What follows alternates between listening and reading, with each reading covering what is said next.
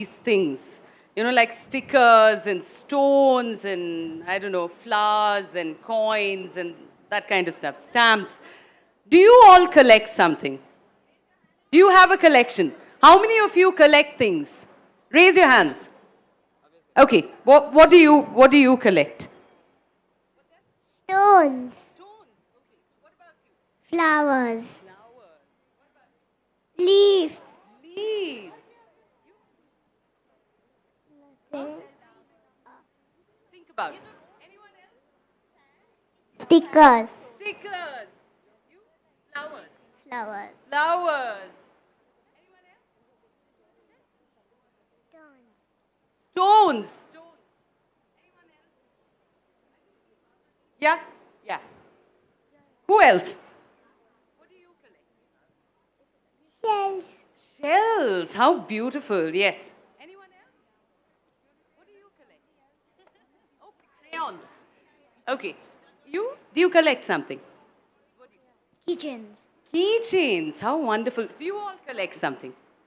Do you collect something? Do you have a collection of something? any bibs and bobs I can find. Anything. Pokemon cards. I'm not sure. That's fine. Anyone else? Anyone? Yes. Shells, Shells. Anyone else?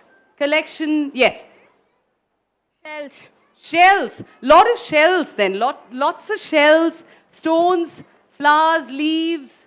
Anything else? Anything else? Anyone else? Do you collect anything? Stickers, stamps? bracelets, Where? Bracelets. Who said bracelets? Ah, right, bracelets. Okay. Anyone else? Oh, yes.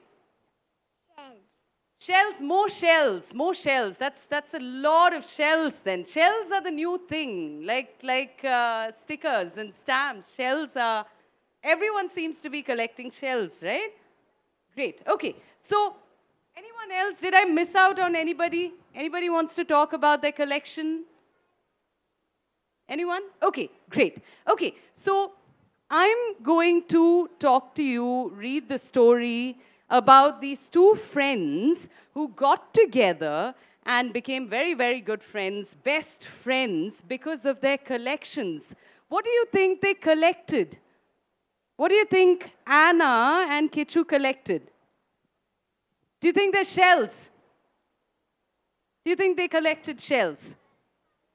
Huh? Flowers? Maybe. Let's find out. So I'll read the story then, okay? About Anna and Kichu. These are the two friends, right? Oh, there. Great. Okay.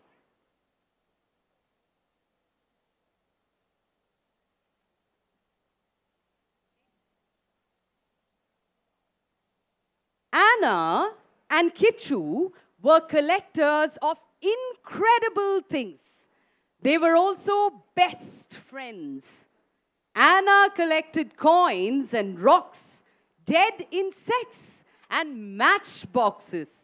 Kichu collected stamps and dolls, feathers, and bottles.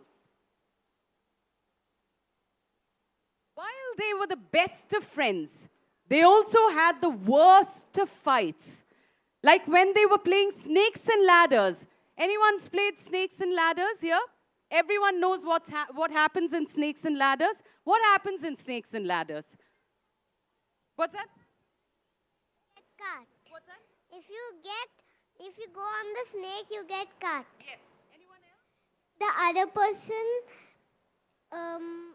yeah, the snake would get you all the way down. Absolutely. Anyone else wants to talk about it? Yeah? What happens in snakes and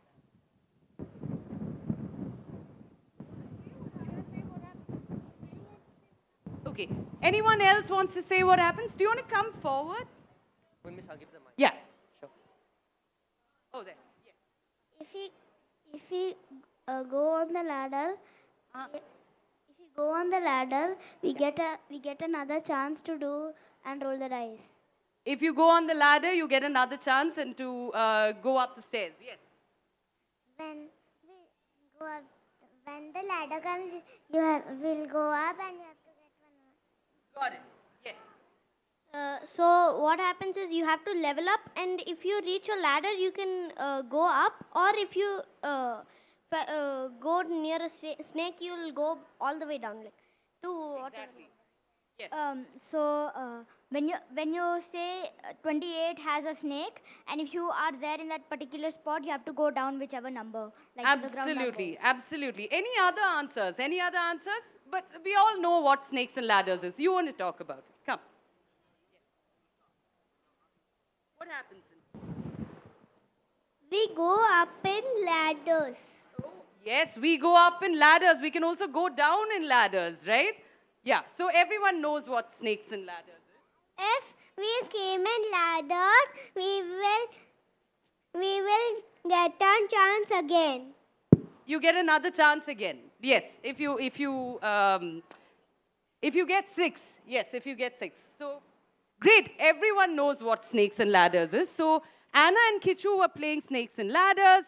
That day, Anna had been ahead of Kichu since the beginning. As she jumped past 90, she hummed loudly, all set to win. Ooh!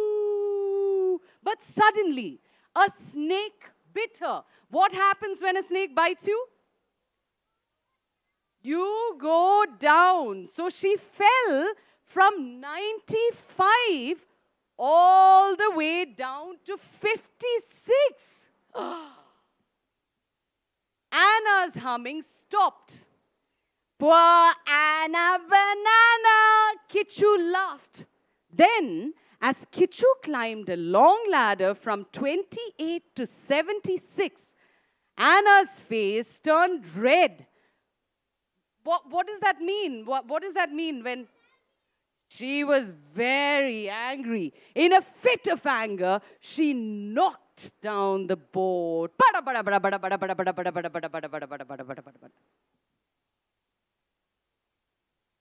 You always do this when you're losing, Kichu yelled. That's why no one plays with you. Anna pinched Kichu. Kichu pinched back. Can we move to the next one? Yeah? Okay, so I'm just going to read that again. You always do this when you're losing, Kichu yelled. That's why no one plays with you. Anna pinched Kichu. Ow! Kichu pinched Anna. Ow!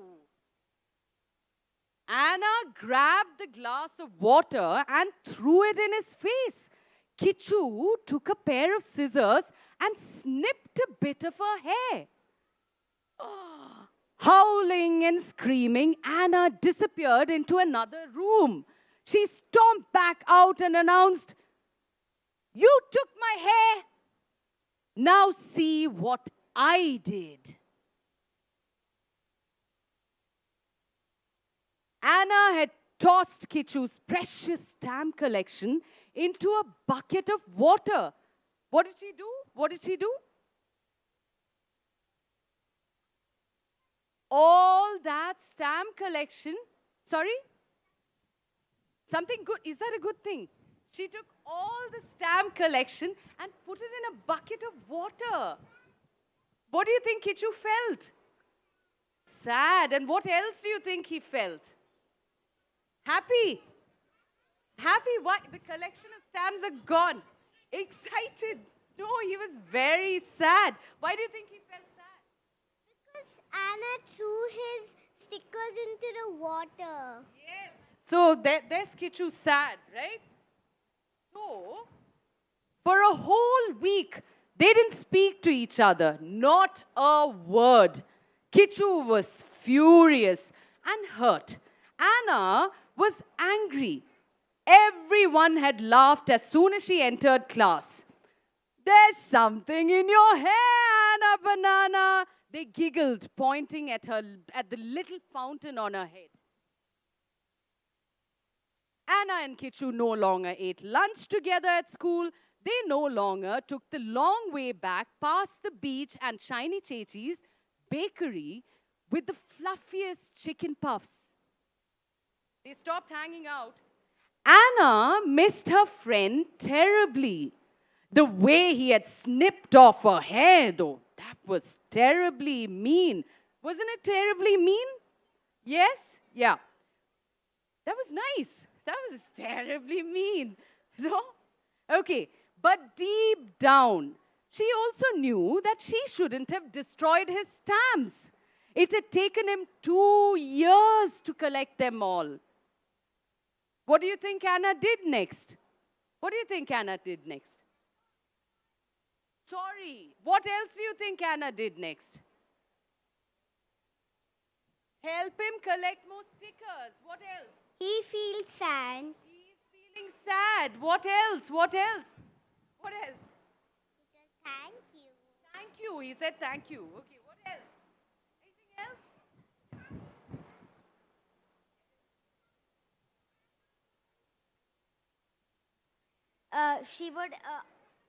She would apologize and then after that help her find the stamps. She would definitely apologize and after that help him make his stamp collection again. Same thing as him. Anything else? Any other different things? So he would apologize and help him collect those stamps back. Anything else? Any other thing that you think Anna would have done? Anything else? Nothing else? Okay, so you might be right, okay? Anna hatched a plan. Now, I'll tell you what the plan is.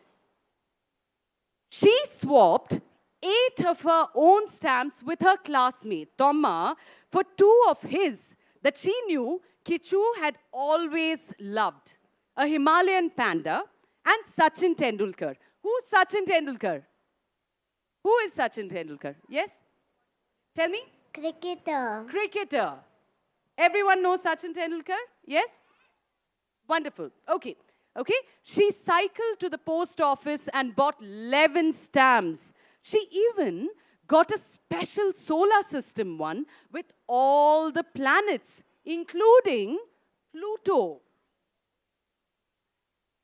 She took a bumpy bus across town to visit her aunt. Tangamanti had been collecting stamps for 30 years. Anna got some remarkable stamps from her, including a 100-year-old one.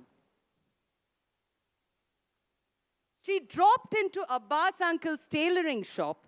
He was the finest tailor in town and a collector like them. When she asked for stamps, he snapped, "I'm in the middle of stitching a grand coat for a famous actor whose name I cannot reveal. Come back tomorrow, Anna." The next day, he gave her some of his most unique stamps. Anna had never seen a triangular stamp before. Have you all seen a triangular stamp before? No?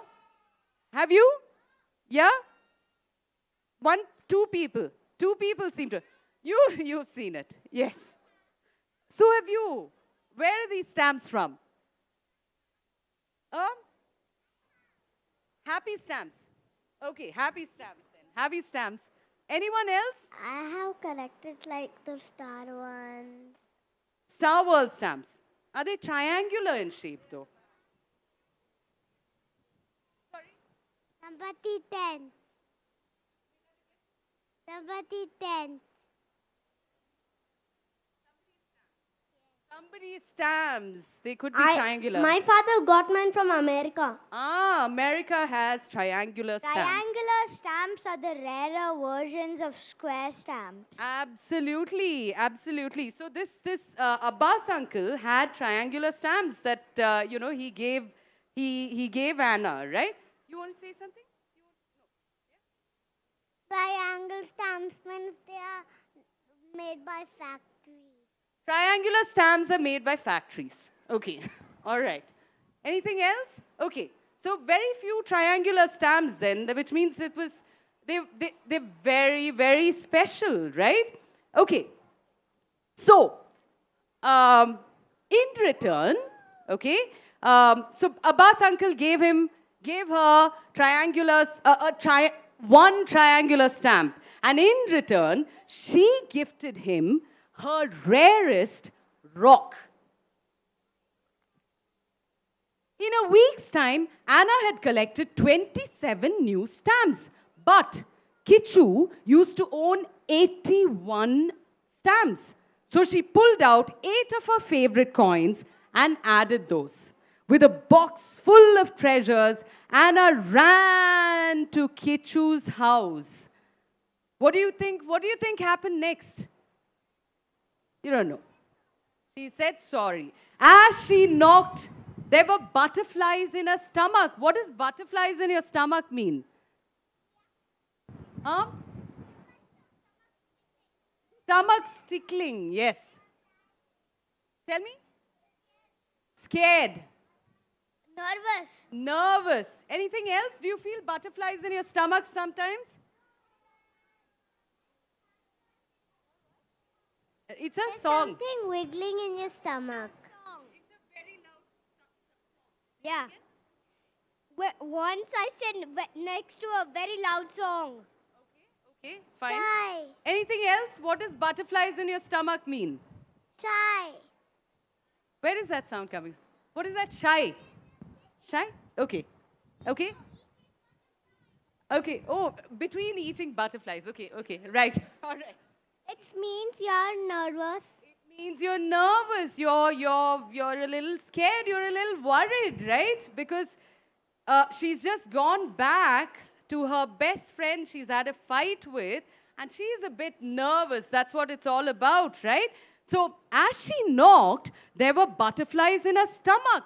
What if Kichu was still angry at her? What if he'd found a new best friend? What if he asked her to leave? Oh, that's why the butterflies in her stomach. When Kichu opened the door, what happened? What happened when Kichu opened the door? His face brightened, but he didn't say anything. It's for you, Anna. Anna, it's for you, Anna said. We move to the next. No, sorry. The previous. Yeah. It's for you, Anna said. Look what Anna's given Kichu. Right? Kichu opened the box in a hurry. When he saw what was inside, he couldn't stop grinning. A triangular stamp, not even from America. See? A triangular stamp, he squealed. Your coin with the hole. Kichu smiled his widest smile. That heavy feeling in Anna's stomach disappeared magically. What is that heavy feeling? What did we talk about, the heavy feeling? Butterflies, the butterflies disappeared. Okay? As Kichu was looking through each stamp, that played on anybody's mind that could be an option. So even though I was working on my first book of history from the age of 19 to 25, I never thought that would become my life. That was a secondary project, and then I had to find a job. I had to do other things. And there I always thought I would work in foreign policy and things like that, which is why undergrad was economics and then a diploma in international relations. Master's was international relations at the Department of War Studies. Worked with the chairman of the Foreign Affairs Committee in the Indian Parliament. Even now I attend seminars. I'm part of these leadership programs in this whole foreign relations circuit. And I still attend those conferences and reunions every year. So I've got one toe left in that field, but for most part, I've moved on to history. And I think the conscious choice was after my second book, and I thought, look, might as well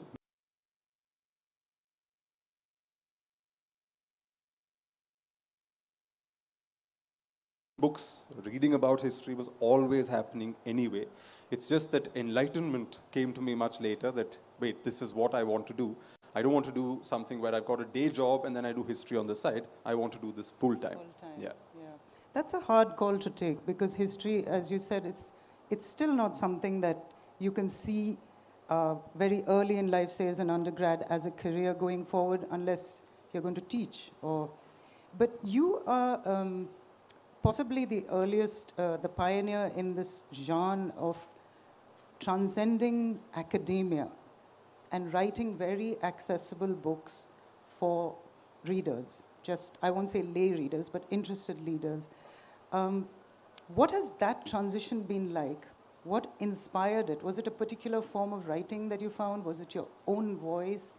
Is it something that you read and decided that this is what you wanted to do? I think, here I'd use that cliched expression, the power of stories, right? Because ultimately, how was my interest even in history born? It was because of stories. We would read school textbooks, which was about 3 sultans, 5 empires, 20 social reforms, the nationalist movement, in this chronological sequence, and you were taught that that was history. And therefore, I don't blame kids for thinking that history is somehow a very dull, boring kind of affair. Whereas every time I went back to my ancestral village in Kerala, history there had a texture, it had a life, it had a flavor. And even small stories, like stories of my own ancestors, I remember, and this is an example I often give, where I remember in school we would read about how widow remarriage was this great reform in India and how women were, oppressed, and, if you lost your husband, that was the end of your life for all practical purposes. You were then treated as a non-entity and had to live in the shadows and the margins. Except I come from a matrilineal community. Possible. I had a great-great-grandmother who divorced her first husband, a Brahmin, in the 1870s. Then she took a second husband, my actual great-great-grandfather. He, in turn, had already been married once, had a child from that marriage, left that wife to marry this one. There was already a lot of strange things happening there. So I'm reading something in the textbook, but I'm experiencing something else in my own family. They had 4 kids, and because marriage wasn't such a big deal in the matrilineal system, where brother and sister, that tie was stronger than husband and wife. So my great-grandmother's eldest brother married 4 times. He married a woman first and brought her home. And then the story goes that, this is a big agrarian sort of establishment, right? So the manager comes and he says, "Oh, is that your wife? From a distance, I thought that was your mother standing there." And the story goes that this very feudal great uncle of mine was like, "What? My new bride looks like she's old enough to be my mother?" It's very sexist. And he says, "Get rid of her, take her back to her family." And that was that. Then he married a lady, and again someone came and said, "Oh, I think her teeth are a bit prominent." Discarded that wife. The third wife was very fashionable, apparently, she used to curl her hair and very good looking and all of that. But in those days, they used to wear these wooden slippers called mediadis. And inside the house, only the eldest male member would wear that. And one day he's sitting there in the portico and he hears the click-clack sound of these slippers. And he says, "Who's wearing this while I'm in the house?" And it turns out it's his newest wife. And he says, "Well, I really like her a lot. She's very glamorous and beautiful, but she's a bit too overconfident." So got rid of that one also. And then the fourth one he stuck to because she had a lot of property and money, and he spent most of his life, squandering that. So that was the first uncle. The next one was a sister, apparently, again, very good looking and a very talented lady and all of that. Got married to a man, went to his house, discovered that his younger brother was a far more exciting proposition, discarded the first husband, married the younger brother. Third brother thought of himself as a modern man. He said, no, I'm only going to marry once. So he married once, but then he littered the entire village with illegitimate children of all caste groups, no discrimination. This is history the way I like to hear. This is history the way it actually happened in my own family. And I was really blessed to have a grandmother who would not censor these things. Most of these stories, a lot of families have, but they would often be covered up and nobody would talk about it. But my grandmother had this very matter-of-factly way of narrating this. I remember going for a walk through the village with her, and she'd say, that house, that's my uncle's, son from such and such a lady. That's my uncle's house from the midwife who came once to take care of his wife. So she would tell these stories, and I was transfixed. I was like, this is, firstly, the matrilineal system in a somewhat more sort of extreme situation. Then there's the whole village life, there's the whole way in which the village life operates. I nearly got cancelled once for telling this story, but in those days there were agrestic laborers, practically slaves. It's very caste-based, and these are Dalit communities that used to work on the fields. They used to actually plow the fields for us. And there was this rule that, firstly, they could not have any good names. So they were named things like Velumbi, Kartagutti, and so on. Velumbi means fair woman, Kartagutti means the dark one. That's how they were named. And they were not allowed to call members of our family by their actual name. They had to say Tambrano Tambrati, my lord or my lady. And there's this story where my grandmother says that one day her mother, my great-grandmother, whose name was Kalyani. She hears her name called out in this very loud way somewhere in the fields, and then she, sends out somebody to find out who's calling her name like that. And it turns out that the same farm laborers who were barred to call our family members by name or anything, they named all the farm animals after members of our family. Now you're laughing. I made the mistake of laughing as I narrated the story once and I got cancelled on social media. But the thing is, it's a form of resistance, right? When we think of resistance, we think in history people organizing, there's a morcha, there's some kind of public protest. These are everyday forms of resistance, and that includes humor. That includes using humor to your advantage. Weapons of the weak, as an academic put it once. And I didn't need, therefore, to read Weapons of the Weak as a book to understand it. You see it in village life. You see it in the way people operate. So that's why, to come back to your initial question, for me, therefore, putting history out there as a survey of facts in a sort of sequential way has never been appealing. Because history came to me by absorbing stories, and therefore, for me, those stories matter.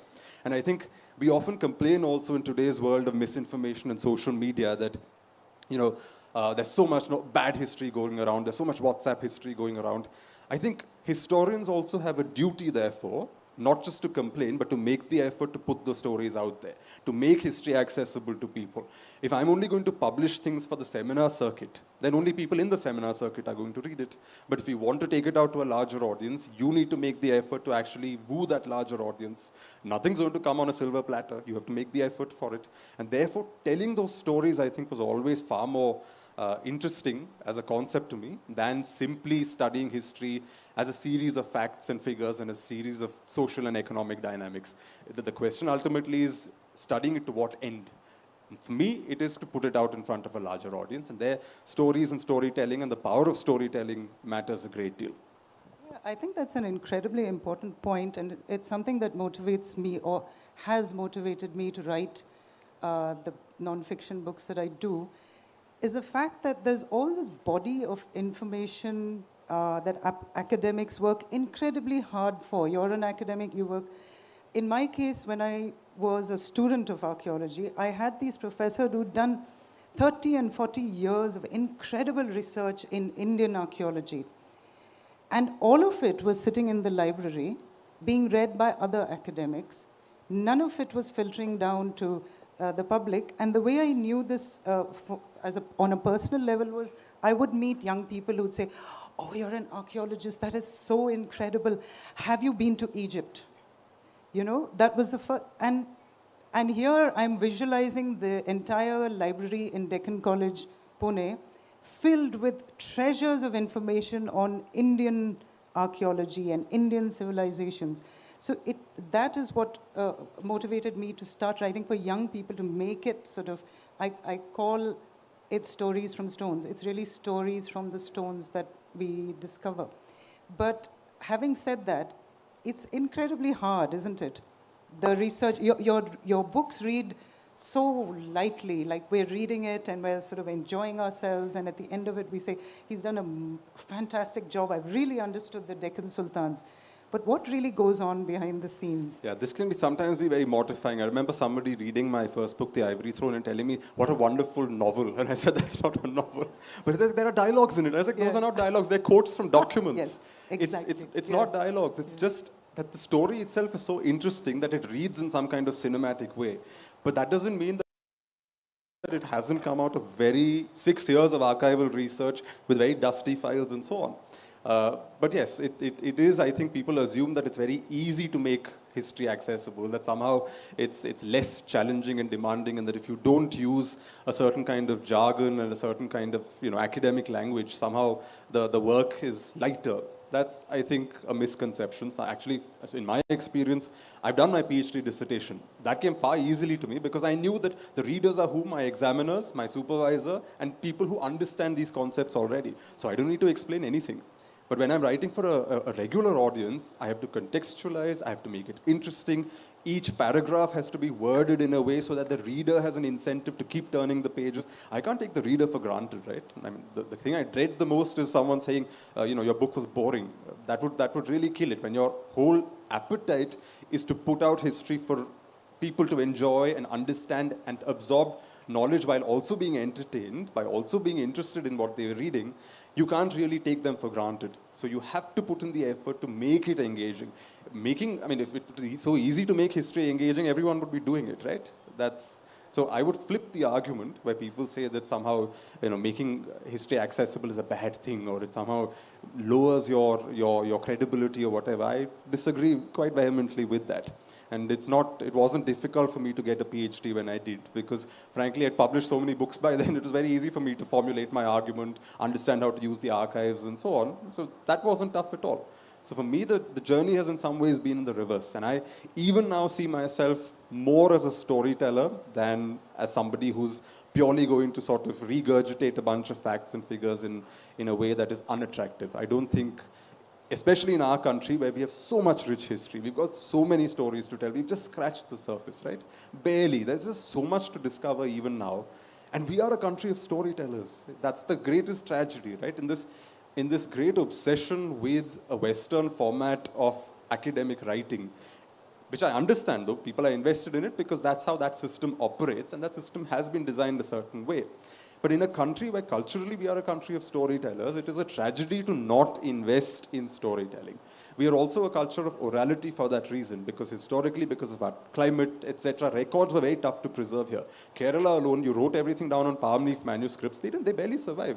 A few centuries later, they're already disintegrating. It's very tough to keep written records alive. At the same time, you can't have hardcore history narrated orally. So you encapsulate that in stories, you make it interesting, and that's how it orally passes down the generations. That's why we have so much oral history in our country. Go to any caste community, go to any group, go to any community, in general religious community, everybody has oral accounts of their past. You go to a temple, it'll have its Talapurana in an oral format and so on. So in a culture of storytelling, I think instead of devaluing the idea of storytelling, we should actually embrace it and perhaps set new templates and new formats and new ways of telling history, rather than somehow seeing it as, something to be kept at a distance. Yeah, because you're also trying to attract a new audience of people who learned history in a very different way and are not at all enamored of it. So you're kind of converting people who've not enjoyed their history very much. I was very inspired by E.H. Gombrich's book, A Little History of the World. Not because I want to write like E.H. Gombrich, because he's got a very Eurocentric view of how he thinks of world history, but because of the enormous amount of information that he's condensed into that beautiful little book, which reads like your books, very easily, and you think, oh, it's sitting so lightly on his shoulders. And that kind of taught me that, it is really hard work. It is huge amounts of information, and you have to really take your audience along for the ride, rather than be talking to them or at them. In my case, a young audience. I feel that every reader who reads my book, particularly a younger person, needs to feel that they're on an exciting ride of some sort. So, would you? Is there any one obligation you feel that you have to your readers? Like, I feel obliged to take them along for a ride. Yeah, I feel obliged not to bore my readers because, yes. Again, they're as not I said, bored at all, man. So far, yeah. But you never know when you slip up, right? Especially the more serious your concepts get, the more serious the themes get. The next book that I'm publishing is, in some ways, my most serious book. Please tell us a bit about this. Is probably not insider information, everyone. It'll be announced on Wednesday next week, so you don't have to wait too long. But it is in many ways a very serious topic. It's something that in some ways is very politicized in our country. So I'm very aware that this in some ways is the heaviest kind of material I'm dealing with. And that was the challenge, right? Like the book is, I think, just over 600 pages. 350 odd pages is the actual text. The rest of it is notes. Because I felt so determined that everything has to be contextualized, every nuance has to be packed in. You can't always do that in the main text, because then you're oversaddling the reader with far too much. Then they won't formulas, then dump it in the notes. So those who are interested can go find it in the notes, but I don't at the same time make the main text so overwhelming that people won't understand what I'm saying. But even there, my challenge in the final rounds of the edits was always, oh my God, I think that if it's boring, what will the reader think? And that's how you keep editing and revising and improving it, because you can't, as the writer, if you're getting bored with your own paragraph, then you can't inflict it on the reader. I wouldn't do that. So I think for me, the obligation is that hard-earned money to pick up your books. In today's world, books have also become very expensive. I had a fight with my editors at Penguin saying, can you please reduce the price of this book? $9.99 is far too much in the Indian market. I know this from the last time my book,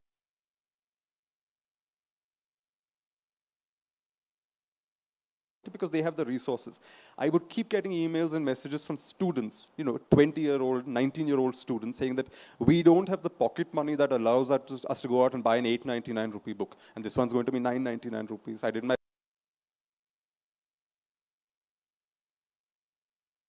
insisted that the notes section, the font be reduced to such a size that the total page length of the book would reduce.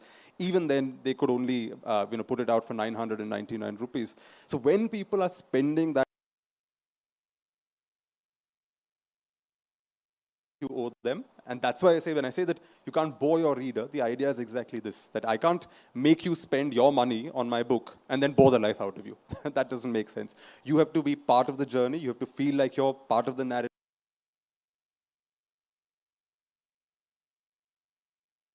rather than a sense of what on earth did I just read. Absolutely. A really important point, because the next issue of discussion would be science fiction is my young readers' attention with screens. So books versus social media. Who has the staying power? What is your I view don't on think that? these are battles that are, there's a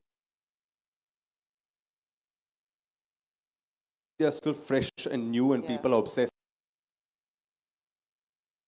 than actual physical copies, because people still enjoy the experience of having a book in the hand rather than reading out of the screen, because they're seeing so much on a screen anyway that when they want a book, they want to read a physical book. So I think there are ways in which these things can be reconciled. I don't think a lot of it happens in schools and academic settings. You create space for kids to enjoy their screens, don't vilify screens beyond a certain point. At the same time, you create a healthy balance where they have enough mind space to cut off from screens and do other things in life.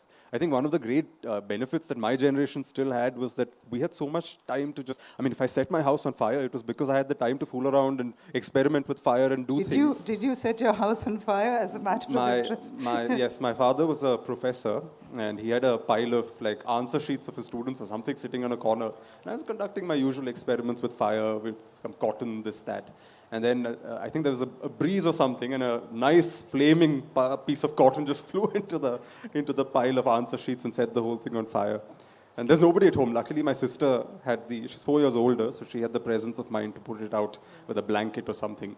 But yeah, I wouldn't have known what to do if she wasn't around. Then my mother finally gave me a piece of wood, and she said, you burn this as much as you want, just get over this fire obsession. And it worked, because by the time I got to the bottom of that piece of wood, it was a chunky piece, I was done. I was over with my fire experiments and obsession with fire. So that worked out. But I did set my house on fire. Okay. But the reason I did it is because I had the time and space to do things like that. Yeah. Not that I'm encouraging that, but I had things that I had to do. Just fool around, just observe the world around you, go play in the mud. Every time we went to Kerala, the first thing we did was, as city kids, we'd never seen fields, right? We'd see it only once a year when we went on vacation.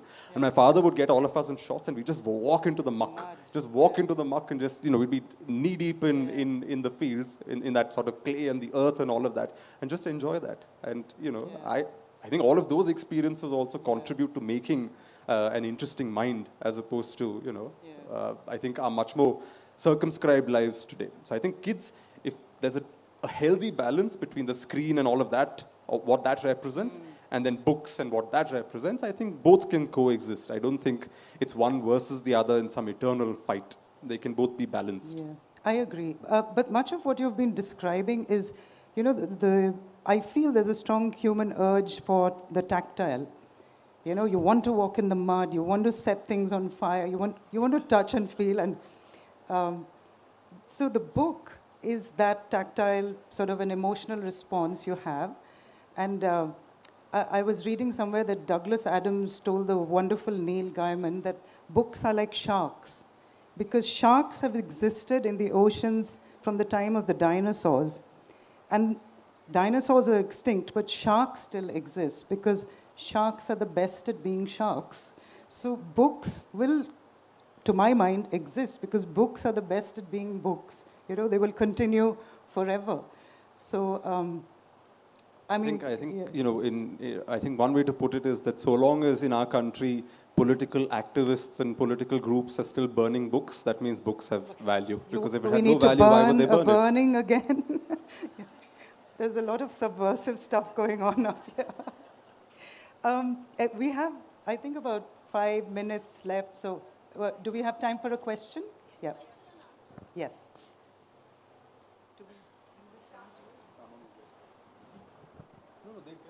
There's a mic. Oh.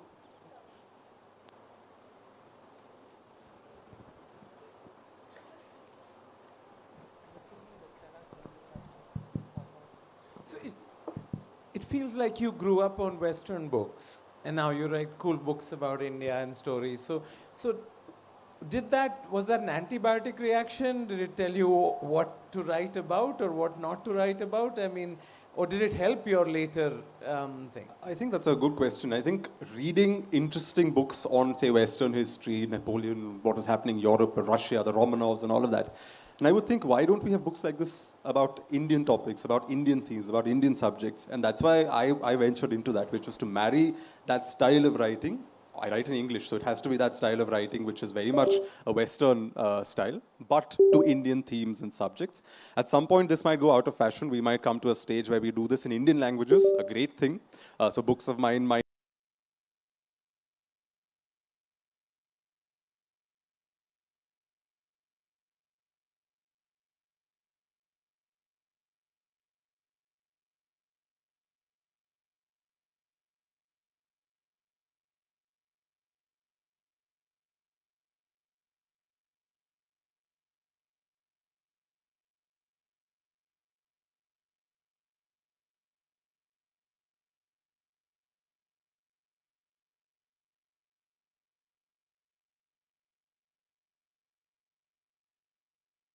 And shared their collections. Thank you very much. That was very interesting. Thank you. Not just a big round of applause for the children, but also for Miss Bhavna and Miss Yamini who wrote the book.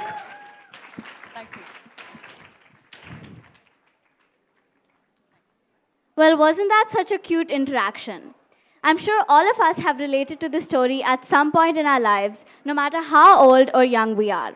Next up is today's first Ghosh Tarang performance, Mala Che Chandi Che Penjan, a Marathi and English rendition of the book Mala Silver Anklets, written by Ani Besant.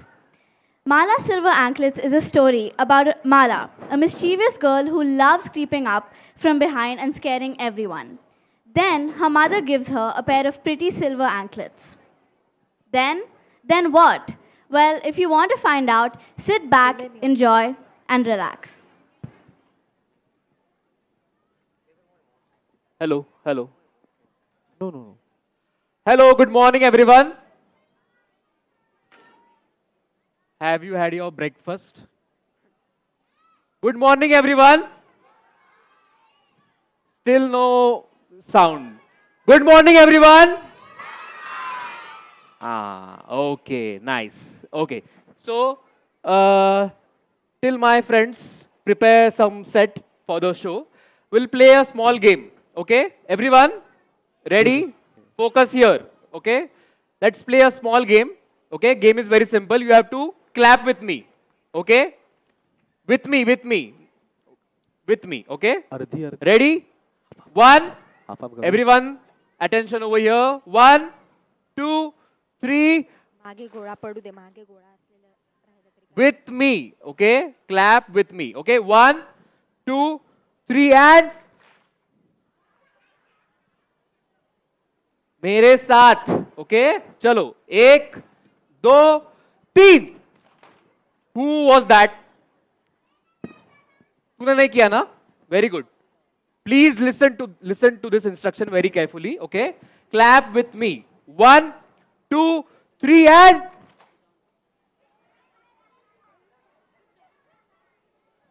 अरे मेरे साथ करना है. Okay, ready? 1,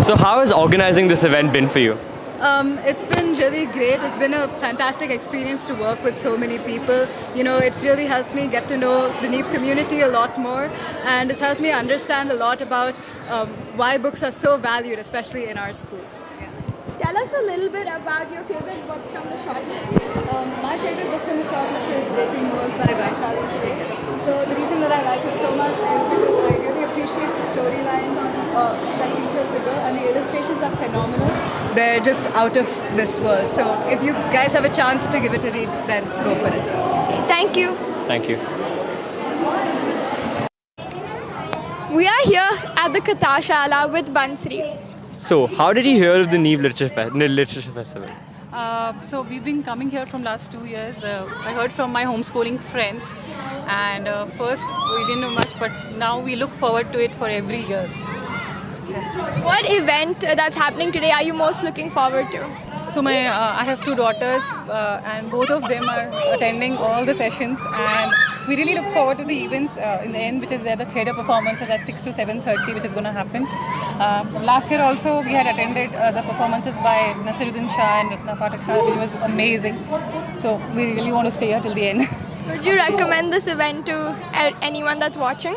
Oh, definitely. I've been recommending this to all my friends and whoever near and dear ones are, because my elder daughter, she's got love for books from here itself. She attended these events and then she's started reading books, and that's the journey.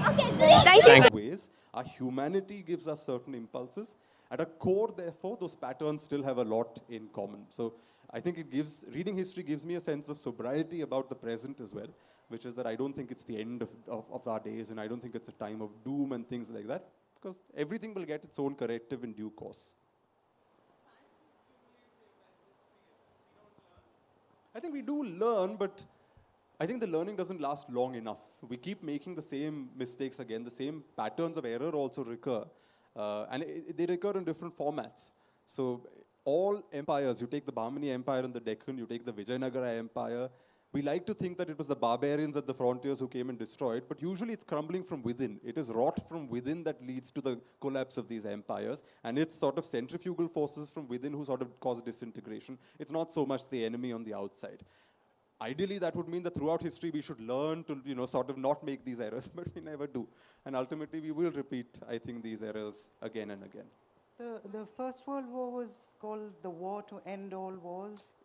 The Great War to end all wars, and look where we are now on the planet. Sorry, you said something?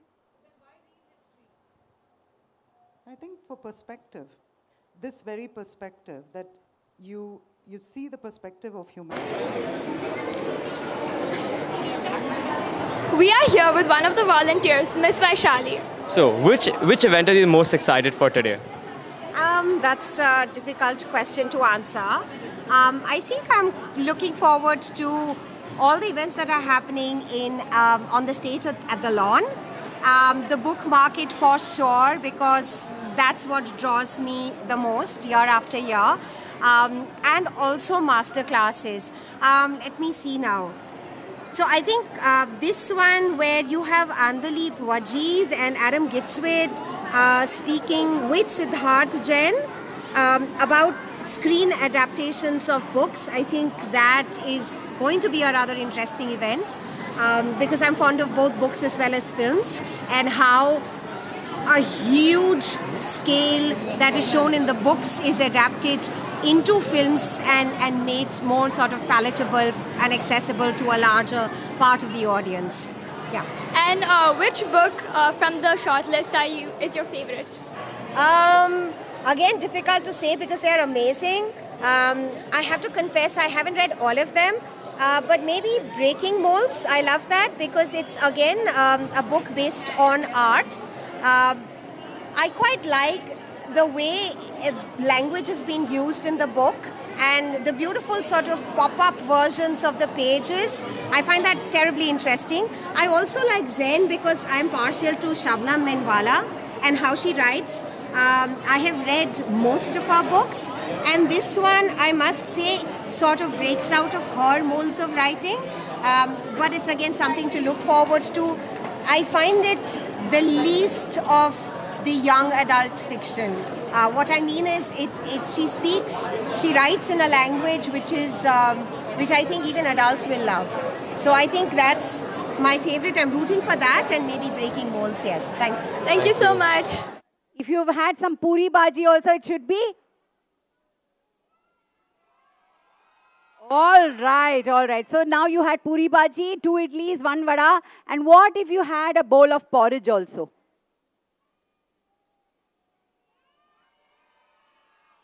Wow, that's nice. Samagari. Come on, sing with me. Samagari. Okay, we can sing in tune. Yeah? Don't shout, but sing with a smile. Samagari. Sapamaga. Sasamagari. Papa dhani sa. Sa ni dha papa. Sa ni dha papa. Sarigamapa, sarigamapa. Stories are for you. Stories are for me. Stories are for everyone. Keep listening. Sa ni dha papa. Sa ni dha papa. Read the book to find out. If a full moon occurs once in every 29.5 days, then how long does it take to see 1,000 full moons? This book can help you do the math. I also learned that great-grandmothers call Muttu Muttasi in Malayalam. I went to celebrate my great-grandmother's 88th birthday in 2022. I had not seen her for 2 years due to COVID. Sadly, she passed away 3 months after that. I really like this book and I hope others will like it too. Thank you.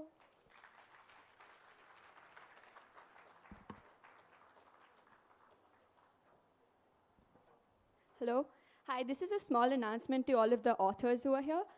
If you have a book signing scheduled or a masterclass scheduled, you can just wait for me outside over there and I will take you to the respective venues. Thank you.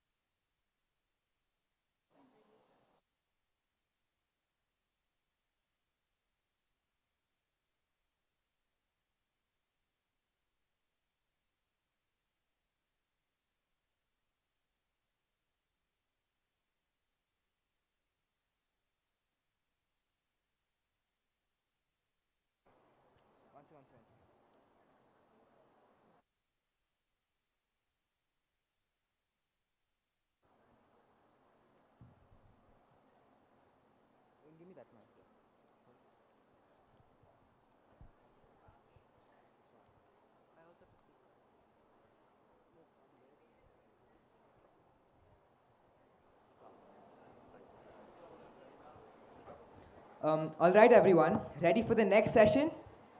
This one's titled Truth in Children's Books. And we're excited to welcome award-winning author Adam Gidwitz. Adam Gidwitz is the best-selling author of a tale dark and grim Newbery-honored novel, The Inquisitor's Tale, and the forthcoming Max in the House of Spies. Arush, did you know that he's also creator of the #1 podcast for kids, Grim, Grimmer, grimace. Wow, that's actually incredible. If you haven't heard of Adam Gidwitz, he's the creative mind behind Max in the House of Spies, the first book in the thrilling duology set during World War II. It's fast-paced, hilarious, and filled with heart as only Adam can deliver. The story follows Max, a young boy who's left home for the first time, alone and trying to survive in a dangerous world. But he's got some unusual traveling companions, a kobold and a diebuck named Berg and Steen, on each shoulder guiding him along his way. Oh, and did I mention? Max's plan to reunite with his parents in Berlin involves becoming a British spy. It's a story about impossible odds, bravery, and the power of friendship, plus a bit of magic along the way. And through all this, Adam explores deeper truths about choices, identity, and survival in uncertain times. He'll be discussing how children's books like this help young readers navigate complex issues in life, like what's right, what's wrong, and finding your way in this chaotic world that we live in. So without further ado, please join us in welcoming Adam Gidwitz. Thank you. That was a wonderful introduction. I'm very honored and thrilled to be here today. Can you hear me in the back? Can you hear me? Yes? Okay, excellent. It is an amazing honor to be here at Neev Academy, to be here in India. I have visited India only once before. I loved it, but I was in the north, not in the south. And I've had an incredible experience here. And one of the things that I've noticed while I've been here is the amazing generosity of everyone that I have met. There was a wonderful reception at the house of our hosts last night. People were so warm and generous. But also, a few hours earlier, I went to the KR market, and everyone was warm and generous there. And I got to shake about 10,000 hands, and everyone asked me where I was from. And so I'm just very honored to be here speaking with all of you today. So thank you for inviting me to be here. Yes, thank you. Thank you to our hosts. So yes, these are some of my books. I'm going to talk about the question of truth in children's literature today. And I have my notes on my computer, which I do not have with me. So if I forget what I'm talking about, I apologize. Are you ready? Let's do it. So the question... Can I get this to work? Yes. The question that I wanted to ask all of you today, and that I will be exploring, is, should books for young people be entertaining, or should books for young people explore difficult truths?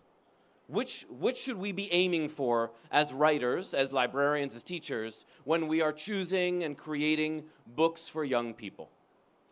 So, I explore this in my books through various ways. So first, let me start. Oh, wait, jumped ahead. So this is me when I'm in the 7th grade. Is anyone here in 7th grade? Yes, we have some 7th graders? Okay. So I just have to tell you, this haircut, when in 1995 in the United States, was very popular, okay? I know it looks ridiculous now, but in 1995, that was a cool haircut, okay? So don't judge me. So when I was in 7th grade, I had an author come to my school, very much like today. I don't remember the name of the author. I don't remember any books the author wrote. In fact, I don't remember anything the author said, except for one thing. Somebody asked the author, how do you know if you're a writer? My ears perked up. I was curious. I didn't think I would be a writer when I grew up. I was pretty sure I'd be a professional basketball player. That did not work out for me. I don't know why. Anyway, the author thought about it, and she said, how do you know if you're a writer? And then she said, writers write. And I was like, obviously. But then I thought about it. I was like, okay, maybe she's got a point. Writers write. Well, do I write? Well, I write in school, and my teachers tell me to. I write for homework when I remember to do my homework, which was not very often. But do I write on my own for fun? Because I figured that's what she meant. The answer was, no, I never did. And so I decided on that day for a story, because everybody gets an idea for a story sometimes, right? You're walking down the street, and you see an old lady, and you're like, wouldn't it be cool if that old lady turned humongous and attacked a city or something like that? The answer is yes, that would be a great story. But I would always write like a paragraph or two, and I would always quit and be like, psh, who am I kidding? I know I'm not a writer. But I'm here today. I wrote a bunch of books, which I showed you before. So how did that happen? Well, what I did like to do when I was a kid was I liked to play with action figures. Do you guys know what action figures are? Like little toys, like little dudes with like masks and weapons, and they're little men who fight. If you know what Barbies are, they're like little Barbies with weapons, okay? So I used to play with these action figures all the time, and it would always go the same way. I would take one in each hand, and one was usually the cool kid from school, and the other one was me, not the cool kid. And the cool kid would say something mean and funny to me, and all the other action figures would laugh. And then my action figure would go and beat him up, and I would feel good about myself. So I used to do this for like hours a day when I was a kid.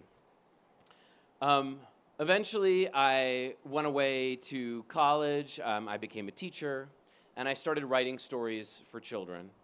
And when I write my stories down, I type them and I tell them out loud. And one day, I was telling a story out loud and typing it, and I suddenly realized telling a story out loud and typing it is just about exactly the same thing as telling a story out loud and going like this with my action figures. And I realized I had been a writer my whole life. I spent every day, 2 or 3 hours a day, writing stories. I never wrote any of them down, but they're the same. It's the same thing I do now, except now I get paid for it. So if you find yourself doing things like talking to yourself, telling yourself stories, playing, maybe you're out on a soccer field kicking a soccer ball and narrating like who you are, like the star that you are on the soccer pitch, that's being a writer. And you can write it down now, or you can wait till later to write it down. But you're already a writer if you're doing that. So I'm going to come back to that idea a little bit later. But let me talk to you a little bit about some of my books and about this question of like, should kids' books be entertaining or should they explore hard truths? So let's see if this clicker works. It did. Okay. So these books, A Tale Dark and Grim, In a Glass Grimly, The Grim Conclusion.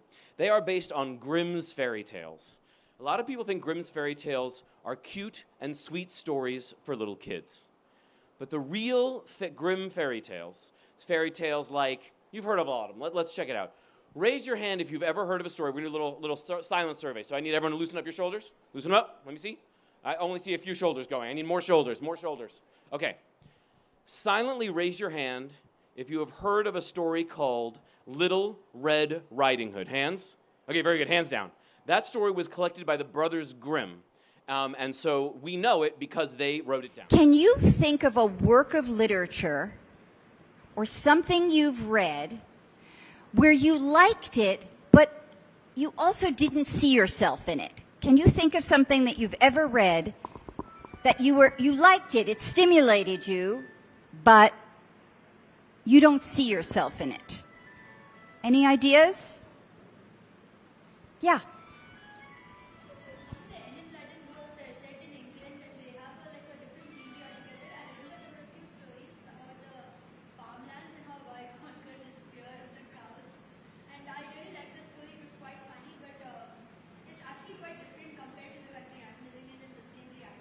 So the whole landscape is different. So you like the storytelling and how the storytelling, and you connect to that, but it doesn't make sense to you in terms of, yes, that's exactly it.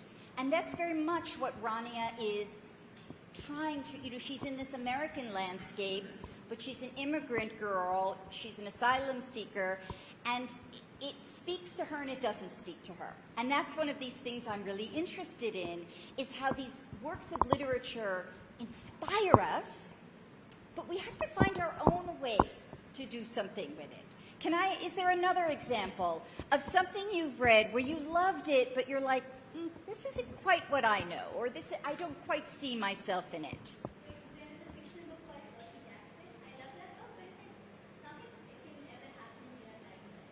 Right. You mean because it's so fantastical? So for you, because it's not realistic, it seems, how can I see myself in that? Excellent, excellent. Okay.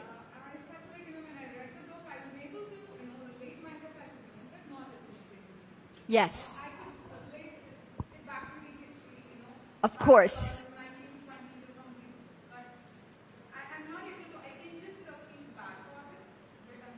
Yes.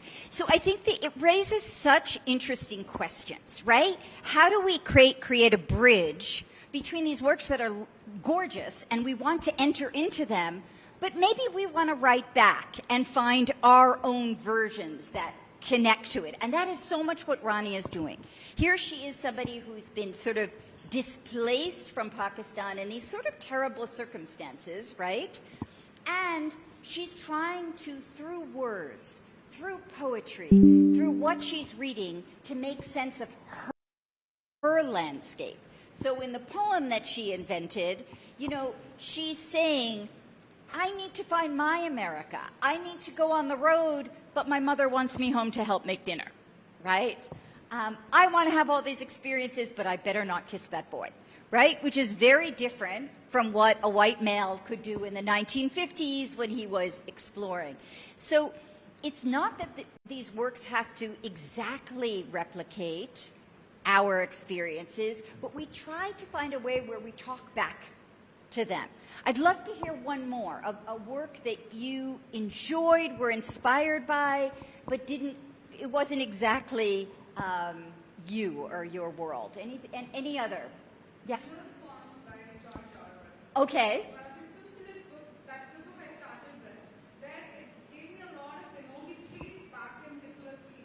Yes. Okay. Yes. Wonderful. Yes. Oh, yes. Yes.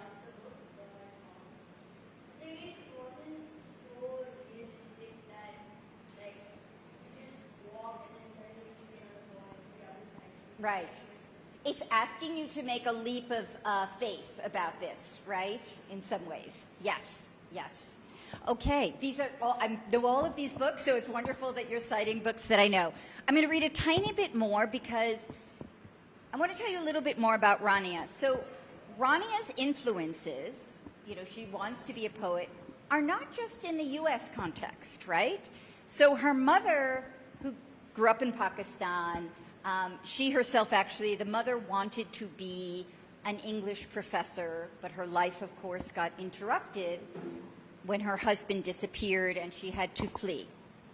And in many ways, this is a mother-daughter story, where the daughter is going in search of the secrets of her family and what really happened to her father. And the way the mother and daughter talk at times is through poetry. And it's both through ghazals and through American poetry. That's sort of how it's almost like a coded language between mother and daughter. So I'm going to read another very short section.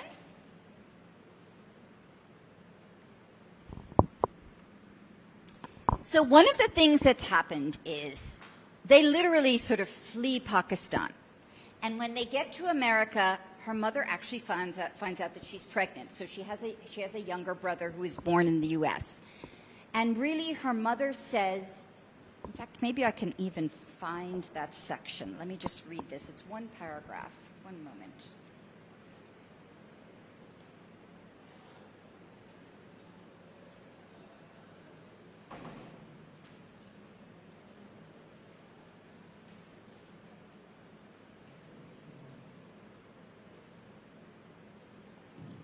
Here we go.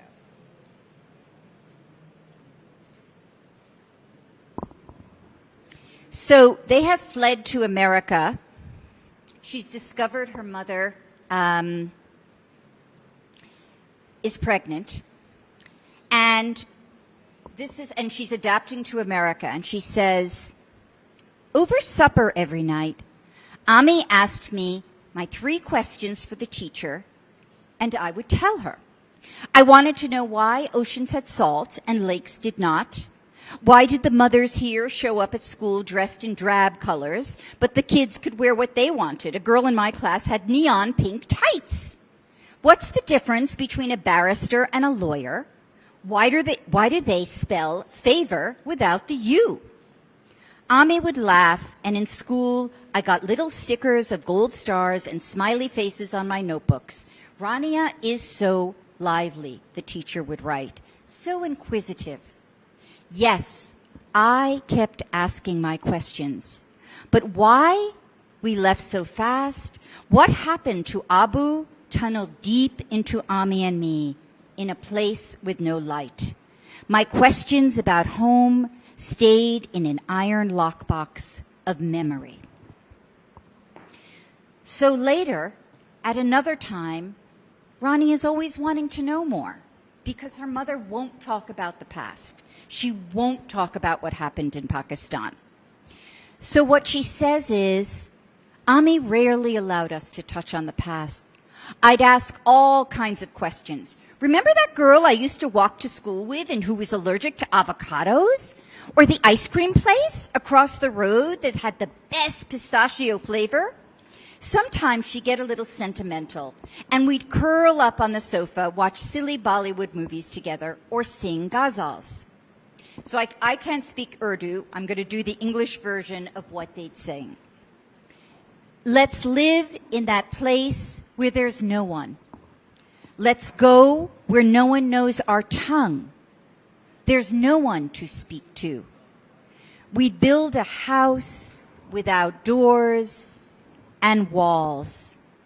She'd slip her arm around me, squeeze tight. See, Rania, that's what we are. A house without doors and walls.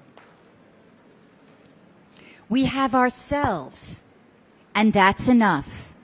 She'd slap her knees. Come. No more dwelling in the past. We are here now. Remember that. So, in Rania's case, her mother is bringing her this history of ghazals and so forth, but she's also trying to kind of shut the door. She doesn't want Rania to ask anymore. She wants her to ask questions at school and be a good student at school. But the mother, in a way, is using the ghazals to say, we're here now. We're in our house with no walls. Stay here and don't go back to the past. Don't ask those questions. So this, in a way, is how mother and daughter are communicating to each other, right? How they're using the poetry to make sense of this strange situation they find. So this is, again, where literature and poetry is helping them make sense of this strange situation where they are a mother, a daughter, now the younger brother suspended. And I just want to give you a little context about asylum in America. When you apply for asylum, it's a very long process. They've been there for 9 years, and they still are not, their case has not been settled. So they are truly living in a house, right, with no walls for, not knowing where they belong. And so one of the ways they deal with that is the mother shuts the past away, but tries to communicate in a kind of code through poetry to her daughter. I think I have one other selection I was going to give. One. Let's see if I can find that.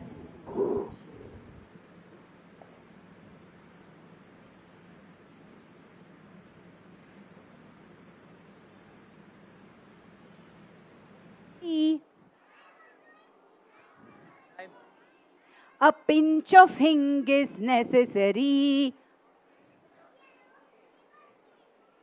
Some salt and pepper indigo. Mix it well but simmer low. Temper this in a dash of ghee. With mustard, cumin, coriander leaves. Piping hot rasam ready to eat. Party's hot rasam ready to eat. He joins them. The opening of my novel. Ready to eat. As a quote. Ready to eat. From Peter Pan.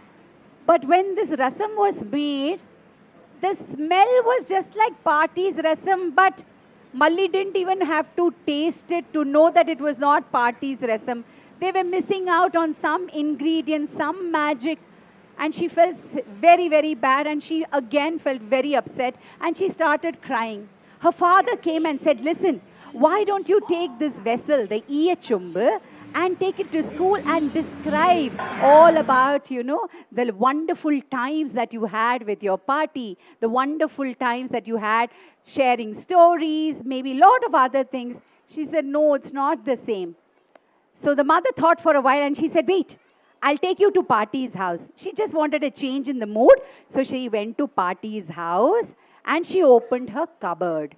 And from the cupboard, there was that yellow sari of Party, which was Malli's favorite. She took that sari and she kept it next to her cheeks and she started to cry. It was her favorite sari of her party. So many memories. And as her tears wet that silk, something fell from the folds of the sari. It was Party's medical report. And she took the medical report, Malli, and when she turned it back, she said, Amma! Squeals of delight. In Party's neat handwriting was the recipe of the rasam powder and how to make that rasam. She said, Amma, Party kept her promise. Here it is. Here is Party's, that rasam powder and the recipe to make the rasam. That's it. They rushed back and they gathered all the ingredients. First, they ground the rasam powder, made that really magic powder, and then they took all the ingredients. And now you know how to make the rasam. Take the juice of a tamarind ball. Come on. Cut tomatoes, dice them small. Add a spoon of rasam podi. A pinch of hing is necessary. Necessary. Some salt and pepper in they go. Mix it well but simmer low. Temper this with a dash of ghee. With mustard, cumin, coriander leaves. Piping hot rasam ready to eat. Party's hot rasam ready to eat. And as Malli put that rasam sadam, rasam rice inside her mouth, she felt a whole lot of memories come flooding in. It was as if Party was giving her a gentle hug, embracing her in lots and lots of love. She carried the iyachumbu, she had the rasam rice, and she looked up and she told Party, thank you for keeping up the promise. And she said, Party, I love you, because now Party's rasam is whose rasam now? Party's rasam is Malli's rasam. And that's the story of Party's rasam. Thank you. We've had the privilege of being nominated and being on the short list of Neev Literature Book Awards of 2022. Of course, we didn't win the award, but we won, I think, so much of love and affection from all of the people present, the jury members and everybody. And thank you for showering this book with so much love. And I have a few things to show from the book. Ready to see? And of course, I have to talk to you about my co-author, my daughter, Dhwani Sabesh. This book is also loosely based and inspired by my mother and my daughter's party, who was the best rasam maker, according to my daughter. And the illustrations, beautiful illustrations, are again by two people, Pallavi Jain and Vaijayanti. So a big round of applause for them, and I'll show you the book.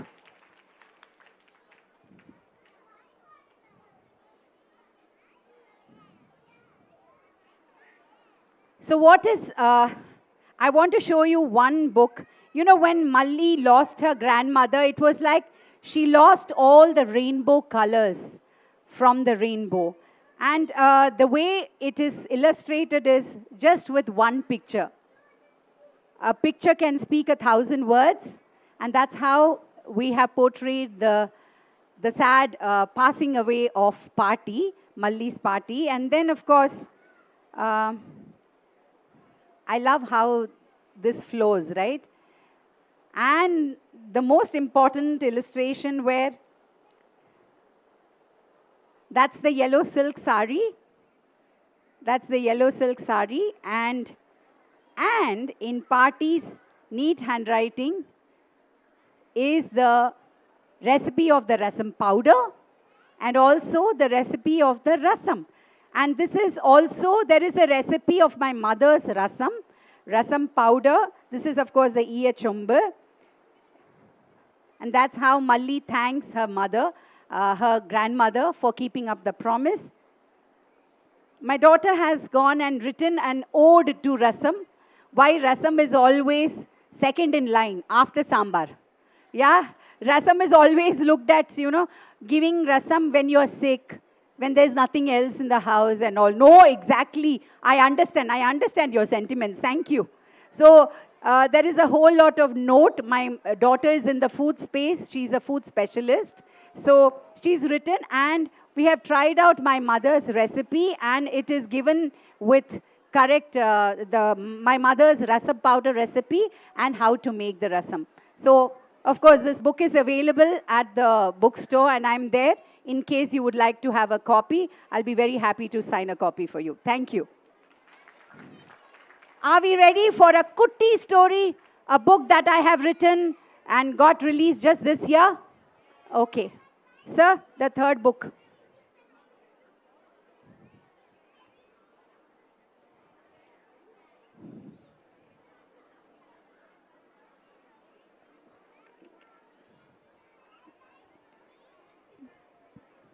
So you can see that this is Moogie and the rainbow.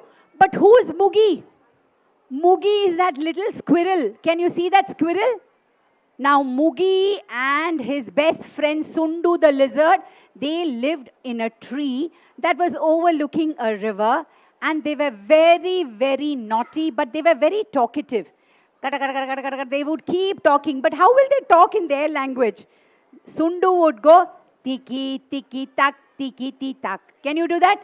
Tiki, tiki, tak, tiki, ti, tak. Tiki, tiki, tak, tiki, ti, tak. Can you do that? Tiki, tiki, tak, tiki. Hello, I want more lizards in the audience. 1, 2, 3, start. Tiki, tiki, tak, tiki, ti, tak. Tiki, tiki, tak, tiki, ti, tak. Again. Tiki, tiki, tak, tiki, ti, tak. Gunjan, can you take some more? Tiki, tiki, tak, tiki, ti, tak. Can you do that?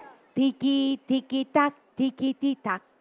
Tiki, tiki, tak, tiki, ti, tak. And Moogie would say, choppy, choppy, choppy, chee. Choppy, choppy, choppy, chee. And both of them would create such a racket.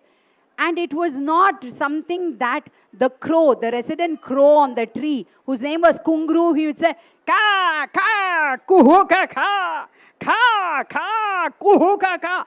Why are they making so much sound? Why are they making so much noise? I just want some peace and quiet. Can I not get some peace and quiet? Just as if on cue, they would say, tiki, tiki, tak, tiki, ti, tak. Come on. Tiki, tiki, tak, tiki, ti, tak. Tiki, tiki, tak, tiki, ti, tak. Choppy, choppy, choppy, chee. Come on. Come on. And he would say, ka, ka, kuhu, ka, ka. Ka, ka, kuhu, ka, ka. Come on. Ka, ka, kuhu, ka, ka. Ka, ka, kuhu, ka, ka. But one day, when it started to rain, hey, can we create rain here? Can we create rain here? Come on, rub your hands together. Come on, rub your palms together. Yes. And then do this. Little bit drops, snap, drops. And take your left palm up. 1 finger, 2 fingers, 3 fingers, 4 fingers, and lots of rain. Arey Baba, itna sara barish. Lots of rain, lots of rain, lots of rain. And correctly, the sun also came. So when the sun comes while it's raining, what happens? Rainbow, such intelligent audience you are. And when the rainbow came, these two got really, they got so excited, they went tiki tiki tak, tiki tiki tak, choppy choppy choppy tea, tiki tiki tak, tiki tiki tak, choppy choppy choppy tea. And Kunguru was like, I want to enjoy the rainbow. I want to see end to end. Ha! Meddlesome Kunguru had a new idea. He said, I know how to stop them singing. He said, Are Mugi, Sundu, I have to tell you something. You see the rainbow? And they said, yeah, we see the rainbow. At the end of the rainbow, there is a pot. And whatever you desire will be there in the pot. And Mugi said, nuts will be there. Huh, I'll get nuts. Because he was forever hunting for nuts. And he said, Arey, then I'm packing my bag. So if you see, he has a small little bag. And he says, Sundu, please take care of my nuts, which is there in the burrow. I'm going to get my nuts. But Sundu said, I also want, I want coolers. You see, because it's getting very, very hot, I need coolers. He said, yeah, you want coolers? Okay, Kunguru said that whatever you desire will be there, come. But when both of us go, who'll look after my nuts? He said, Kunguru will look, no. And then they went. As they went, they had to cross the river, na? They had to go to the end of the rainbow. So there was somebody inside the water. Beady eyes. Crocodile. His name was Tambu, and he looked at these two. They were all dancing. I am going to get nuts. I am going to get nuts. And he said, I am going to get coolers. I am going to get coolers. And he said, where are you off to? What do you want? You want to cross the river? They said, yeah. Can you help us? We'll jump onto your back and can you take us? He said, what will I get? He said, you see, Kunguru said, whatever you desire will be there. You know what Tambu asked? Tambu said, I want headphones. You are all very noisy. I want noise cancellation headphones or maybe some music in my headphones, please. So he said, will you get me headphones? They said, yeah, we'll get you headphones. So off they jumped on to the crocodile's back. And first one was, Sundu, what was the sound he made? Tiki, tiki, tak, tiki, tiki, tak. Tiki, tiki, tak, tiki, tiki, tak. And what was the sound that Mugi made? Choppy, choppy, choppy, chee. Choppy, choppy, choppy, chee. And now Tambu made splash, splash. Can you do that? Splash, splash. And as they were moving, they saw Mojo the monkey who was going swish. And he said, that's a very moody crocodile. How come he's smiling today? How come he's got new friends? And he said, Tambu, wait. Aren't you the moody crocodile? Where are you going? He said, Arey, we are going to the end of the rainbow. And there is a big pot. And Mugi is going to get what? Sundu is getting coolers. Tambu is getting headphones. Mojo said, can I get mangoes, please, please, please, please. I'll help you. You see, I have a great eyesight and I can jump and I can tell you where is the end of the rainbow. He said, fantastic idea. So Mojo went swish, swish. How did it go? Swish and swish. Can we do that from the top? Mugi went choppy, choppy, choppy, chee. Choppy, choppy, choppy, chee. And what did Sundu do? Tiki, tiki, tak, tiki, tiki, tak. Tiki, tiki, tak, tiki, tiki, tak. And Mojo went, Tambu went, splash, splash. And Mojo went, swish, swish. And suddenly they were stopped by Gaja the elephant saying, where are you going? They said, oh, end of the rainbow, there is a pot. And in the pot there is nuts, coolers, headphones and mangoes, shouted Mojo. Gaja was the intelligent elephant. He had so much of intelligence and intellect, he said, you think there is a pot at the end of the rainbow? I'm so sorry. He took some water and he went whoosh. Water fell on all the animals and they said, there's nothing. He said, I'm so sorry. There's nothing like the pot. There's nothing like the end of the rainbow pot, nothing. I'm so sorry. And Mugi said, but Kunguru told us whatever you desire will be there. By this time, you know what happened? Kungru was feeling very bad that he had said this. He had flown all the way and he said, Ka, ka, koo, ka, ka, there is nothing. I'm so sorry. Feeling when, so maybe none of you have a grandmother who took ironed your ribbons, right? But this is her way of expressing that moment, right? Where they're still making you wear something or dress a certain way, right? Your grandmother's telling you. And in her case, it's ironing the ribbons.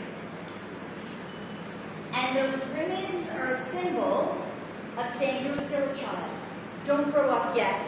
You're not growing up just yet, right? That's what this poem, and she keeps hoping that she Doing this and being the NBA chair. Well, it's a huge experience. Like, we started in May, and I've been able to read all the NBA shortlisted books, which gave me a lot of insights into Indian literature. Then there was a retreat yesterday where I got to speak to a lot of different authors and get their perspectives on publishing, writing books, literature, and overall how this industry is going. So it's a very valuable experience, and I hope that I can help Neev Literary Festival become better this year. Are there any events that are happening today that you're most excited about?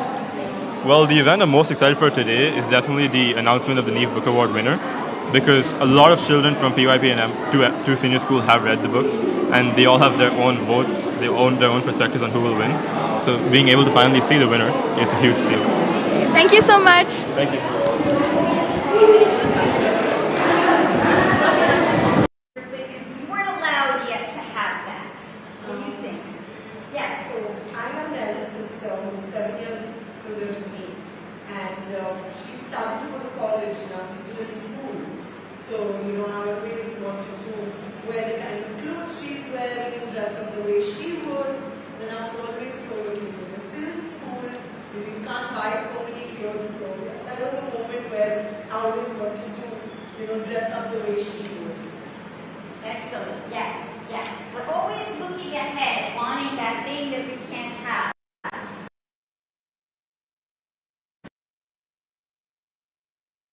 I always wanted to read more and more books, and often the titles that interested me were those of the elder years. Yes. I love reading books, and I have a huge library at my own house, but every time I ask for a book, my mother always checks the age because several times I've tricked her. saying that Not yet. You can have that book yet. Very good. Yes. I wanted a book, but my mom didn't allow me because she said it wasn't for my age. Yes. And so it's like, oh, I have to wait till I can take that book off the shelf. Okay, another book order. We have a lot of book images here. Someone else, some object you remember that you wanted that would help you go to the next stage. Yes. Like scissors, like we could cut the paper with scissors. Right. So that's a big step where you can actually use the scissors yourself. Excellent, excellent. Anybody else? An object, something that you wear that will be a little. I remember, I'm just going to say, we had, for us, it was elementary school graduation. And there was an outfit I really wanted that was really popular at the time. But my mother thought it was a little risque for a 12-year-old girl. She didn't agree. And we had such a long fight about whether I could wear that red and white. Please give it up for Goshtarang. Also, Hello. guys, Hello. watch outside, Hello. please. Yeah. Just a few announcements. For the audience standing in the back, there are a lot of available seats, so you guys can come up front and sit. Also, we are encouraging people to minimize plastic use. There are numerous water dispensers around here where you can fill your bottles with. Thank you. Also, guys, food is not allowed over here. So if you guys are hungry, you can grab a snack in the cafeteria, but don't bring it outside the cafeteria. Thank you. Hello. Hello, everyone. Hi. Is everyone over here? Physically, mentally, or as well? Hello. Hi. Okay. Just before we begin the story, okay, we'll play a game. Okay? And for that, for the game to be played, I will need uh, 16 children on the stage. 16, okay? First 16 will be invited. Okay? Come up. Okay? Okay? Please count. कितने हो गए? Okay, 3, 3, 3, 9 and 3, 12. Okay, 16, only 16. Okay? कितना हो गया? एक second, I'll count. 3, 3, 9, 6, 9, 9, 12, 14, 15, 16. Okay? Can you join in another game? Okay? Yeah. Otherwise, yeah, come. We'll play the game. Okay, no problem. Okay. 4, 8, 8 plus 4, 12, 12 plus 16, 18. Okay. Come here. Let's create a circle over here. Let's create a circle. Circle. थोड़ा पीछे जाइए. Yeah. Let's create a circle over here. Circle. अरे चले गए. Okay, no problem. Join the hands. Join hands. पीछे जाइए. Go back. Yes. Okay. Yeah, I know. Okay. Now, is everyone over here? Ready? Are you listening me? Yeah, okay. Now, do you want to come up? किसी को आना है ऊपर? You can join. Okay? There's no limit now. You can join. Okay, no, never mind. Okay. So now we'll just count again. Okay? Say 1, 2,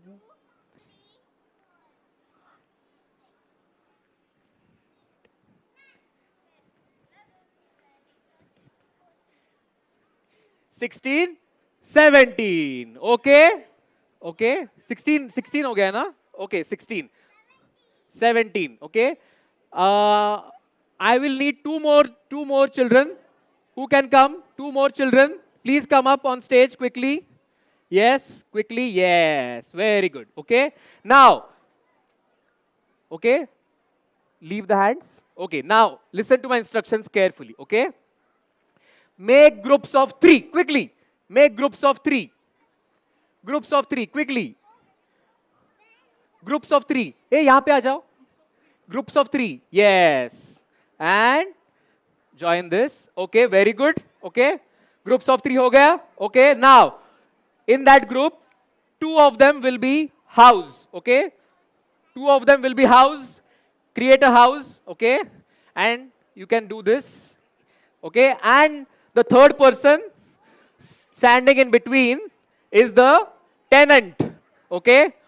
Is the tenant in the house. Okay. You can stand in between, or you both can join the house and she can stand in between. Very good. Okay, ready? Everyone ready? Ready? Okay, now when I will say tenant, only tenant should change the house. Okay, ready? You got the game? Okay, I'll tell you again. When I say tenant, I will shout loudly. Okay, I'll say tenant. Then everyone who is standing in the middle will change to another house. Got it? Yes, but house will not move. Okay, ready? Everyone ready? 1, 2, 3, tenant.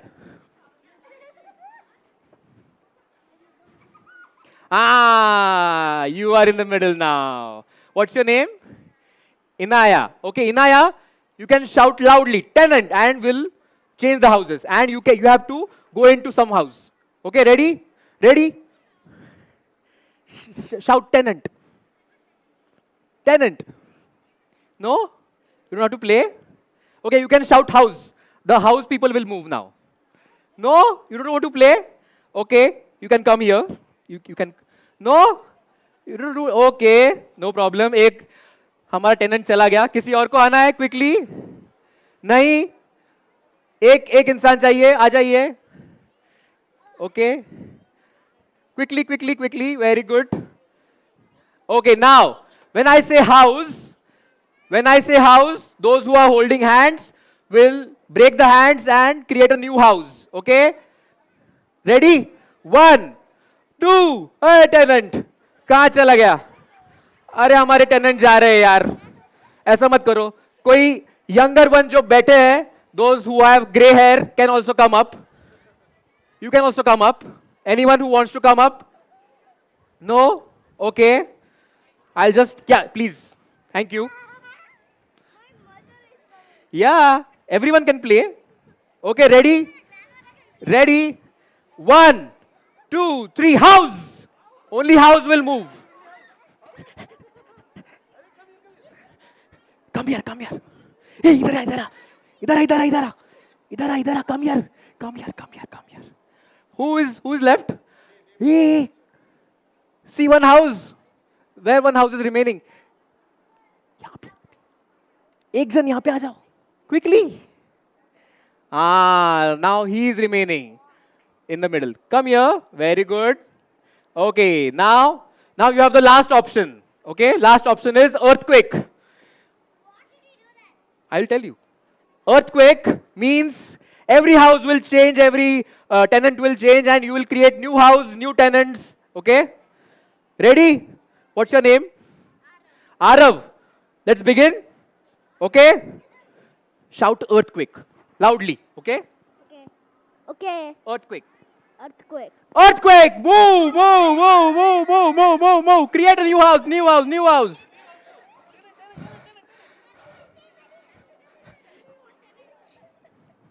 Go there. You can go there. Okay, relax. Okay, thank you. Okay, very good. Now, in the circle, let's be in the circle itself. Okay, let's be in the circle. We'll start the story. Okay, the story is very interesting. Okay, please be in the circle. Okay, nice. Okay, and if you are comfortable, you can sit down. Okay, now the story you will hear. Okay, but the story is just for them as well. Okay, so I'll be looking at them, but you can hear my voice as well. Okay, yeah, because I have a mic, right? But I'll be looking at you, and they will be hearing my voice, right? Yes. Okay, shall we start the story? We are here with two of the attendees in venue 3 where all the master classes take place. So, which masterclass did you guys just attend? We attended the Nature Tales just now. It was a book launch of the Go Wild stories and essays. What was your experience like? Did you like it? Well, the best thing with me there was that I was lucky and I sat next to Shabnam Minwala and I really like her books. Also, I liked how the authors were speaking to each other. What exactly did they talk about in the event? What did you learn from it? Being bored, doing what you want to. Thank you so much. Hope you guys enjoyed. Thank you. Reporting live from Neev Literature Festival 2024, we have Tanish, the NBA chair here. So, how has it been doing this and being the NBA chair? Well, it's a huge experience. We started in May, and I've been able to read all the NBA shortlisted books, which gave me a lot of insights into Indian literature. Then there was a retreat yesterday where I got to speak to a lot of different authors and get their perspectives on publishing, writing books, literature, and overall how this industry is going. So it's a very valuable experience, and I hope that I can help Neev Literature Festival become better this year. Are there any events that are happening today that you're most excited about? Well, the event I'm most excited for today is definitely the announcement of the Neev Book Award winner, because a lot of children from PYP&M to senior school have read the books, and they all have their own votes, they own their own perspectives on who will win. So being able to finally see the winner, it's a huge deal. Thank you so much. Thank you. We have Sahasra, the NLF chair with us. So, how has organizing this event been for you? It's been really great. It's been a fantastic experience to work with so many people. You know, it's really helped me get to know the Neev community a lot more, and it's helped me understand a lot about why books are so valued, especially in our school. Tell us a little bit about your favorite book from the shortlist. My favorite book from the shortlist is Breaking Walls by Vaishali Sheikh. So the reason that I like it so much is because I really appreciate the storyline that features the girl, and the illustrations are phenomenal. They're just out of this world. So if you guys have a chance to give it a read, then go for it. Thank you. Thank you. We are here with one of the volunteers, Miss Vaishali. So, which event are you most excited for today? That's a difficult question to answer. I think I'm looking forward to all the events that are happening in on the stage at the lawn. The book market for sure, because that's what draws me the most year after year. And also master classes. Let me see now. So I think this one where you have Andalip Wajid and Adam Gitzwit speaking with Siddharth Jain about screen adaptations of books, I think that is going to be a rather interesting event because I'm fond of both books as well as films, and how a huge scale that is shown in the books is adapted into films and made more sort of palatable and accessible to a larger part of the audience. Yeah. And which book from the shortlist is your favorite?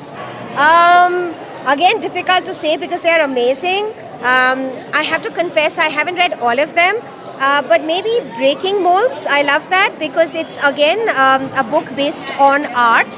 I quite like the way language is being used in the book and the beautiful sort of pop-up versions of the pages. I find that terribly interesting. I also like Zen because I'm partial to Shabnam Menwala and how she writes. I have read most of her books, and this one, I must say, sort of breaks out of her molds of writing, but it's again something to look forward to.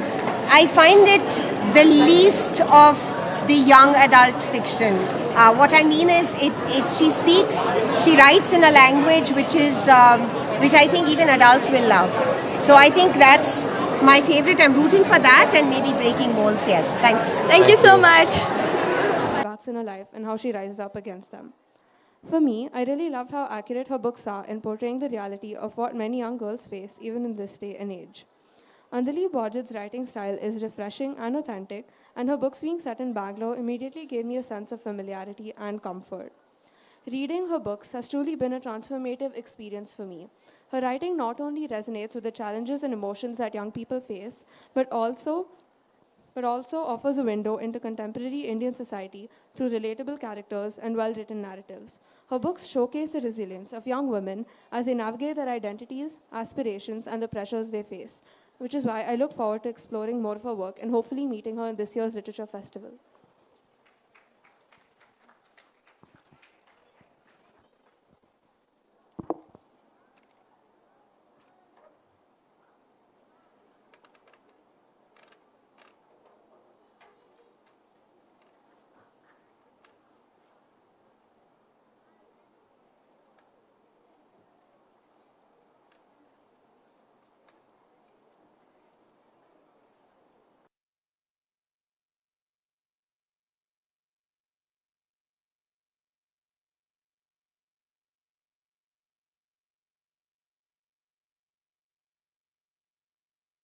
To make something. What? What do you know? Okay, no. He made it for himself, but what did he make? He made a cap. Exactly. He made a cap out of the jacket. Very good. What's your name? Sharada. Sharada said that he made a cap out of it and he wore the red cap everywhere he went. In the market and everywhere. Yeah, I know. And once upon a time there was a famine in the land. There was not enough food to eat, no money to buy anything. Okay, then there was no snow at all. Yeah. So what did Joseph go? What did Joseph do? Okay. Wait. I'll tell the story. Okay. Now what did he do? He, there was anything sweet to eat, okay? But he went to the forest, and the family went into the forest. The twin girls, Anna and everyone went, and they saw, and one girl shouted, berries! Oh, blueberries, blackberries, raspberries, every berry, and they ate berries, and they made their tummy full, right? And afterwards, there was still some berries left, and what did they do? Yes, they collected it. But where did they collect? In the cap. Yes, they collected the berries in the cap and they went home. But the berries left a permanent stain on the cap, right? So the cap was worn out as well. And Anna said, why are you wearing that cap again? Please leave that cap. And now please buy a new cap for yourself. But Joseph looked at the cap and said, oh, there's something left for me to change it into something. And what did he make? Handkerchief. Okay, what else did he make? A shirt. No, the cap cloth was very less, so a shirt was not. Huh? No. No, he made a bow tie. Yes, he made a bow tie out of the cap and he wore the bow tie everywhere he went. Yes, but what happens next, okay? When the twin girls had babies, so Joseph had grandchildren, right? And then when grandchildren sat on Joseph grandpapa's lap, he would play with the bow tie and say, look, butterflies, butterflies. He made the bow tie turn into a butterfly and he played with the grandchildren. But one day, as his hair were grey, okay, his hair turned all grey. And one day he came from the market and Anna said, hey, where's your bow tie? And he said, where is it? He traced back all his steps to the market. He went to every shop he went, but he didn't find his bow tie. He was very sad. He was very sad. And he came back home saying, I didn't find my bow tie. What should I do? He was very sad and he said, I will not leave this bed and I will be laying on this bed forever until I get my bow tie. But Anna said, okay, let me bring your grandchildren in front of you. And he called the grandchildren. Anna called the grandchildren and they sat on the bed where Joseph was lying and said, Grandpapa, please tell us what happened to the bow tie and please tell us, please get up from the bed. But Grandpapa said, please, no, I will not tell anything because it is too sad for me and I am feeling very sad. No. Wait. I'll tell the story, okay? Now, his daughter, one of the twin girls, said, Joseph, Dad, please tell us the stories. Tell us the stories how you bought the red cloth. And then he again started telling, oh, when I was 15 years old, I saved money to buy a warm red coat. And then he bought, he bought a cloth, then he stitched, he measured, and then he made it into a fine warm coat, long coat, right? Then he made it into a jacket, and then he made it into a cap, and then a bow tie, the missing bow tie. And as he said all these things, tears slowly fell down on his cheeks, okay? And he said that even if I have lost the bow tie, but still I have the stories to tell all of you. But one of the grandchildren suddenly said, oh, Grandpapa, you made the bow tie into a butterfly. Maybe it flew away. And Joseph laughed just like you did and said, yeah, maybe it flew away, but we have the memories with us. We have all the stories with us of the red cloth. And that's how I will share these stories with you. And this story passed down from generations to generations. And now I am saying the story to all of you. So this was the story. Story's name was Just Enough. What was the name? Just Enough. Okay. Thank you so much, everyone. Okay. There is no time left, I think. We'll move on to the next author. Okay. Thank you so much, everyone. Please leave the stage one by one. Be careful.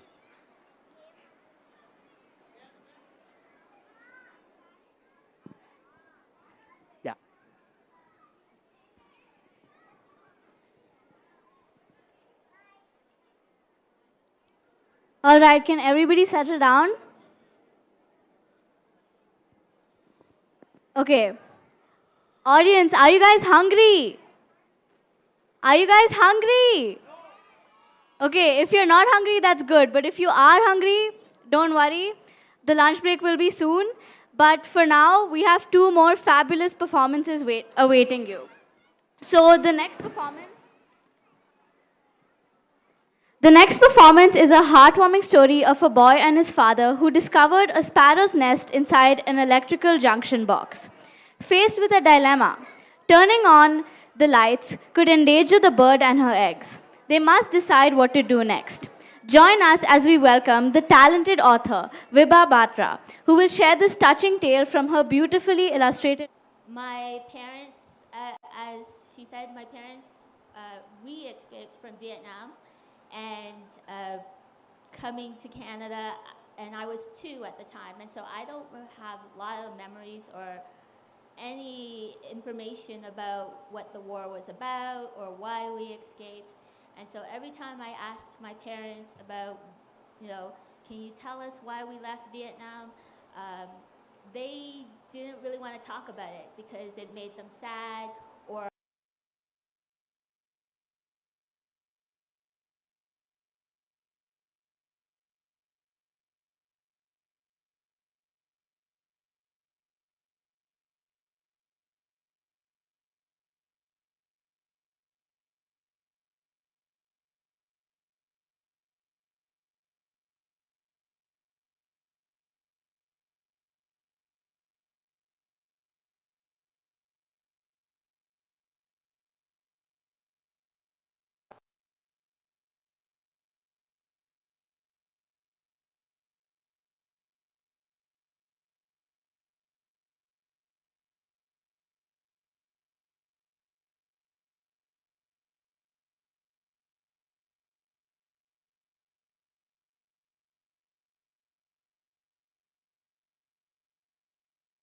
the lights go off.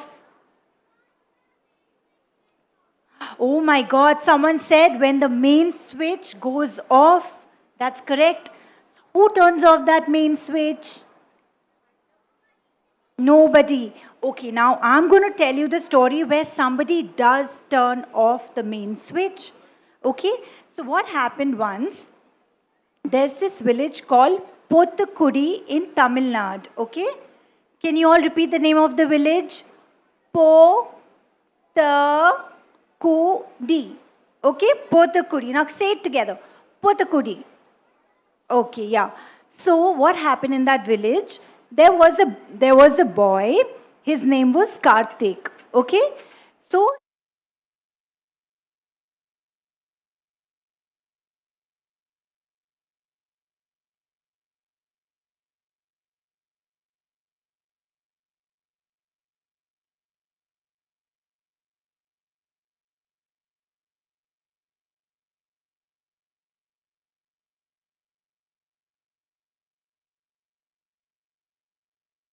that's also fine. So what happened? So one day, Appa was going to turn on the light switch. Okay, it's a very small village. Okay, it's maybe only 120 families. So there's this big junction box, and Appa used to walk to this junction box and turn on the switch. That's how the lights came on. The street lights came on in the village. So one evening, Karthik said, Appa, I'll come along with you. So they went. The minute they reached the junction box, you know what they saw? Guess what they saw? Yes, they saw a bird. It was a sparrow. And the bird had built a nest inside the junction box. And there, yeah, inside the junction box. And there were 4 eggs. Has anyone seen a sparrow? Oh, all of you have seen a sparrow. It's cute, right? So does everyone love birds? Does anyone hate birds? Okay, very good. Is anyone scared of birds? No. Okay. If you're scared also, that's fine. So what happened?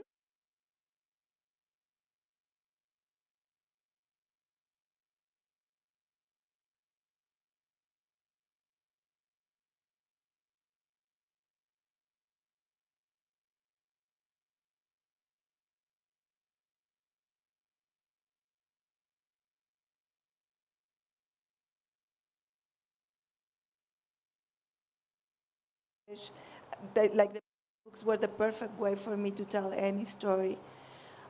When I had already been an author and an illustrator for some years, people kept asking me if I would tell my story, my immigration story. And I always thought, like, why am I going to say about, like, it's the same thing about, like you mentioned, I make books for children. What is it of my story that will make children interested? Because I came as an adult. And then a couple of things happened. One was that there was a candidate in the United States who started growing his following comments about immigrants by deciding and saying who immigrants were and trying to instill fear in the people of the United States about immigrants. And I was mad.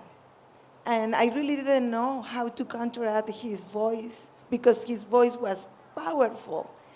And the only thing that I know what to do is I make children's books. And I thought, okay, maybe my story is not like a Hollywood story. It's not a story that will go into books because I didn't have wolves chasing after me when I crossed the border. I came in an airplane, and I was fortunate enough to get a visa so that I had permission to enter the United States. And yet, I was an immigrant, and I had gone through all the experiences that immigrants go to when they go to a new place and they have to find themselves again, who they are now, who we are in a new place. And I thought I wanted to tell my story because I didn't want someone else to use our stories and say who we were, because that belongs to us. And then the other thing that I remember is I didn't come alone. I came with my son.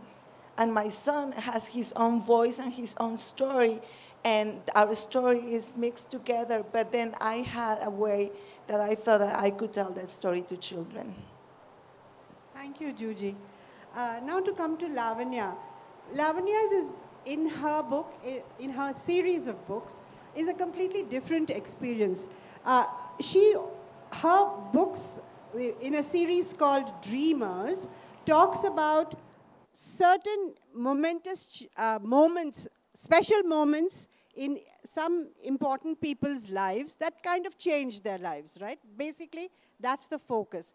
So while both Juji and Tao stories come from experiences that they have gone through, in that sense, the journeys are exterior. Lavanya's series of books reflect interior journeys. So Lavanya, would you like to say something about the series? I have two, and you have something? No. Yeah, well, sure.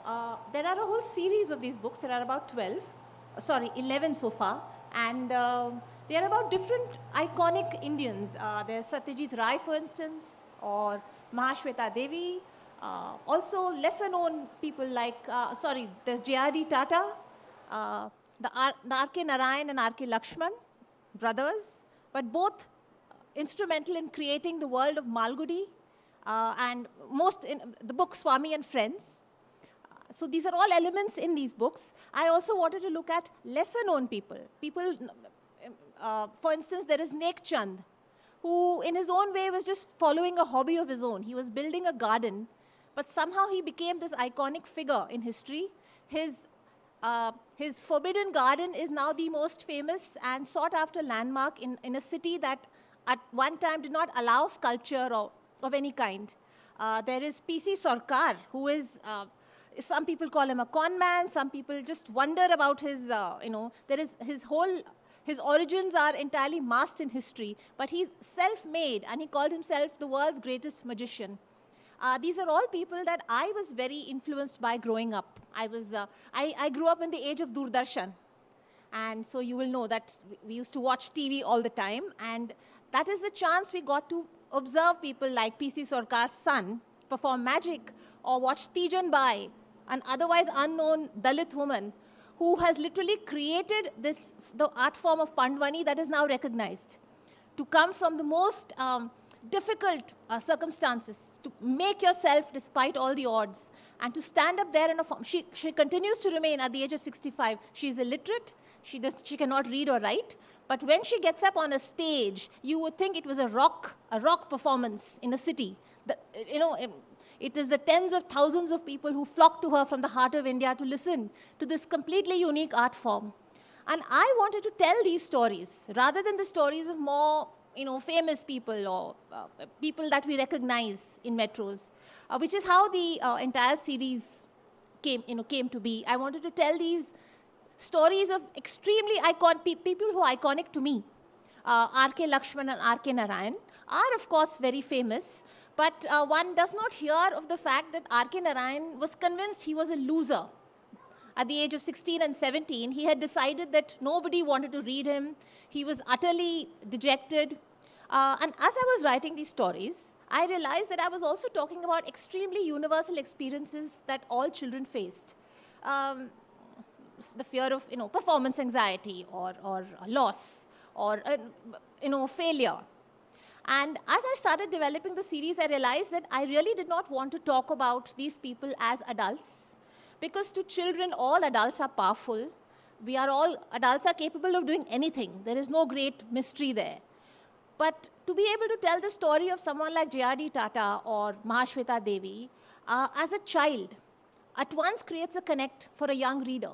You are able to identify with universal feelings like fear, or feeling helpless or powerless, feeling or just being all alone with your imagination and discovering what is going to be your career in cinema. So I wanted to find these incidents about each person that is pivotal to their journeys, which begins their journey towards the greatness that they would go on to achieve. So they are internal, as you said, they are about internal journeys, each book, focusing entirely on the childhoods of the people that I'm talking about. I answered the question. I think people would have understood what you're trying to say. But I do have another kind of question for you, but I shall hold the thought and come to Tao before that, to both Tao and Juji. The idea, since both your stories are, I don't like to call them migration stories, but they are journeys from one point to another. So, and they are journeys from one home to another. So I would like both of you to reflect on the idea of home, You leave a home, you find a home. How do you make that home? And what helps you make that home your home? Tao? I move a lot. I move I'm averaging about every 5 years I move. And for me, home, the easiest question is home is where the family is, right? Or home is where your heart is. But I think it's a little bit more complicated than that, especially like from my personal experience, my family and I have difficulties like sharing our feelings and our thoughts, a lot of baggage there. And so for me, I like home where the family is doesn't really sit well with me. But I was thinking about your question earlier on, and I was like moving from one country to another, and how you say like a lot of people from India has moved several countries, but still call India their home. And even the folks I've met over the last couple of days, like the amount of countries some of these people I've met, they've moved like 5 different countries. And so like how do you, like for me, I have a really hard time saying that Vietnam is my home, right? Because I was born there, but I left when I was 2. And so I I have no memories of it. I don't speak the language very well. I can't read or write in Vietnamese. So how do I call Vietnam my home, right? And so when I speak to other Vietnamese people, I feel so out of place. I feel like a foreigner. But then I can't call Canada my home, because when people go, oh, every time they see me, like in Canada, they're like, where are you from, right? There's no assumption that I'm from Canada, which I'm not, because I was born in Saigon. But Um, or they listen to me talk and they're like, oh man, your English is so good. I thought you would have an accent or something. So it's kind of like I'm straddling, like I don't have a home. And even when I was writing this book or the film version of this book, I have a hard time saying that this is my story, right? Because I say, I don't have any memories of it. How do I claim this as my story? I did a lot of research and read a lot of stories about refugees, and everybody has their own orient their story of their journey, but I feel like an imposter. I feel like I can't claim I'm a refugee. I have no memory of it, right? And therefore I have no hardship. I don't feel like I have earned it. And so I have a difficult time figuring where my home is, and also what rights do I have to claim either country as my home. Tao actually gives us a lot of things to think about, all the things, all the points she has raised. I don't want to talk about them now because I don't want to take up the time, but I would urge you all to reflect on the things that she has said. Juji, would you like to? You mentioned a moment ago that I was born in Mexico, then I moved to the United States, but I also moved back to Mexico a few years ago because that was always my dream. My dream was, when the people talk about the American dream, and my American dream was always together with the Mexican dream, with the fact that I could go back to my country. So I have done that now. And what I find in these migrations that I have created for myself is that my heart as an immigrant is forever divided. It's never in one place. Like I live in Mexico, but my son has to stay in the United States. So a very important part of my heart is back there, and it will never be a wholesome one just by being in one single space. And I think that for me, the answer about where I feel at home has a lot to do with the place where I feel most creative and also the place where I feel the most connection to people. So once I started building my community and being part of my community, then home came. When it was in the United States, for years and years, I didn't really have friends, and I have a hard time being part of groups because whether I didn't speak the language or later because I met people who also spoke Spanish, but then we had schedules like the ones that people have in the United States where there is very little time to socialize and you have to put it in your agenda if you want to meet someone, and maybe in 3 weeks there will be an opening for you to do it. That made it hard for me to create that sense of community. But I think that the answer always lies there. Like your heart is where you can create. And what's the best thing that you can create is that connection with other people and realize the things that we have in common, the things that we can work together for. And one of those things is making ourselves at home. Test, I will not stop you. So can you believe the whole village went without street lights for 35 days? 1 month, 5 days. But you know how they managed?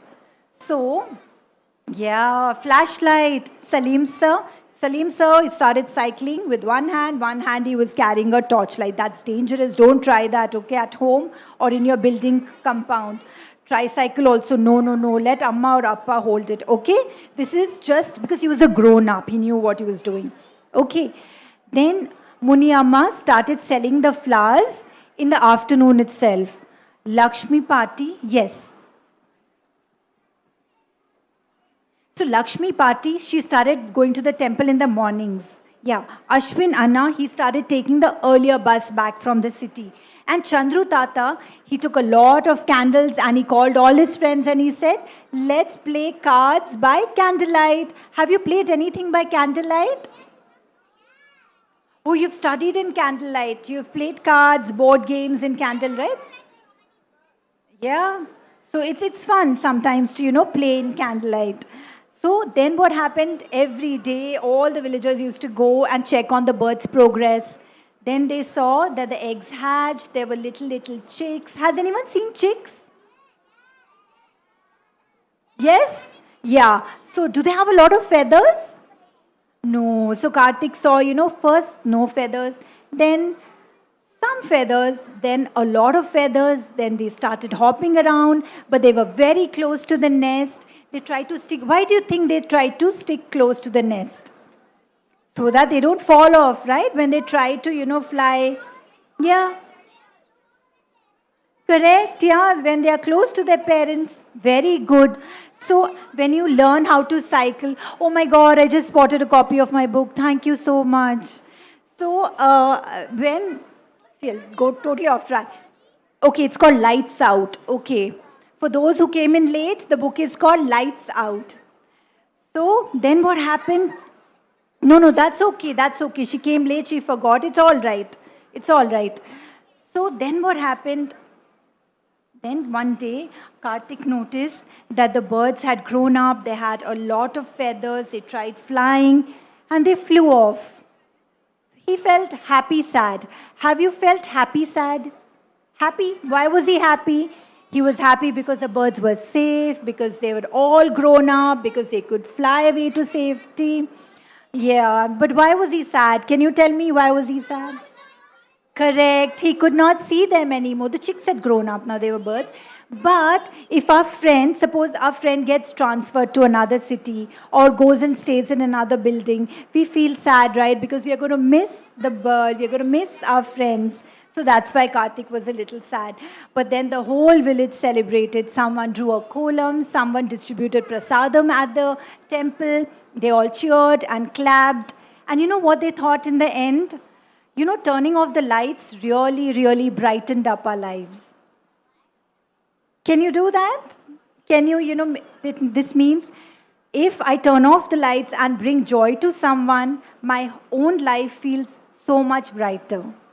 So shall we try to do that? Shall we become friends with birds and animals and try to help them and care for them? You already have very good. Okay, so that's the story. Did everyone like the story? Okay, thank you so much. And if we have time, I think we have time, shall we play a small quiz? Okay. Okay, before that, does anyone know any nursery rhyme or song on birds? Can anyone come up with something? Yes, can you? You want to come and sing?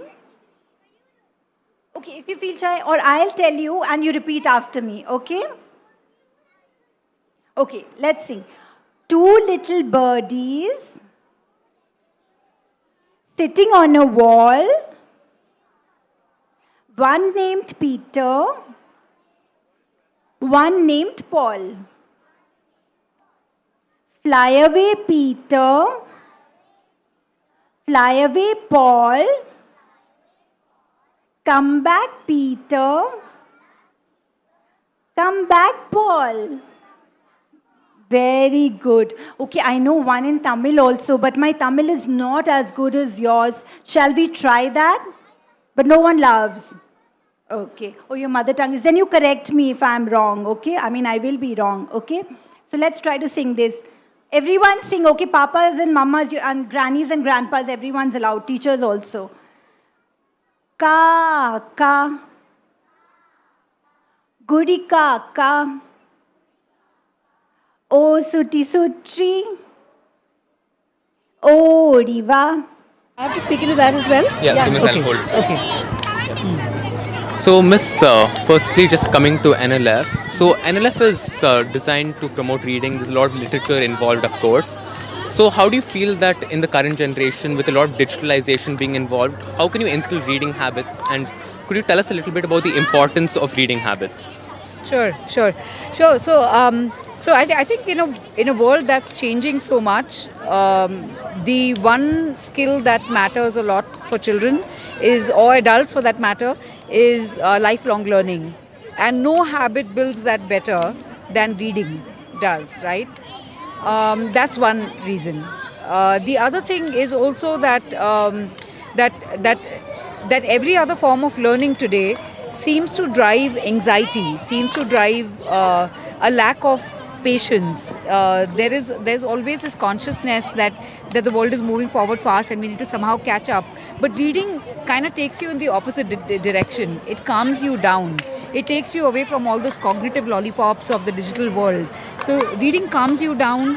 It makes you go rather than outside, which you are doing because of the book that you're reading or anything that you're reading. It also makes you go inside and makes you more reflective. So it's really that battle of being able to access the outside, but also being able to internalize what is happening and reflect on yourself and how you are changing as an individual. Reading is really a very important process. But the world of information that comes at our children today, or adults for that matter, is just so is just so rapid, and there's so much information that's coming at people that it's very easy to access that world and not reading. So reading is just something that you have to build as a hard habit. Unlike speaking, listening, it does not happen automatically. It's not like a child can ever get up and automatically start reading at a certain age. The science of reading has to be built systematically. So unless we do that in schools and unless we do that with things like this, it's not going to happen. So it's really a hard skill that we build systematically over many, many years. Yeah. Thank you so much, Miss. Yeah, Miss. And what are you most excited for today? I love the fact that Sham Bhaju is here.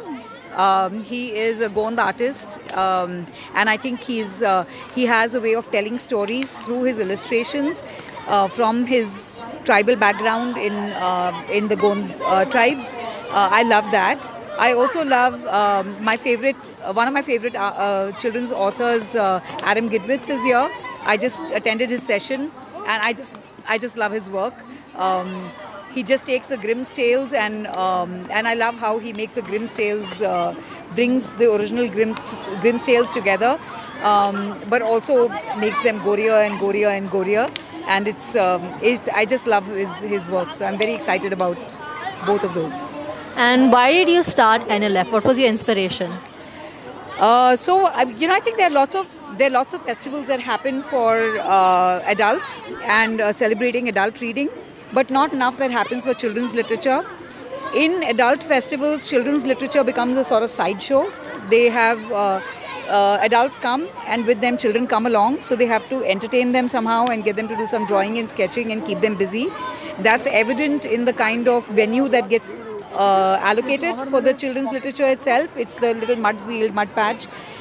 There is nothing that truly puts children's literature on the center stage, and I really wanted something like that happening, where children's literature is celebrated as the center stage, as the main show, and that's why we built Neev Literature Festival. We also wanted to make reading cool for children. Reading is a hard habit, and it's not just the hard habit of it, but making reading cool, celebrating it, making it fun. So that's the reason for Neev Lit Fest. Thank you, Miss. Thank you so much. Yeah, it's okay. Oh, I like this one. What is Pura bird? It's a Tamil word, Pura. Very good. It's a pigeon. My friend's nickname was Pura. Apparently he used to look like that, so they used to call him Pura. One more. It's a Marathi word, Garud. Which bird do you think? There's an auntie. Yeah, she said eagle. She said eagle, but this auntie knew, so she was very excited.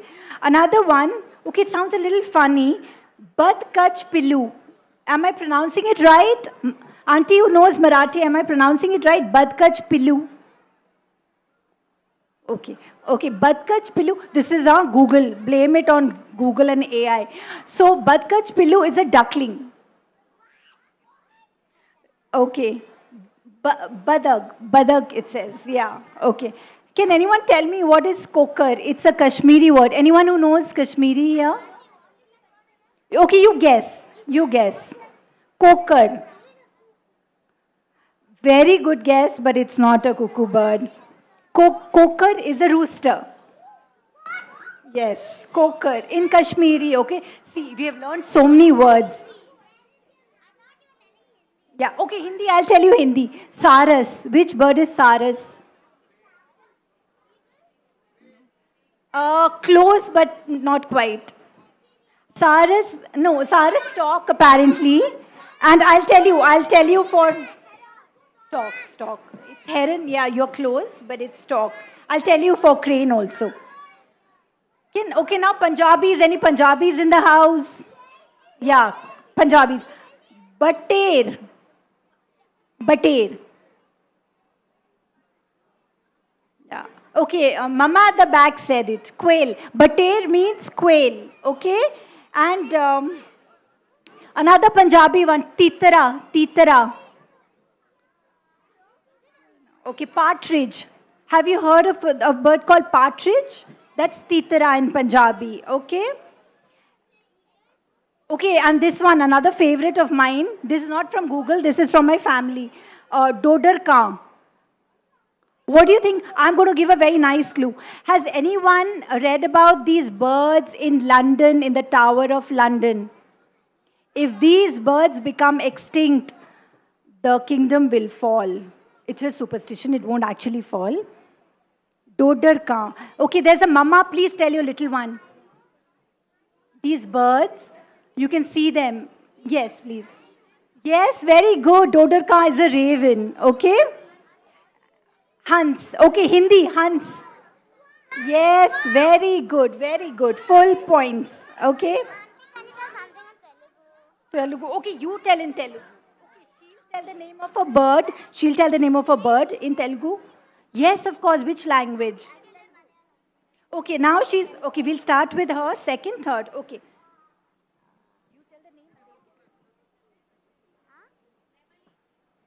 What is an Emily?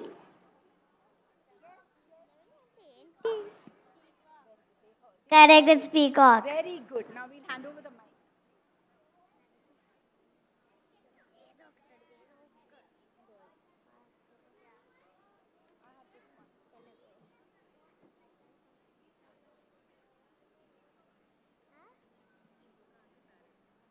Chiluka. Chiluka. Parrot? Yeah, parrot. Parrot. Mile. Mile. Mile. I know this. It's Tamil, right? Very good.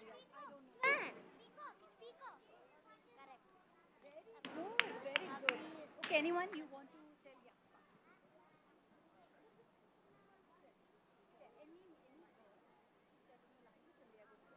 Please come. Anyone wants to guess? Please come. Coco. Is it a crow? Oh, it's an eagle. Very good. Any little one who wants to come? Not so little one who wants to come up and share a bird?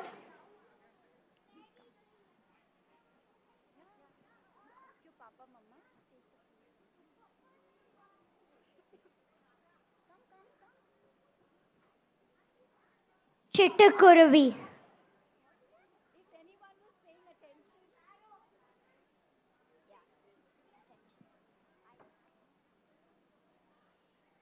What is a sugga? No. 5 minutes left. Crow? Quail.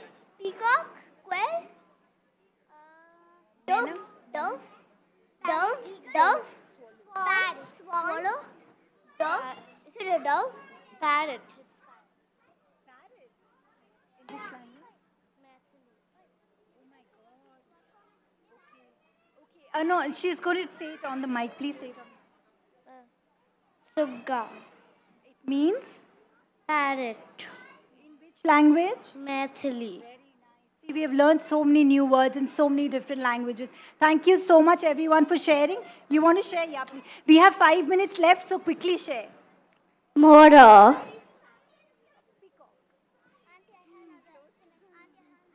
Yeah, please take them. 5 minutes left. Tata. Tata.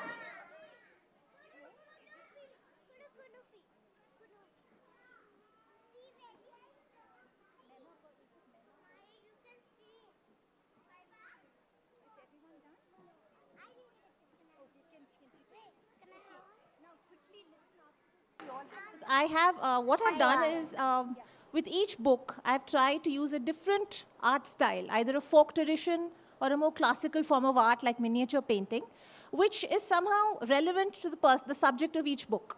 So for instance, there is Mughal miniature art for Dr. Salim Ali, who was an ornithologist, and birds are very central to Mughal art.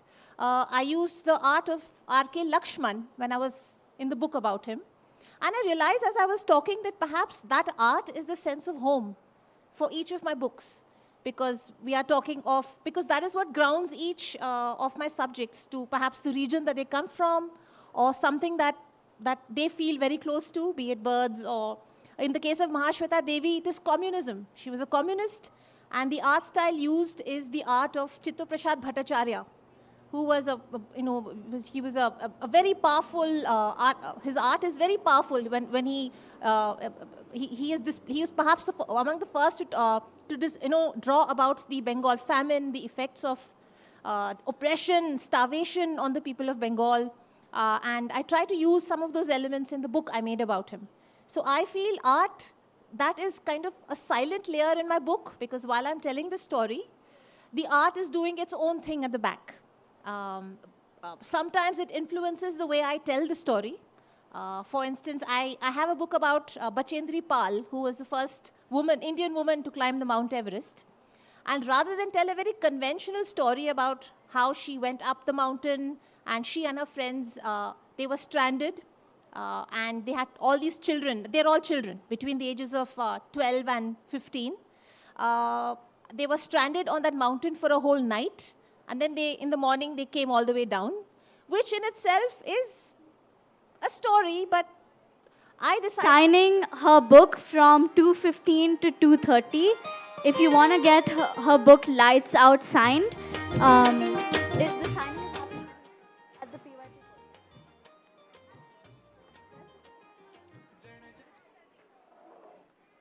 The book signing will be happening in the market area if you want to go get your book signed.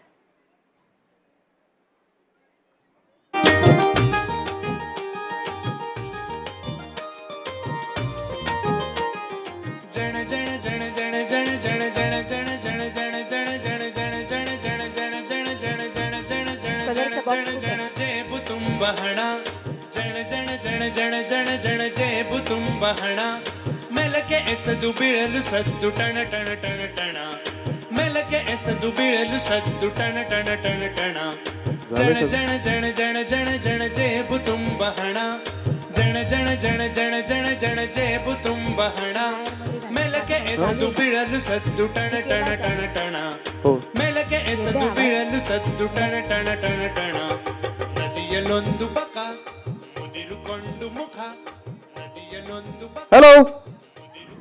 Oh, hi. Are you ready? So, should we start the story directly or we should play something? Play something? Okay. What I'll do? This is small fish. Huh? When I'll say small fish, you will do small fish. When I'll say big fish, you will do big fish. Okay? Easy game? Easy? Chalo, let's see. Small fish. Big fish. Small fish. Big fish. Small fish. Arey? I got you. Again. See, it's not an easy game. Huh? Lots of concentration is required. Come. Fast. Big fish. Small fish. Small fish. Small fish. Big fish. Big fish. Big fish. Big. Small. Big. Huh? Chalo. Let's start the story. Ready? Okay.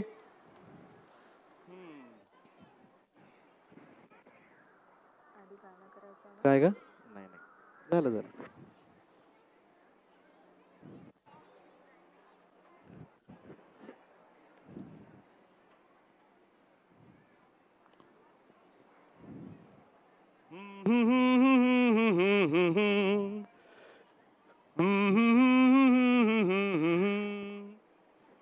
Hey, do you love to draw? Yes. Uh, you go to drawing classes. What do you draw? Something, something. But something must be having some name. Tree. Acha. Huh? Teddy bear. I too draw, but I draw tree, vase, and many things. Huh? Oh, do you paint your drawings? Do you paint your drawings? I use crayons. Color pencils. What do you use? Not with watercolors. Okay. Hey, by the way, sorry, sorry. I forgot to introduce myself. My name is Raymond. And I love to draw. I love to draw just like you all. I draw anything. I draw any time.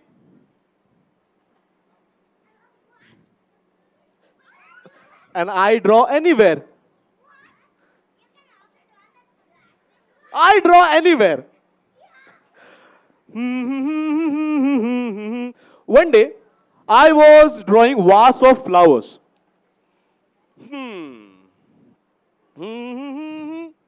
And suddenly my brother Leon leaned over my shoulders.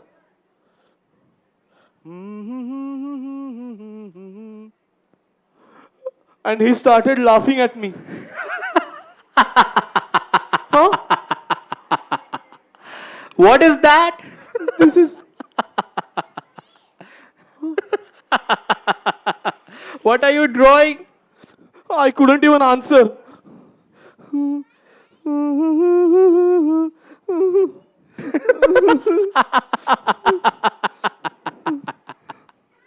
What is that? His laughter haunted me. After that, I tried to make my drawings look right.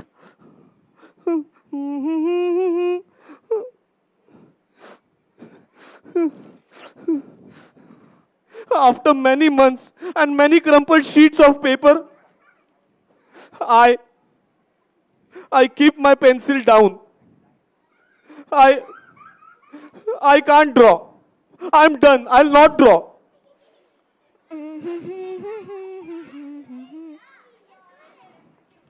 What do you want, Marisol? Just go away, please. I was watching you draw. I'm not drawing. Yes, everyone's laughing at me. Marisol, get lost, yaar. Please, please don't disturb me. Marisol, Marisol, come back with that. I ran after her into her room. I was going to yell at her,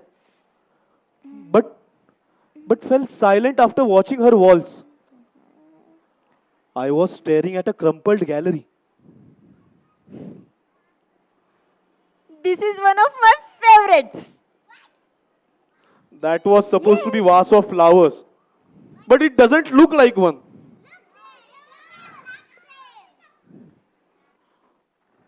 Favorites. Well, it looks vasish. Huh? Vasish? Yes. It does look vasish. Fireish. Fishish. Birdish. Butterflies. Butterflies. Leafish. Houseish. Afternoonish. Mountainish. Hey, cloudish. Oh, rainish. Boatish. Boatish. Thank you, Marisol, thank you. Sit. Huh? Because I'm happy. So, after that, I studied all the drawings on her walls with a completely new look. And I felt light. I felt light and energized, thinking Ashley allowed my ideas to flow freely. Huh. Then, yes, then I began to draw what I felt were loose lines, springing out without worries. Mm, uh, yes, manage. Ishli allowed my ideas to flow freely. And my Ish drawing inspired Ish writing. Ponder. I'll write ponder. Pond, ponder. Dream, dream yonder. Pond, yawned. Gleam, wander. Huh? I was not sure if I was writing poem, but I knew. That they were poemish. Huh? See, what did she drew? Huh? Come.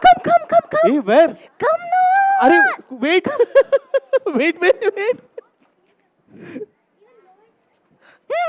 Arey, please. No, Arey. Sit. Please, Zara. Come here. Go there. Sit here. Just sit there. Sit.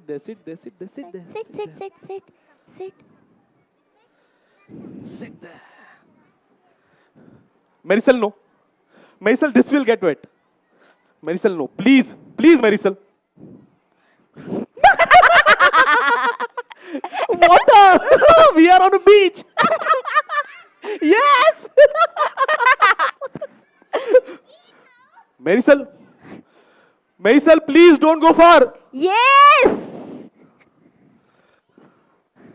One spring morning, I had a wonderful feeling.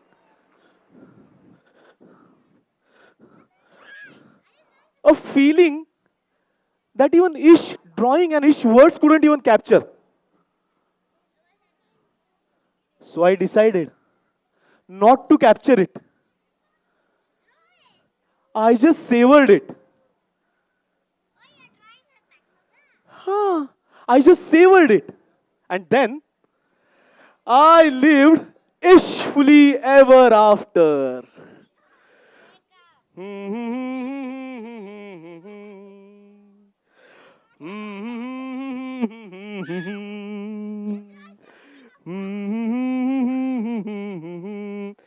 Thank you.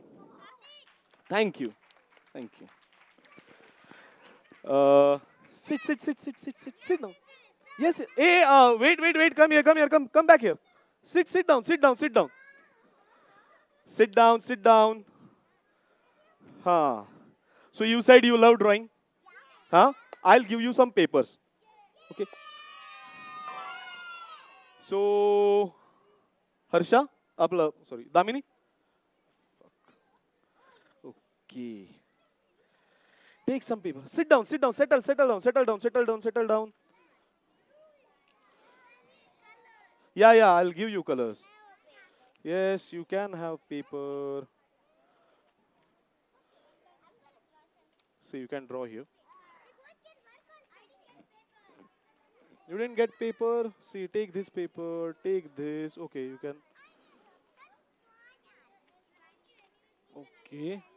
Okay, come first. Yeah. Okay. So, see, what you are going to draw? What you will be drawing? Listen to me. Draw a fish. Huh? Sit down. You didn't get a paper? Sit down.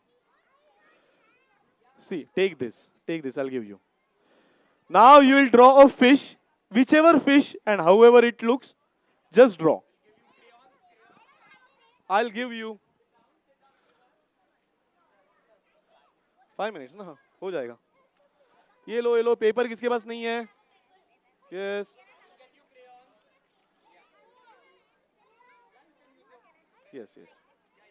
हे गया you want 1 2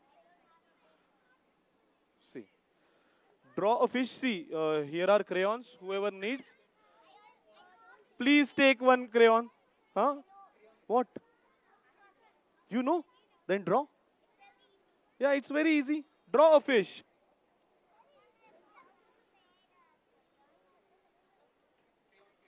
Crayons. Hey, what? You don't have crayon? Hey, I'll take the blue color. Blue color. Give that.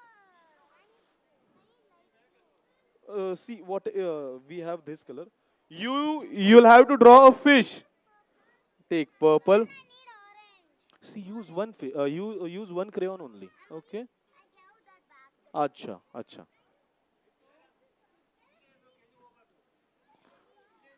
Take.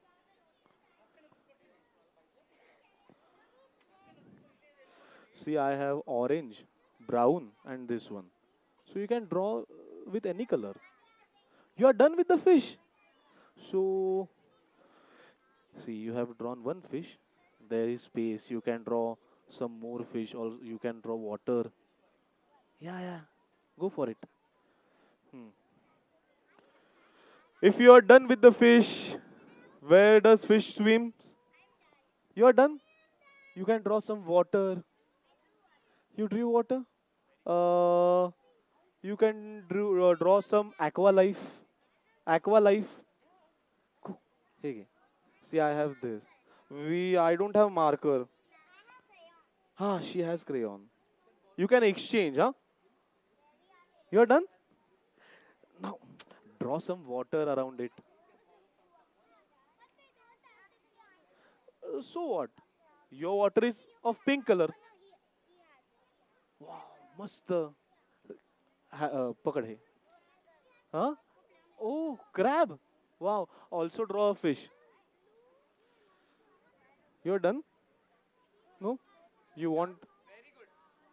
So what? It's okay. Arey, you're done. Come here. Whoever is done, come to Dada. Here, this side. Whoever is done with the drawing, go there. You're done, go there. See, I have this colors. Wow. See, I don't have, I have a purple. You're done, go there.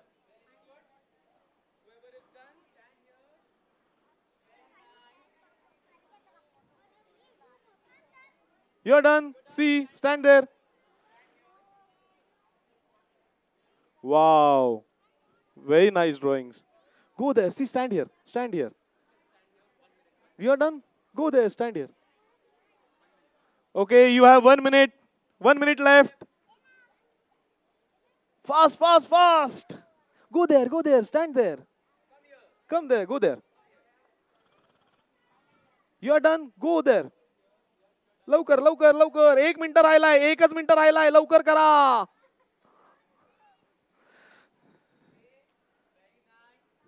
You're done?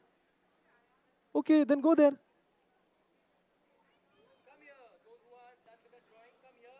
I have to speak into that as well? Yeah. So Miss, Okay. I'll hold it. Okay. So Miss, firstly just coming to NLF. So NLF is designed to promote reading. There's a lot of literature involved, of course. So how do you feel that in the current generation, with a lot of digitalization being involved, how can you instill reading habits? And could you tell us a little bit about the importance of reading habits?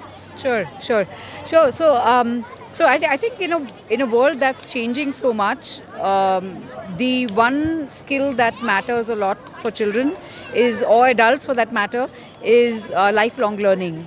And no habit builds that better than reading does, right? That's one reason.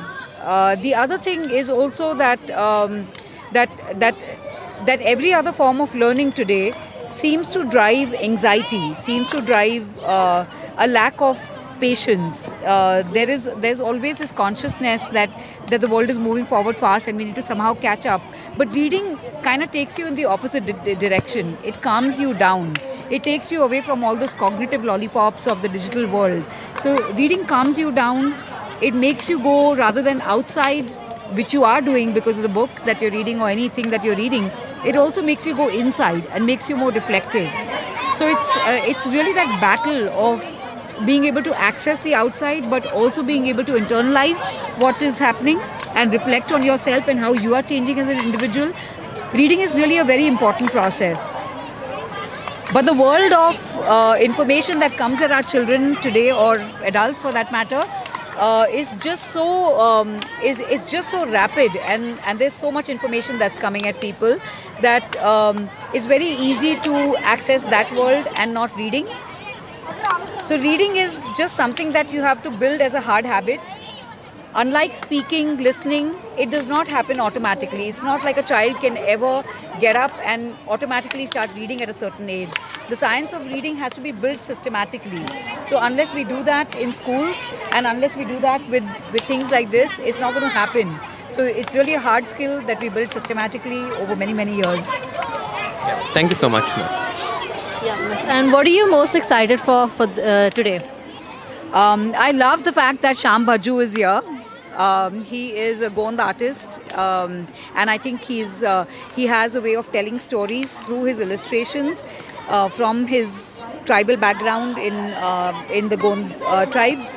I love that. I also love one of my favorite children's authors, Adam Gidwitz, is here.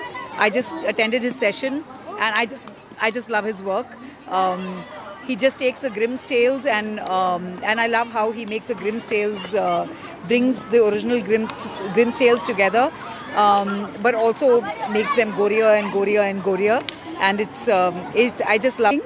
But not enough that happens for children's literature. In adult festivals, children's literature becomes a sort of sideshow. They have adults come, and with them children come along, so they have to entertain them somehow and get them to do some drawing and sketching and keep them busy. That's evident in the kind of venue that gets allocated for the children's literature itself. It's the little mud patch. There is nothing that truly puts children's literature on the center stage, and I really wanted something like that happening, where children's literature is celebrated as the center stage, as the main show, and that's why we built Neev Literature Festival. We also wanted to make reading cool for children. Reading is a hard habit, and it's not just the hard habit of it, but making reading cool, celebrating it, making it fun. Reporting live from Neev Literature Festival 2024, we have Tanish, the NBA chair here. So how has it been doing this and being the NBA chair? Well, it's a huge experience. Like, we started in May, and I've been able to read all the NBA shortlisted books, which gave me a lot of insights into Indian literature. Then there was a retreat yesterday where I got to speak to a lot of different authors and get their perspectives on publishing, writing books, literature, and overall how this industry is going. So it's a very valuable experience, and I hope that I can help Neev Literature Festival become better this year. Are there any events that are happening today that you're most excited about? Well, the event I'm most excited for today is definitely the announcement of the Neev Book Award winner, because a lot of children from PYP&M to senior school have read the books, and they all have their own votes, their own perspectives on who will win. So being able to finally see the winner, it's a huge deal. Thank you so much. Thank you.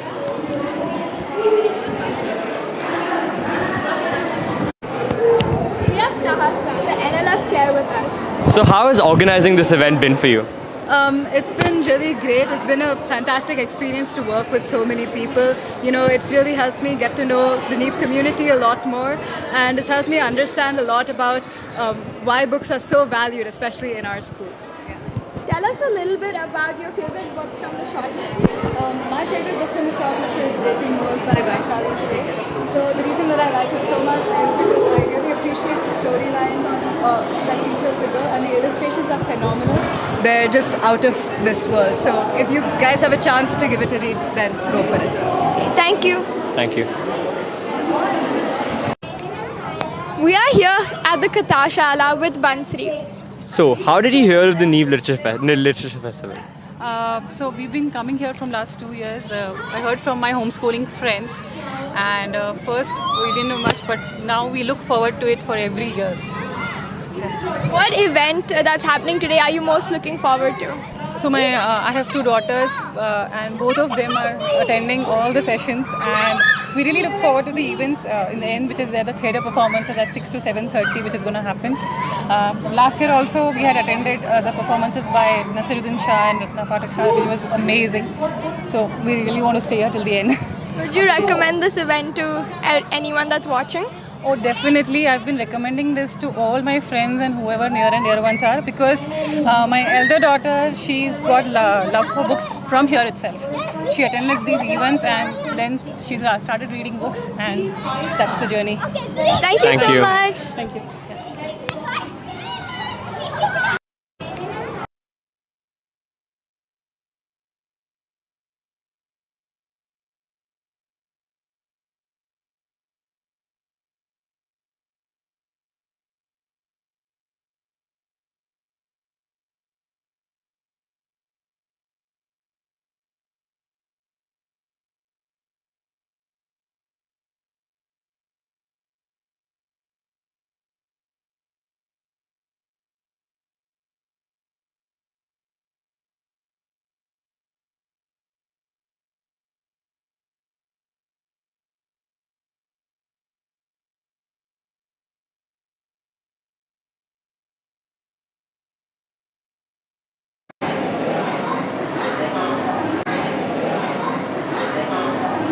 Reporting live from Neev Literature Festival 2024, we have Tanish, the NBA chair here. So how has it been doing this and being the NBA chair? Well, it's a huge experience. Like, we started in May, and I've been able to read all the NBA shortlisted books, which gave me a lot of insights into Indian literature. Then there was a retreat yesterday where I got to speak to a lot of different authors and get their perspectives on publishing, writing books, literature, and overall how this industry is going. So it's a very valuable experience, and I hope that I can help Neev Literature Festival become better this year. Are there any events that are happening today that you're most excited about? Well, the event I'm most excited for today is definitely the announcement of the Neev Book Award winner, because a lot of children from PYP and to senior school have read the books, and they all have their own votes, their own perspectives on who will win. So being able to finally see the winner, it's a huge deal. Thank you so much. Thank you.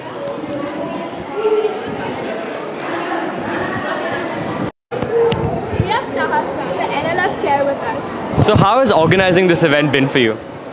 It's been really great. It's been a fantastic experience to work with so many people. You know, it's really helped me get to know the Neev community a lot more, and it's helped me understand a lot about why books are so valued, especially in our school. Tell us a little bit about your favorite book from the shortlist. My favorite book from the shortlist is Breaking Walls by Vaishali Shre. So the reason that I like it so much is because I really appreciate the storyline that features the girl, and the illustrations are phenomenal. They're just out of this world. So if you guys have a chance to give it a read, then go for it. Thank you. Thank you.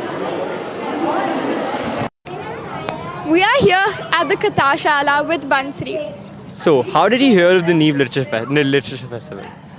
So we've been coming here from last 2 years. I heard from my homeschooling friends, and first we didn't know much, but now we look forward to it for every year. What event that's happening today are you most looking forward to? So I have two daughters, and both of them are attending all the sessions, and we really look forward to the events in the end, which is the theatre performances at 6 to 7:30, which is going to happen.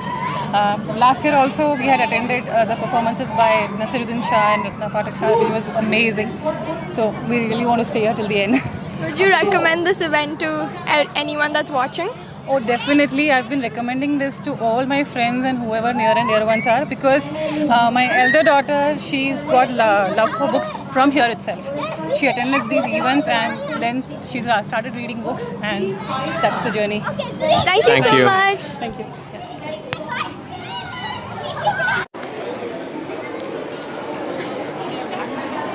We are here with one of the volunteers, Miss Vaishali. So which event are you most excited for today? That's a difficult question to answer. I think I'm looking forward to all the events that are happening on the stage at the lawn. The book market for sure, because that's what draws me the most year after year. And also master classes. Let me see now. So I think this one where you have Andalip Wajid and Adam Gitzwade speaking with Siddharth Jain about screen adaptations of books, I think that is going to be a rather interesting event because I'm fond of both books as well as films, and how a huge scale that is shown in the books is adapted into films and made more sort of palatable and accessible to a larger part of the audience. Yeah. And which book from the shortlist is your favorite? Again, difficult to say because they're amazing. I have to confess I haven't read all of them. But maybe Breaking Molds, I love that because it's again a book based on art.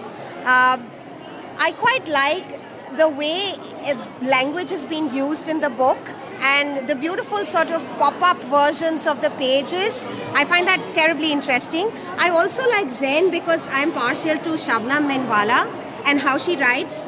I have read most of her books, and this one, I must say, sort of breaks out of her molds of writing, but it's again something to look forward to.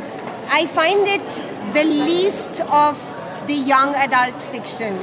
What I mean is, she writes in a language which I think even adults will love. So I think that's my favorite. I'm rooting for that, and maybe Breaking Molds. Yes, thanks. Thank you so much. We are here with two of the attendees in Venue 3 where all the masterclasses take place. So, which masterclass did you guys just attend? We attended the Nature Tales just now. It was a book launch of the Go Wild stories and essays. How was it? What was your experience like? Did you like it? Well, the best thing with me there was that I was lucky and I sat next to Shabnam Minwala and I really like her books. Also, I liked how the authors were speaking to each other. What exactly did they talk about in the event? What did you learn from it? Being bored, doing what you want to. Thank you so much. Hope you guys enjoyed. Thank you. I have to speak into that as well? Yeah, so Miss, okay. I'll hold it. Okay. So Miss, firstly just coming to NLF. So NLF is designed to promote reading. There's a lot of literature involved, of course. So how do you feel that in the current generation, with a lot of digitalization being involved, how can you instill reading habits? And could you tell us a little bit about the importance of reading habits? Sure. So I think, in a world that's changing so much, the one skill that matters a lot for children or adults for that matter, is lifelong learning. And no habit builds that better than reading does, right? That's one reason. The other thing is also that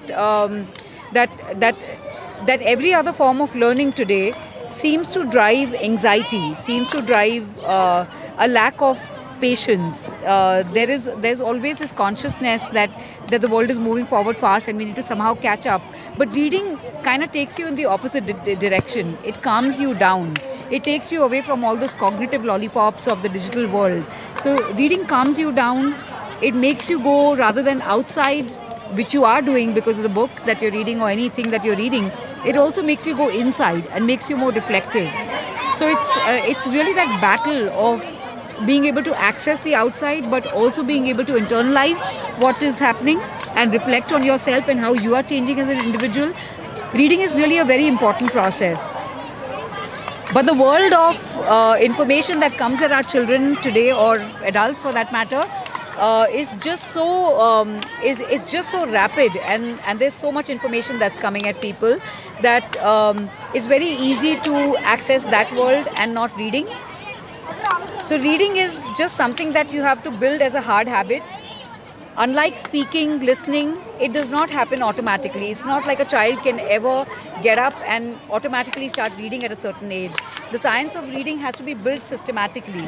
So unless we do that in schools and unless we do that with things like this, it's not going to happen. So it's really a hard skill that we build systematically over many, many years. Yeah. Thank you so much, Miss. Yeah, Miss. And what are you most excited for today?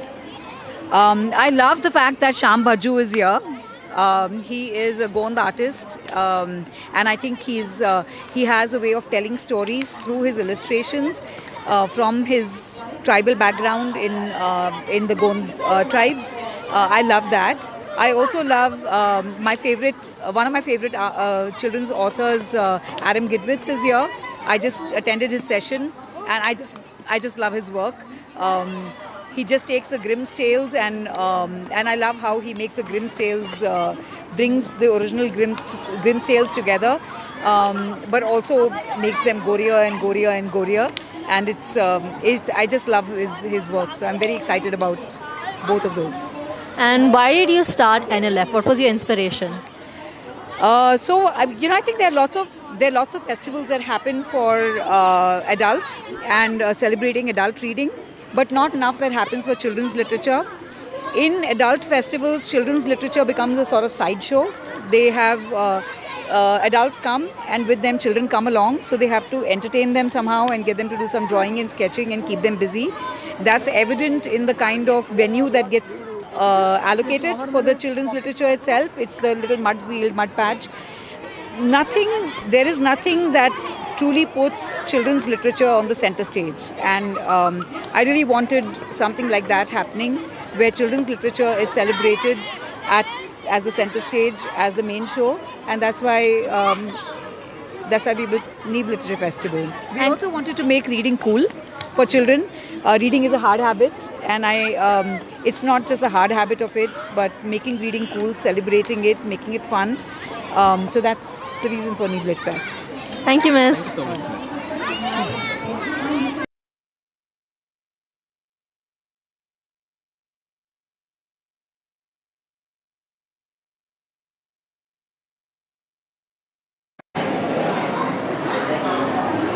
Reporting live from Neev Literature Festival 2024, we have Tanish, the NBA chair here. So how has it been doing this and being the NBA chair? Well, it's a huge experience. Like, we started in May, and I've been able to read all the NBA shortlisted books, which gave me a lot of insights into Indian literature.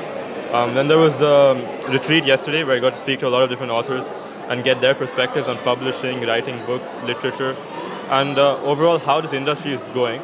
So it's a very valuable experience, and I hope that I can help Neev Literature Festival become better this year. Are there any events that are happening today that you're most excited about? Well, the event I'm most excited for today is definitely the announcement of the Neev Book Award winner, because a lot of children from PYP&M to senior school have read the books, and they all have their own votes, they own their own perspectives on who will win. So being able to finally see the winner, it's a huge deal. Thank you so much. Thank you.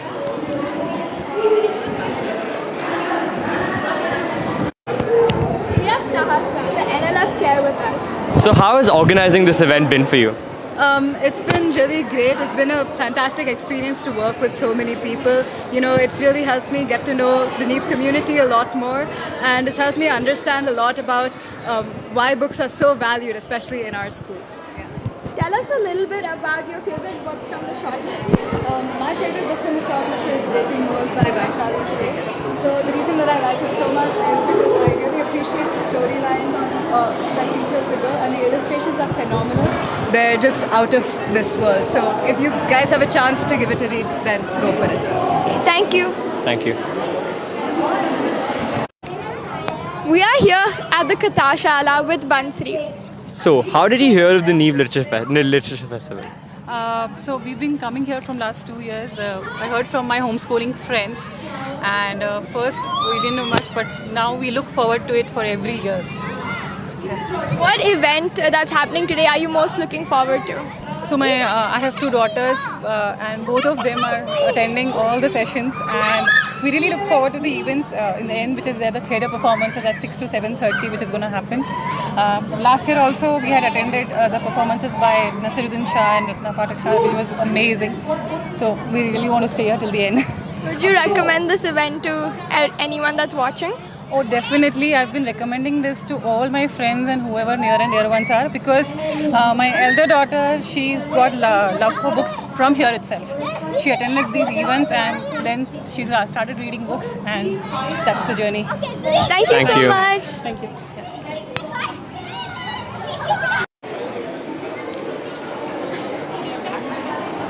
are here with one of the volunteers, Miss Vaishali. So, which event are you most excited for today?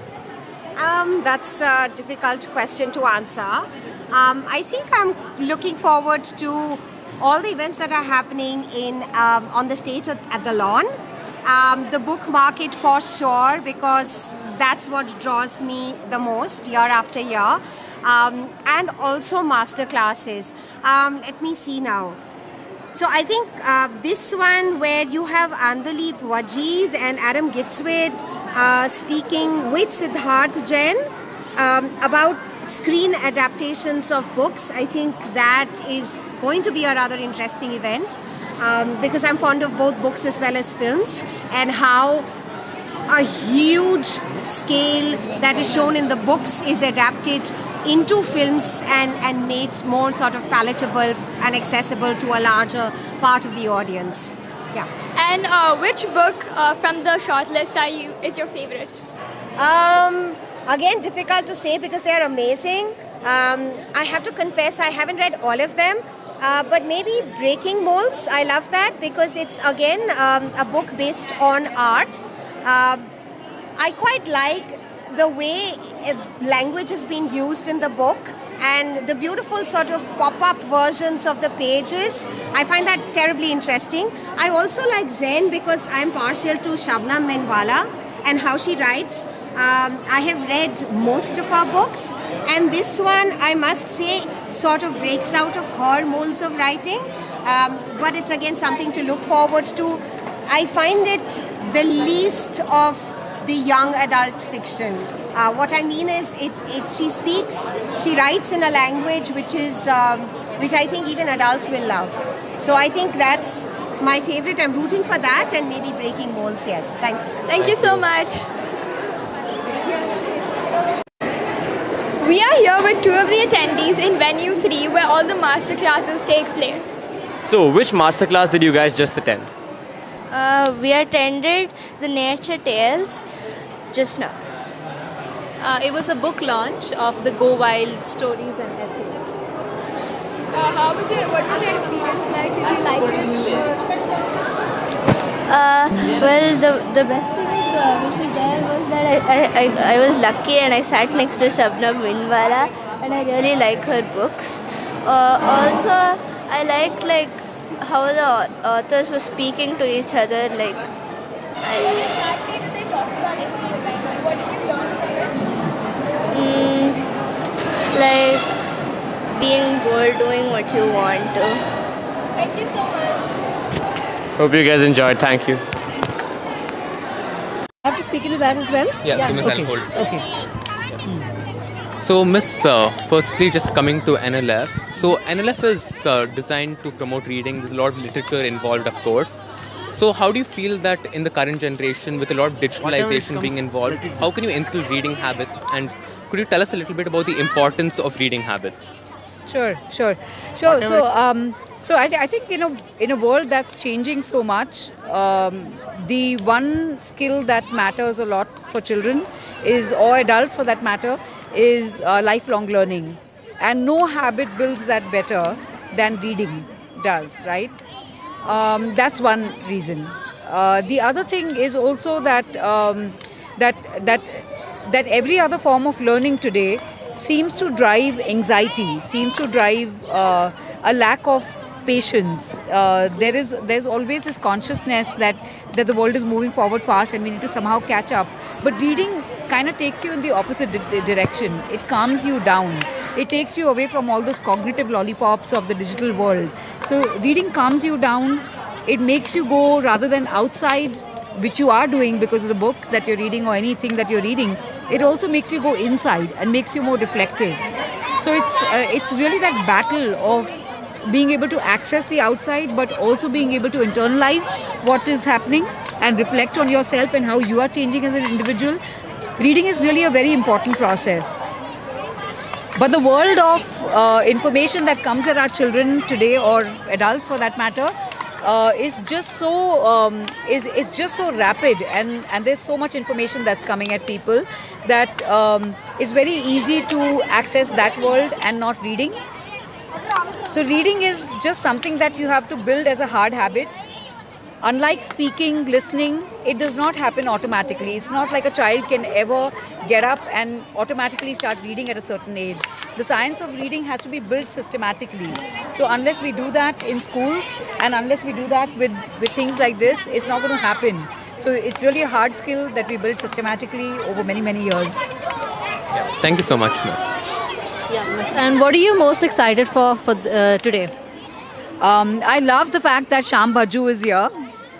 He is a Gond artist, and I think he has a way of telling stories through his illustrations from his tribal background in the Gond tribes.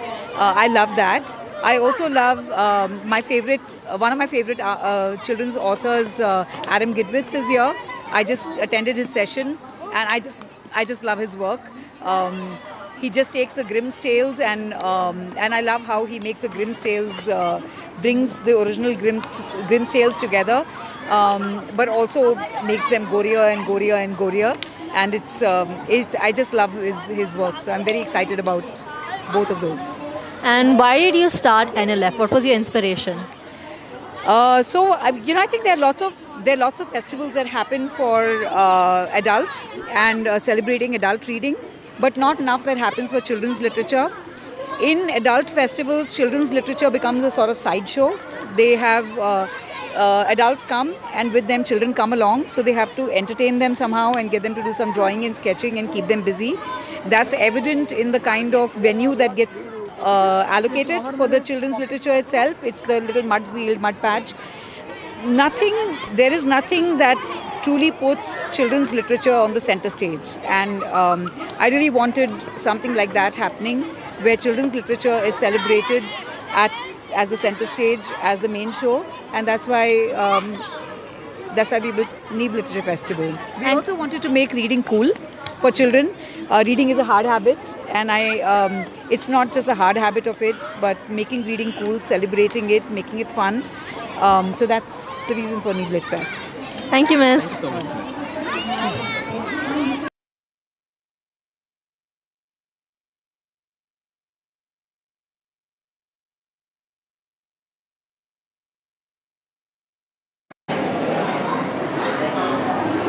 Reporting live from Neev Literature Festival 2024, we have Tanish, the NBA chair here. So how has it been doing this and being the NBA chair? Well, it's a huge experience. Like, we started in May, and I've been able to read all the NBA shortlisted books, which gave me a lot of insights into Indian literature. Then there was a retreat yesterday where I got to speak to a lot of different authors and get their perspectives on publishing, writing books, literature, and overall how this industry is going. So it's a very valuable experience, and I hope that I can help Neev Literature Festival become better this year. Are there any events that are happening today that you're most excited about? Well, the event I'm most excited for today is definitely the announcement of the Neev Book Award winner. Whatever it comes, let it be.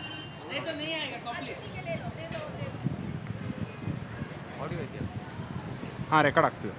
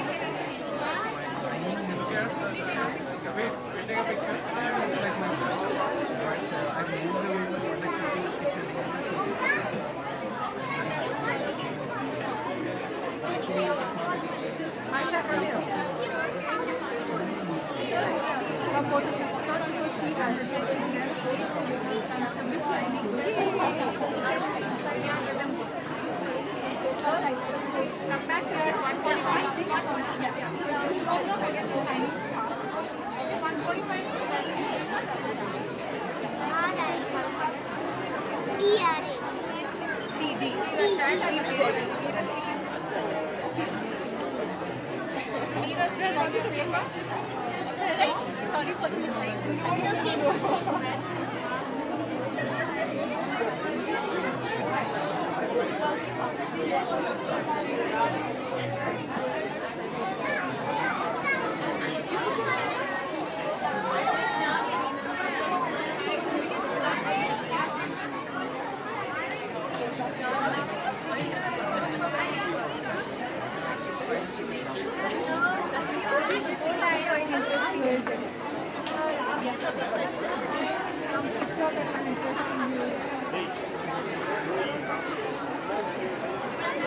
ಇದು continuous ಹೋಗ್ತದೆ ಅಂದರೆ ಹಾಂ ಹೋಗಿ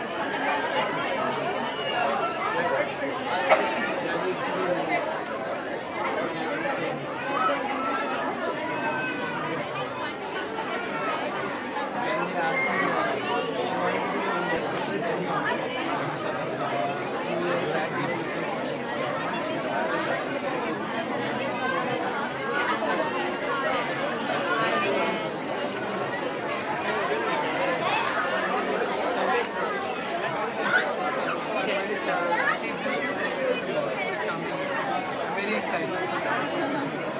I hope I'm not pulled in somewhere where I really want to end up. Beyond grade 6. That itself is an achievement.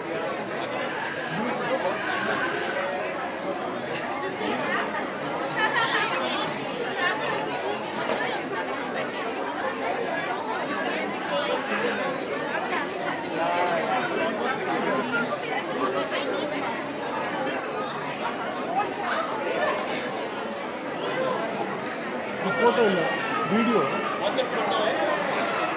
ಅವ್ರಿಗೆ ಹೇಳಿ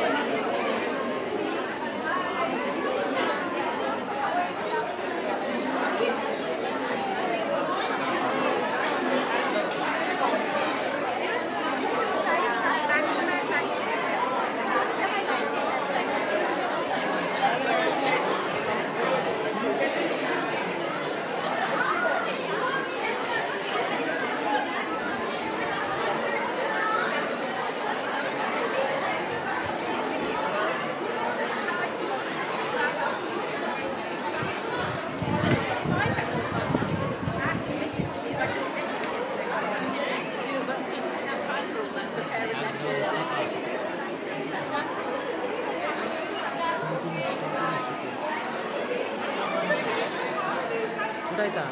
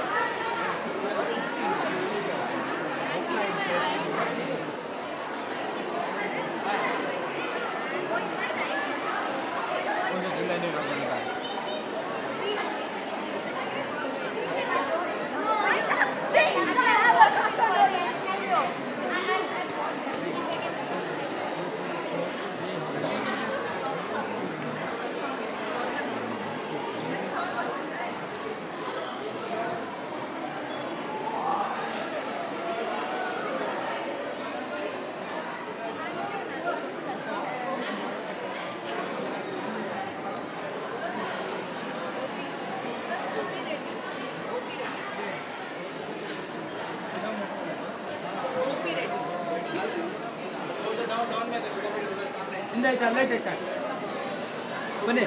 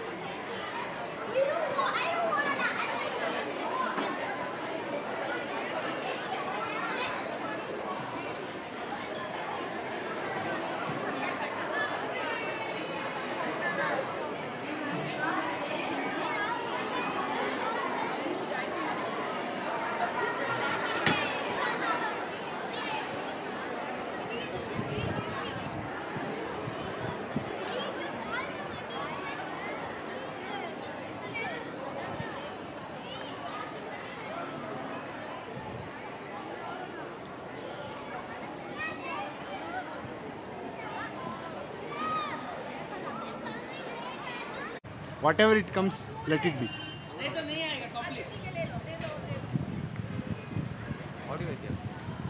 हाँ record ಆಗ್ತಿದೆ.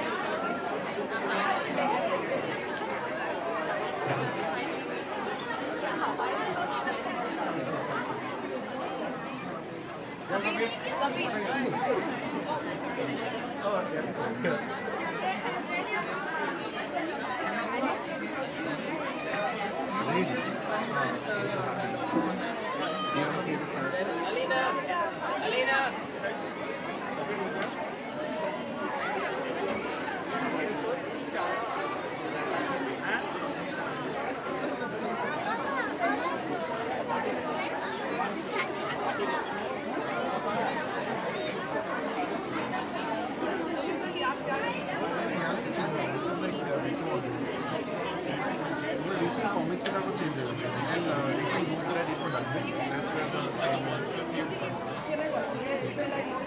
I've found my lining has changed. Wait, we'll take a picture. Still it's like my dad, but I've moved away from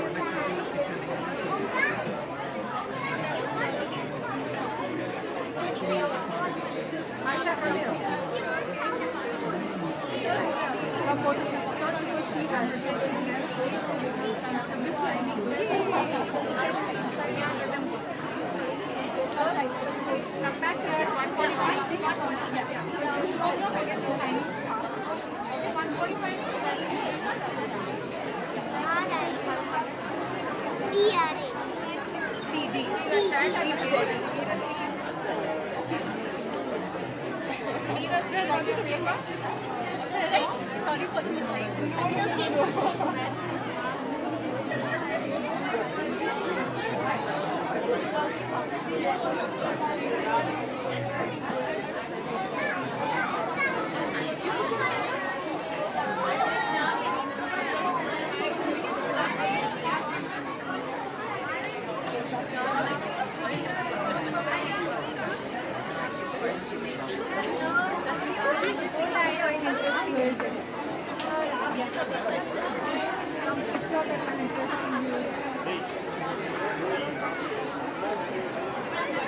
ಇದು continuous ಹೋಗ್ತದೆ ಅಂದರೆ ಹಾಂ ಹೋಗಿ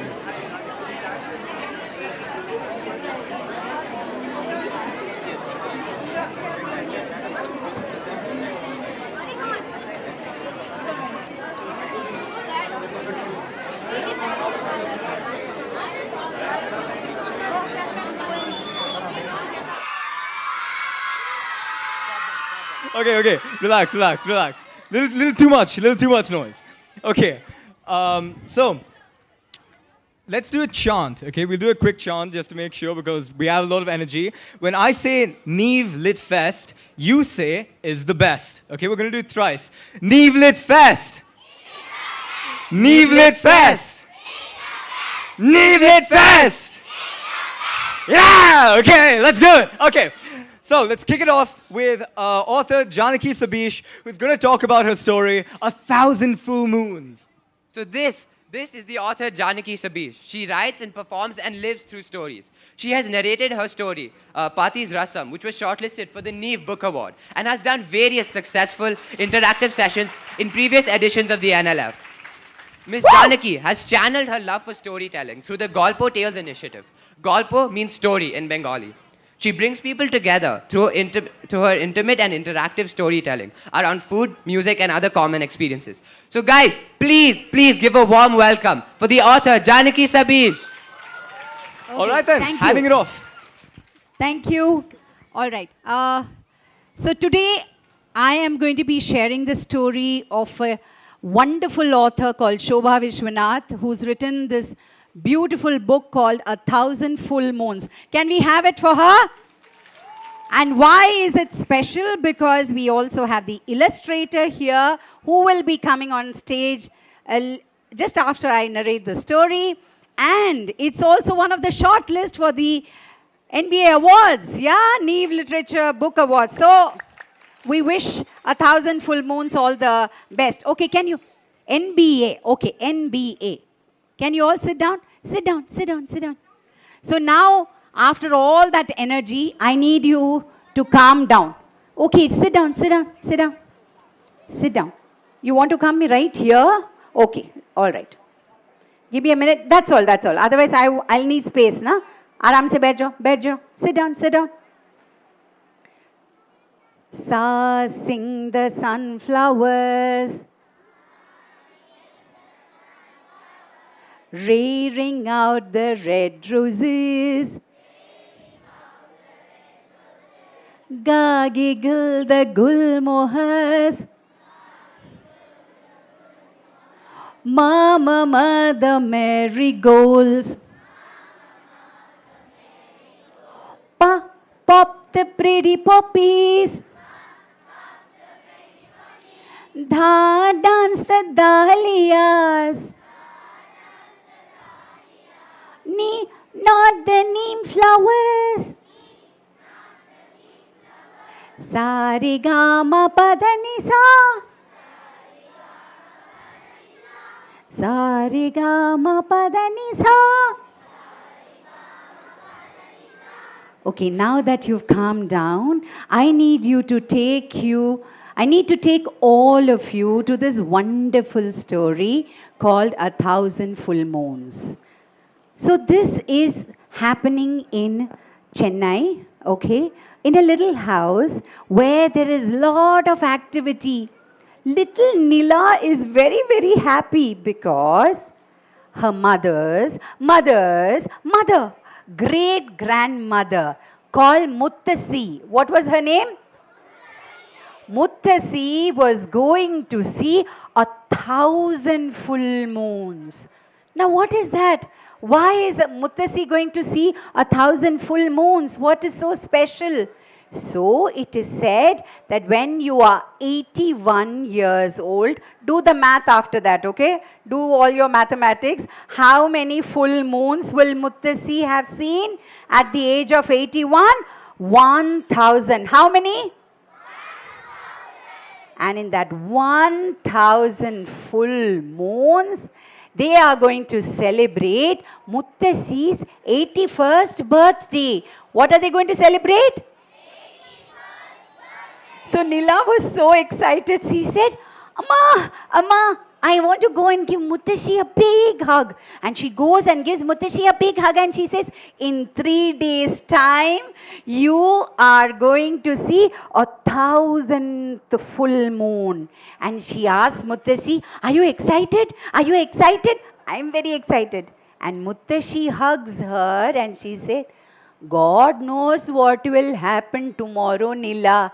I am just happy seeing your face because you are such a sweetheart of mine. She said, yeah, but all that is okay. But I would love to see your face when you see your 1,000th full moon. I'm so happy. And she goes running all around the house. She goes to Appa and Appa is busy speaking to the decorators. I want some flowers to be here and then some other, yeah. I want some flowers here, some flowers there and maybe some streamers here and maybe we should get some balloons. He was speaking to the decorator. And Amma was speaking to the caterer. No, Muttashi loves pal payasam. Oh, Muttashi loves vadai, but she doesn't have too many teeth. So make that vada a little soft. Yeah. And she loves. Oh, yeah, I've already given you the list. Make sure you make all of this. And what was Party doing? Party was speaking to the priest because this was a very big event. It is called Sarva Purna Chandrodayam. Chandrodayam. That is a big festival. It was almost like a birthday, huge birthday celebration. And she was so happy. She couldn't wait for Muttashi to see the 1,000th full moon. But the next day, something happened. Muttasi slipped and she fell down. Dadam! And immediately she was rushed to the hospital. And the doctors had one look at it and had the x-ray and all. They said, we have some bad news. Muttashi has fractured her hip. Muttashi has fractured her hip. Sorry, she will have to be on bed for the next few days, maybe weeks. And they said, what do we do? They had to cancel all the celebrations. They said, oh dear, what do we do? So they had to call, Appa had to call everybody and say, I'm so sorry, but Muttashi has fallen down. We will have this celebration maybe later. So everybody waited, but Neela was so upset. She said, Muttashi, tomorrow it's her birthday. She has to see her 1000th full moon. Amma, what can we do? How do I make Muttashi see the 1000th full moon? And then she realized that in Muttashi's hospital, there was a little window. And she had a small stool. She climbed that little window and she looked up and she looked there. There, little bit of the sky was seen. She says, how? The window was not even near Muttashi's bed. What do we do? She was very, very upset. The whole day she was sulking. She said, Muttashi, she has to see her 1000th full moon. How do we do it? How do we do it? And that day evening, when they were about to leave for the hospital, they saw in the garden a big urli. You know what an urli means? It's a big brass vessel. It was nicely washed and it was filled with water. And there were lotus, roses, carnations, all kinds of flowers, all waiting to be decorated inside the urli, meaning inside the brass vessel. And suddenly, what does Neela see? She sees the moon. It's the, what, how did she see the moon there? Reflection. But Neela was a sweet little young girl, no? She suddenly screamed, Amma, Pati, come, come, come. I know how Muttashi can see the full moon. Amma, come, come, come. It's right in the urli. Can we take this urli to the hospital? And then Muttashi can see the moon. And suddenly Amma said, Neela, and Pati said, shush, don't tell her anything. She said, Amma, please, please, let's take this moon. So Amma said, okay. You know what Pati did? She has this urli had a lid. She said, can we close the lid and take the urli with the water to Muttashi, who is in the hospital? So they said, yeah, why don't we? So Appa sat in the car, opened the door, Pati sat, Amma sat, Nila sat, and who sat along with them? Urli. And what was inside the urli according to Nila? Full moon. And then she took it and she placed it in front of Muttashi. And she said, Muttashi, Muttashi, I kept my promise. You can see the 1000th full moon. And she opened the lid. Do you think the moon was inside? She said, Amma, where did the moon go? Where did the moon go? Where was the moon? In the sky. Was it inside the urli? And Neela said, but Neela didn't know that. Neela said, Muttashi, I brought the moon for you. It is supposed to be in the urli. And suddenly she cried and Muttashi took her hands and cupped Neela's face and said, Kanna, you are the moon of my life. You are my 1000th full moon. I don't need any other moons. And she cupped her face and she hugged. But Neela was crying and crying. She said, but I so badly wanted this moon, this 1000th full moon that you need to see. And as she was crying, as she was hugging her Muttasi, from the corner of the eye, she saw that urli was, there was a sliver of light falling onto the urli which was just below the window. And what was inside the urli? Moon! And she said, Muttasi, see, what is there inside? A 1000th full moon. She said, Muttashi, see, the moon is there for you to see, and everybody rejoiced. So can we sing happy birthday to Muttashi now? Happy birthday to you. Happy birthday to you. Happy birthday, Muttasi. Happy birthday to you. Again, happy long life to you. Happy long life to you. Happy birthday, dear Muttasi. Can we all bring this little heart for Muttasi? How sweet. Can we do this for both Nila and Muttasi? Happy birthday to you. Oh, this is too easy, I know. But this is what I can do very easily. So did you like the story? Isn't this beautiful? So let me show you the book now.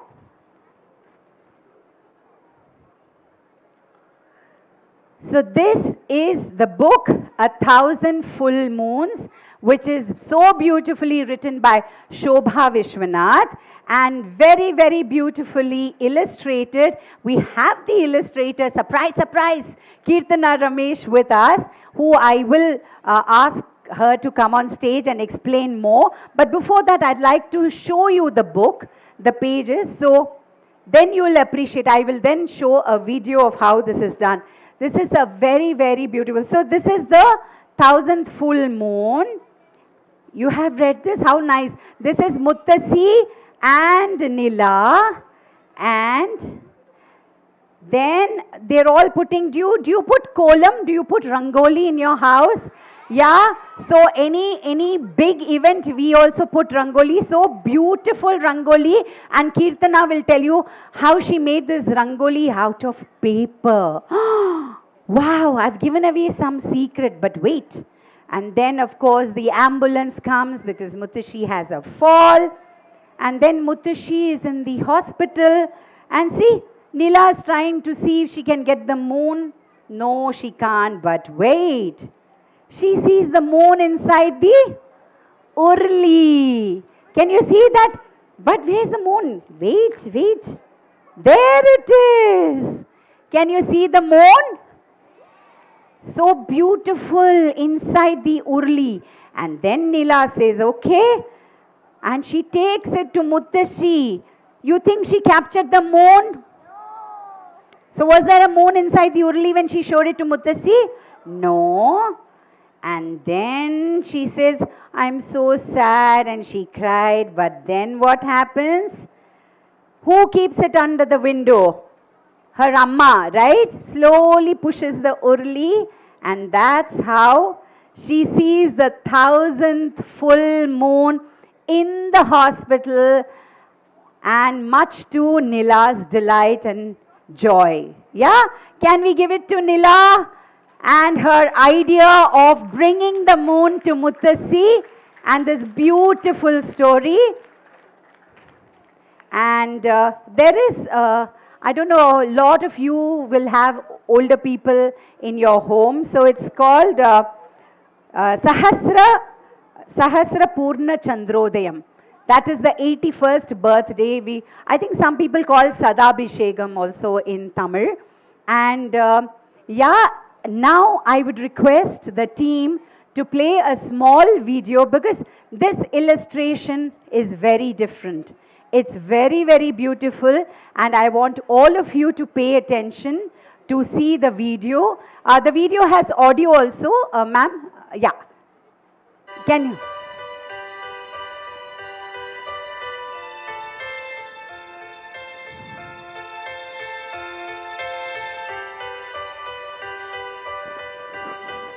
For this book, Shobha and I decided to use a paper cut style for the illustration to tell the story of Meena, Muttasi, and Muttasi's 1000th moon.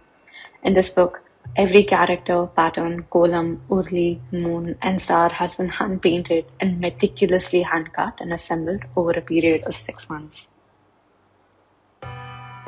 The process itself is quite simple. You take a knife, a sheet of paper, and a very sharp blade, and you start cutting away the paper until patterns and motifs start emerging onto the final artwork. Paper cut as an art form has existed for over 2000 years, with a rich history in China, Mexico, Eastern Europe, India, Germany, Poland, and many other regions and cultures across the world. Artists create delicate and lacy hand-cut pieces of art by carving patterns into paper using nothing more than a knife, some sheets of paper, and hours and hours and hours and hours of patience. The big challenge lies in the sketching and planning phase. I have to decide, even before making the first cut, what would be the positive space and what parts would make the negative space. And since the final artwork is cut away from one sheet of paper, making one wrong cut means that the whole piece is ruined and I have to start all over again. But once I get into the flow of cutting, it does become quite a relaxing activity, and seeing the final piece emerge from all the paper scraps left behind is very satisfying. I wanted this book to be vibrant and colorful, and since the illustrations were cut using Guys, white don't paper, go on the stage. I decided Calm to down. bring in the color using the You background. can sit below the stage. I painted many sheets of tracing paper with photo Yeah. inks. Being translucent, tracing paper catches light differently than watercolor paper, giving the ink washes the dreamlike quality that I wanted the illustrations to have. The backgrounds in the hospital scene have a tiled pattern. That can help you learn language. And on the other hand, why bother if you can have a translation bot? And so what I want you to do with your partner is each of you take one side, one takes language learning, and one takes translation tools, and just say words that it makes you think of. So when you think of language learning or acquiring a language, give one partner give a bunch of words around that, and the other partner gives words around translation tools. Turn and talk.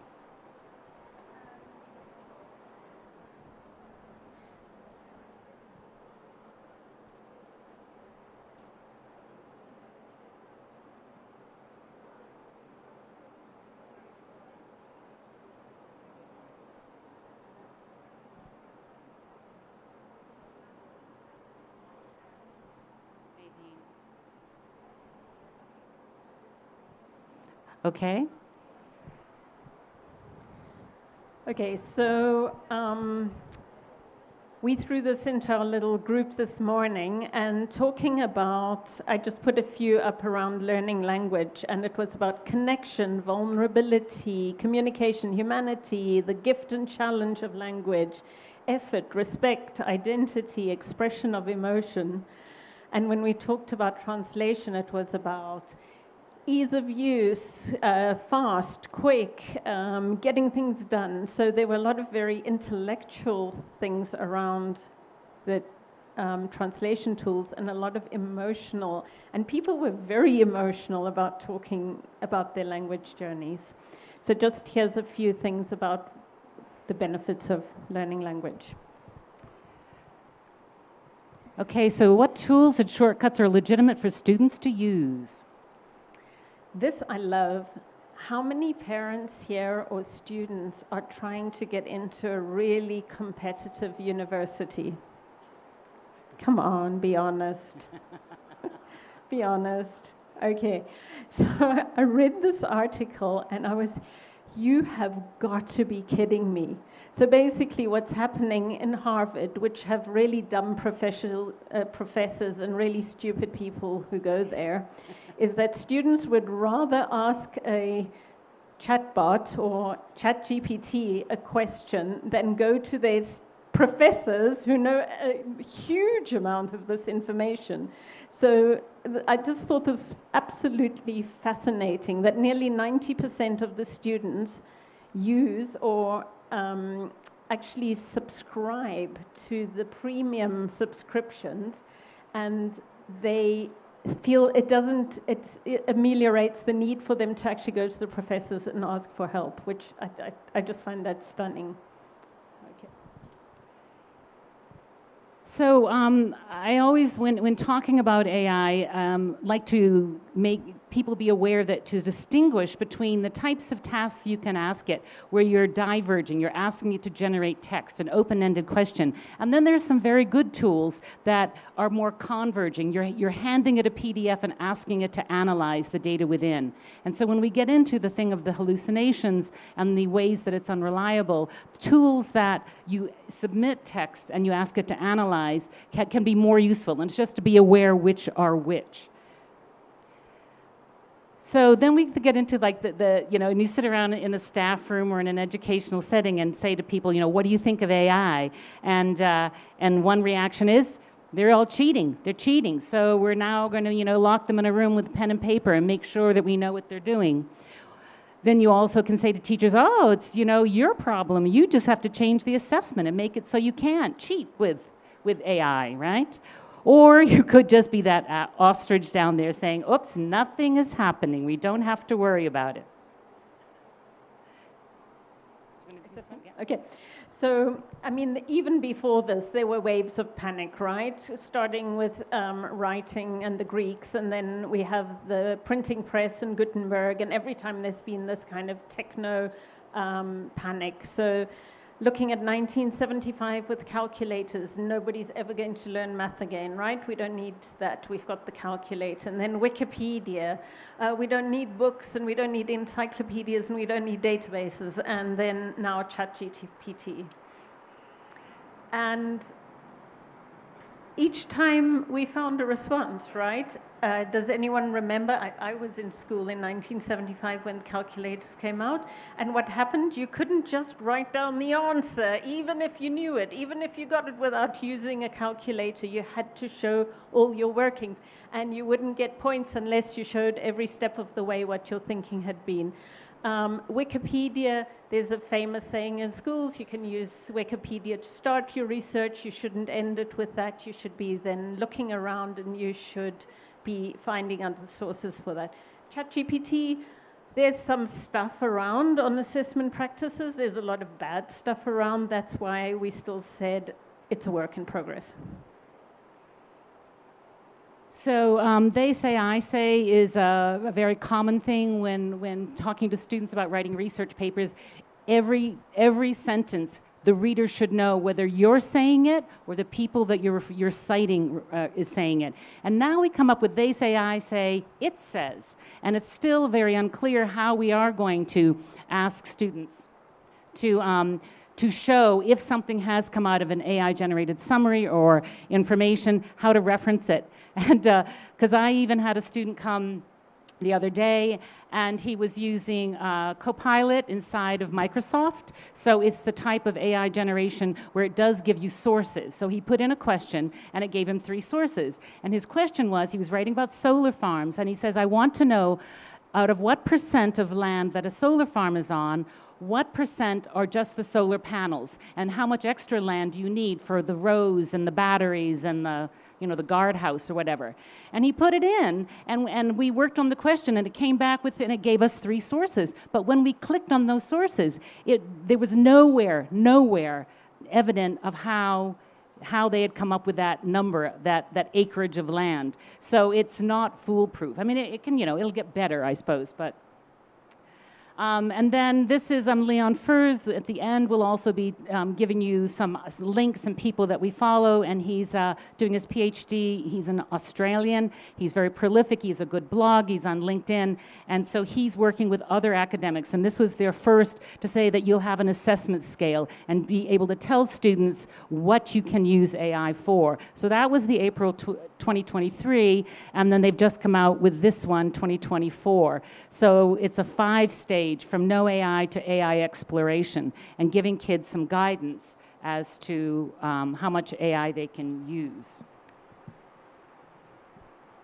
So this is an article in the New Yorker at the end of August. Does AI really encourage cheating in schools? And school isn't about creating new scholarship or answering questions correctly. It's about teaching proper work habits. Again, doing the work yourself. Setting aside the obvious offense of dishonesty, the problem with cheating isn't so much that the student skips over the process of explaining what they learned, it's that they deprive themselves of the time-consuming labor of actually having read the book, type out the sentences, and think through the prompt. Okay, so back to the convergent and divergent. When can you use AI, or if your teacher says you can't, or your school, before you start for brainstorming background information, during finding the experts. There are very specific research tools, AI tools, not ChatGPT, who will help you find experts and papers. Help you with repetitive tasks. I did a survey and I got so much data back from students, and along with our tech expert, we used little, what do I want to say, little routines to get all the information from the students, which we wanted to be verbal, but we wanted to code it. So we used AI for that, for the processing. And of course, translation, you're not expected to know every language in the world to be able to access things. And then at the end, and this has been prevalent forever, using Grammarly, using spell checker, grammar check, creating presentations. Most schools now use Canva to create really pretty things, make nice graphics. So ideas versus content versus form. So the question is now, where we are with our horses galloping a mile away, we kind of now have to rein them in and tame them and teach them how to trot, canter, gallop, jump over water barriers and all the rest. And we've been looking really hard to see who's out there creating frameworks within which we can teach literacy in AI. So we have information literacy and literacy and technical literacy. So this is one of the ones that we found that I thought was actually really good, because it goes through the affective, which is how you feel about things, the things you need to learn in terms of behavior, the cognitive learning, knowing, understanding, creating, and very important, the ethical understanding of AI. And so in going back to exactly understanding how it works, this Stephen Wolfram of Wolfram Alpha, huge mathematician, mathematical software, this is his explanation of the prediction. The best thing about AI is its ability to, and then you come up with which word is most likely to come back. This is just another visual to show how the unhinged nature of the fact that AI is only reading about the world, it's not experiencing the world. And I liked this recently. This is the London City University London Business School came out with an article, and they're talking about bullshit versus bot shit, right? And just to be aware, and what the dangers are of beware, how to manage the epistemic risks of generative chatbots.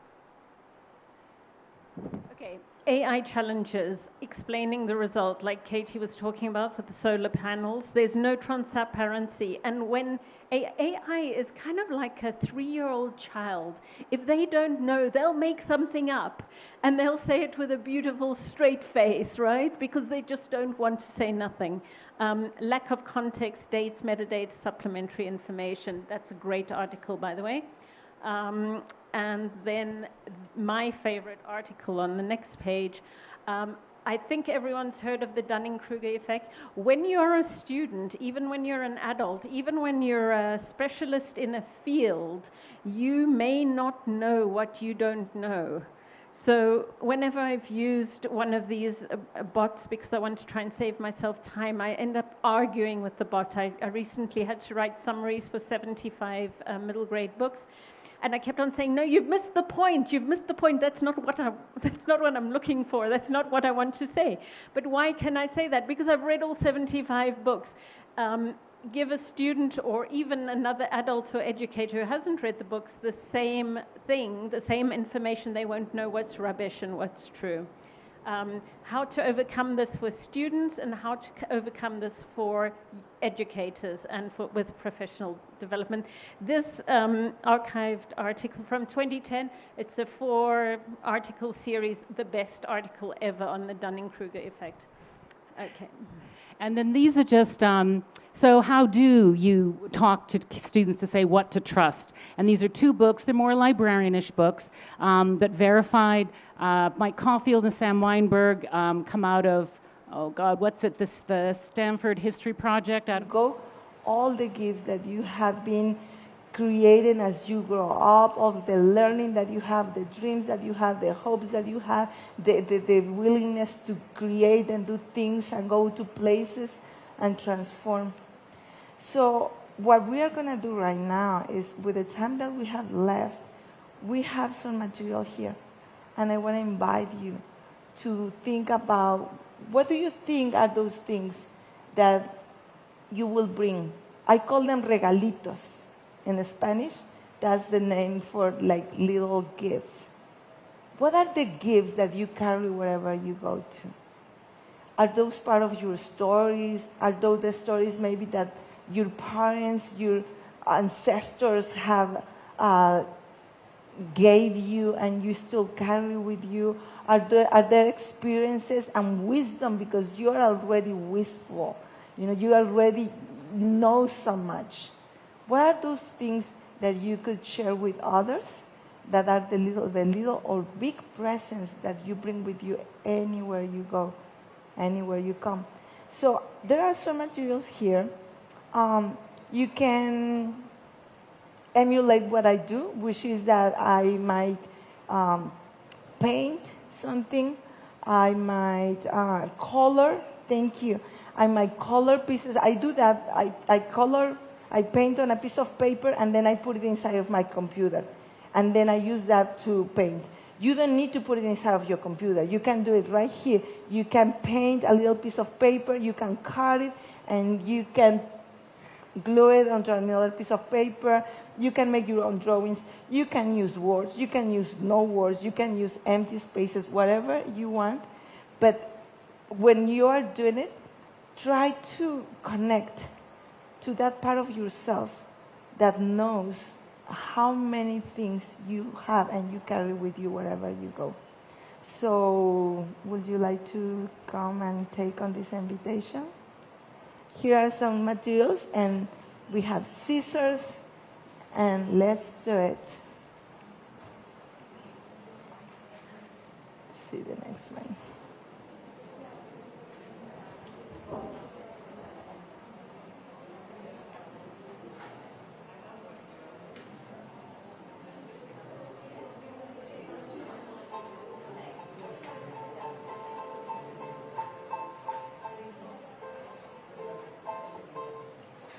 Yeah, take this.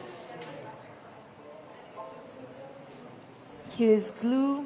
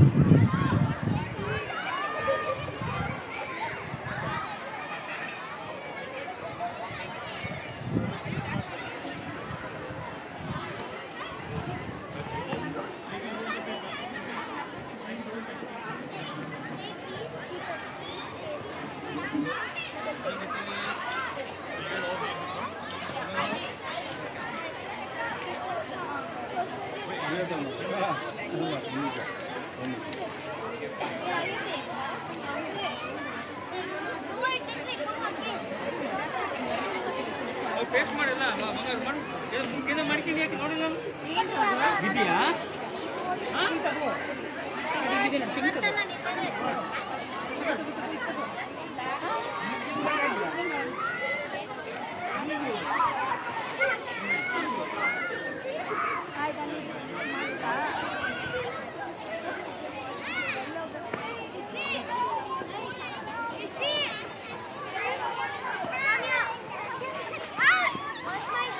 One that comes to you and write it down and see if that calls another word and then another and another. If you don't know what color to use, what to draw, I like to make a circle, I make a line, it doesn't matter. But if you start moving your hand, you breathe, your heart is pumping, your body already knows what to do. Just follow it and see where it takes you.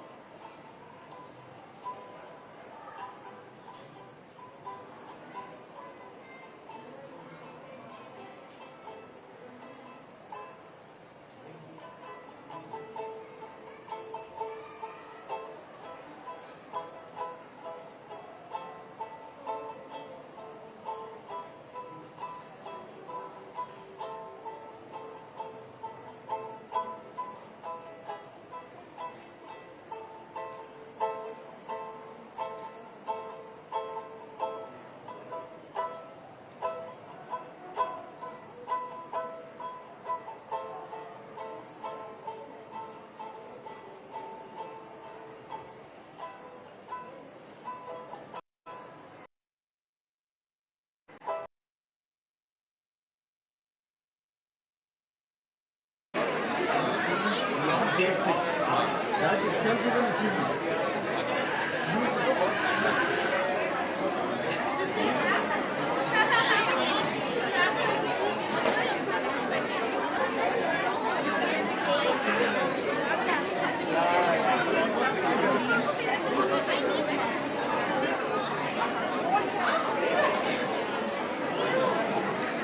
Photo ಇಲ್ಲ video ಒಂದು photo ಅವ್ರಿಗೆ ಹೇಳಿ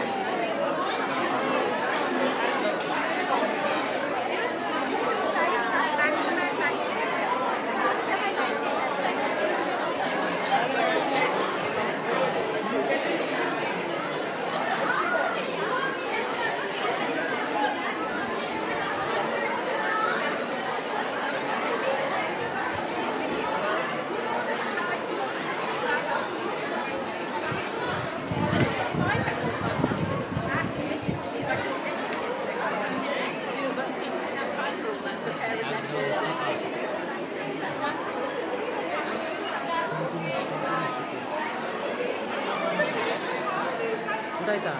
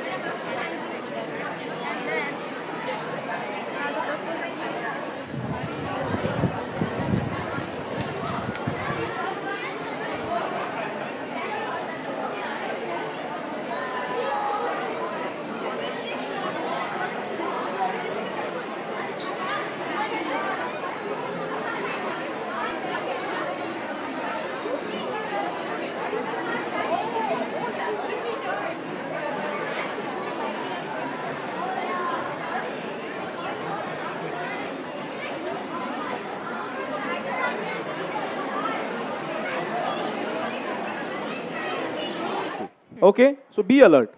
Eyes, eyes, eyes, eyes, eyes, eyes, eyes. सबने करना है, सबने करना है. Eyes, eyes, eyes, eyes, eyes. Ears, ears, ears, ears, ears, ears, ears, ears, ears, ears, ears, ears, ears, ears. Teeth, teeth, teeth, teeth, teeth, teeth, teeth, teeth. Head, head, head, head, head, head. Yeah. Head. No, but you didn't look back. So, समझा? Okay. Okay.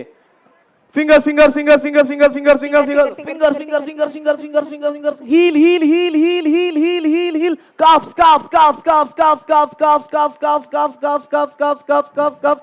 Hair, hair, hair, hair, hair. See, I don't have, so I can't do. But you can do. Hairs, hairs, hairs, hairs, hairs, hairs, hairs, hairs, hairs, hairs, hairs, hairs, hairs, hairs, hairs, hairs.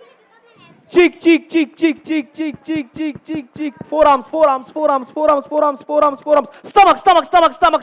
Arey? Again, again, again, again.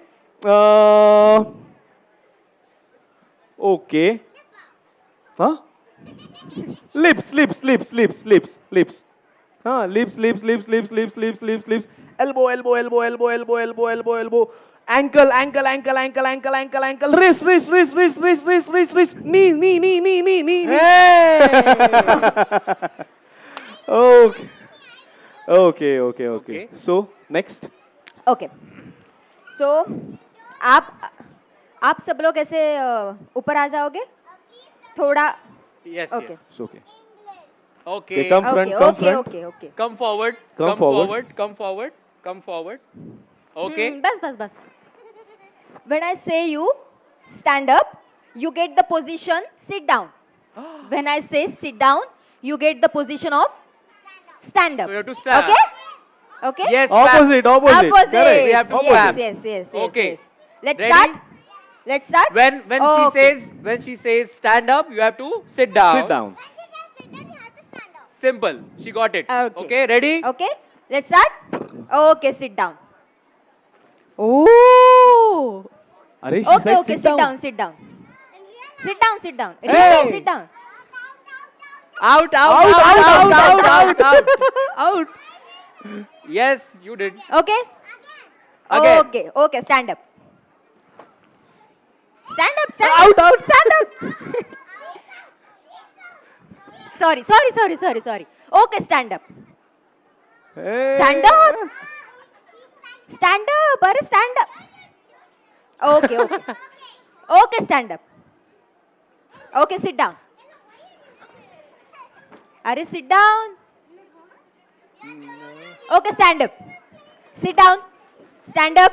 Sit down. Sit down. Sit down. Sit down. Sit down. Stand up. Stand up. Stand up. Stand up. Stand up. Stand up. Okay, sit down. Stand up. Sit down. Stand up. Sit down. Stand up. Sit down. Stand up. Sit down. Oh, seesaw. Okay, now. Okay, after this game, okay, now we are going to sing a poem. It's very simple. You have to just repeat after me. Okay? We'll all face towards the audience. Come on, just turn 180 degree. Just turn. Okay, ready? Cover the space. Come here. You have to just follow me. Okay, ready? Go for Ready, everyone? Just follow me, okay? Whatever I'll do, you have to copy and say it in that way. Just go behind a bit. Just go behind a bit. Yes. Okay, ready, everyone? The poem is in Hindi. Come here. Okay? Come here. No, the poem is in Hindi. Is in Hindi. Yes. It's not in English. It's in Hindi. Okay? Ready? इतना बड़ा पहाड़ इतना बड़ा पहाड़ इतना बड़ा पहाड़ इतना बड़ा पहाड़ पहाड़ पे पेड़ पहाड़ पे पेड़ पहाड़ पे पेड़ पहाड़ पे पेड़ पेड़ पे डालिया पेड़ पे डालिया पेड़ पे डालिया पेड़ पे डालिया और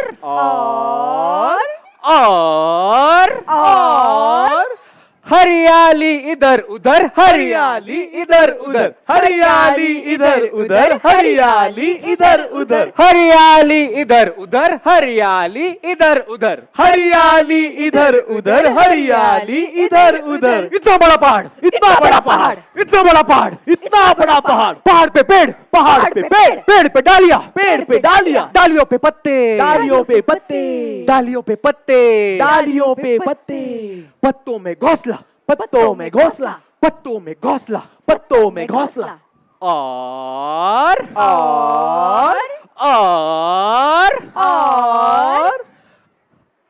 हरियाली इधर उधर हरियाली इधर उधर हरियाली इधर उधर हरियाली इधर उधर इतना बड़ा पहाड़ इतना बड़ा पहाड़ पहाड़ पे पेड़ पहाड़ पे पेड़ पेड़ पे डालिया पेड़ पे डालियां डालियों पे पत्ते डालियों पे पत्ते पत्तों में घोंसला पत्तों में घोंसला घोंसले में चिड़िया घोंसले में चिड़िया घोंसले में चिड़िया, घोंसले में चिड़िया, घोंसले में चिड़िया, घोंसले में चिड़िया, चिड़िया की चोंच, चिड़िया की चोंच, चिड़िया की चोंच, चिड़िया की चोंच, और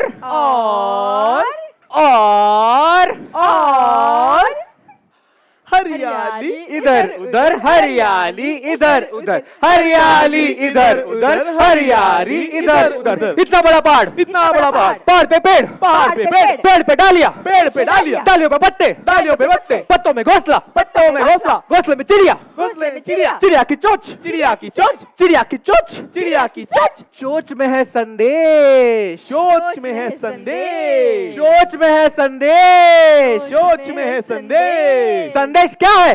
संदेश क्या है? संदेश क्या है? संदेश क्या है? क्या है संदेश? क्या है संदेश? संदेश क्या है? संदेश क्या है? हम सब सब एक है, एक है, हम सब एक है, हम सब एक है, हम सब एक है, हम सब एक है, हम सब एक है, हम सब एक है। और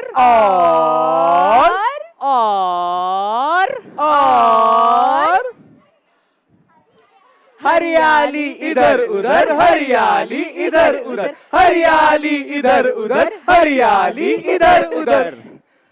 Thank you so much. Thank you.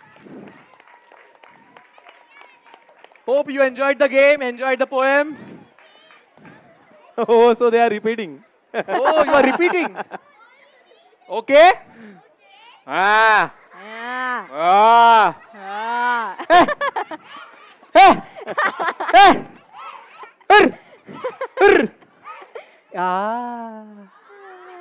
Bye. Bye. Abhi bye. Chalo bye. Bye bye. Bye bye. Thank Bye you. Thank you.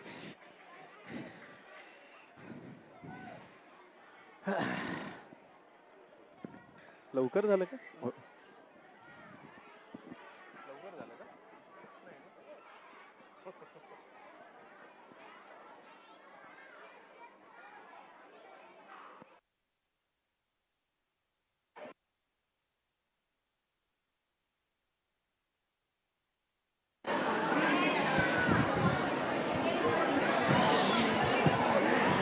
Whoa, okay. That bilingual energizer was something else. That was quite trippy. It was nice. Right. Okay. Avya? Yeah.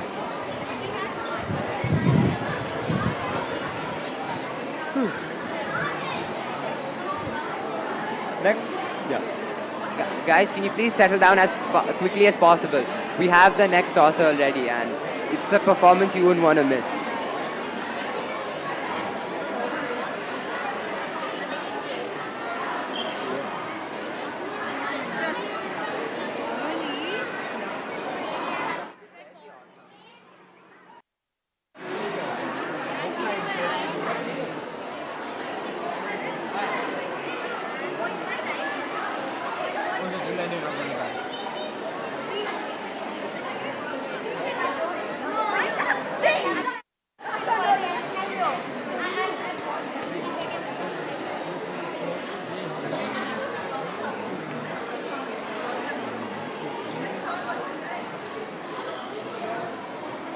Guys, don't come this close to the stage. Just look. There's seats available. You can go sit. See?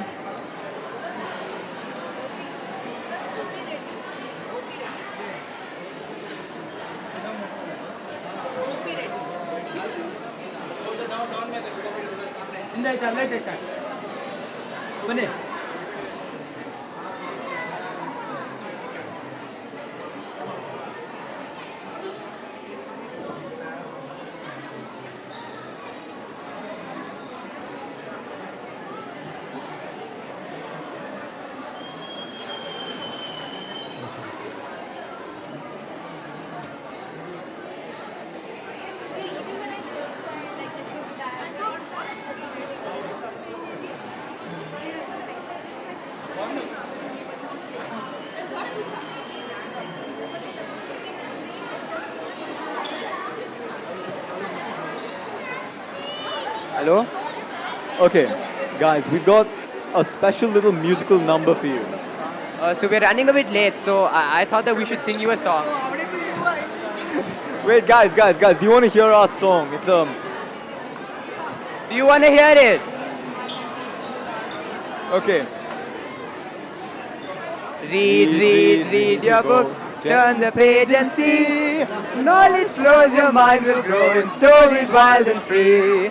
Read your book. Adventures just ahead.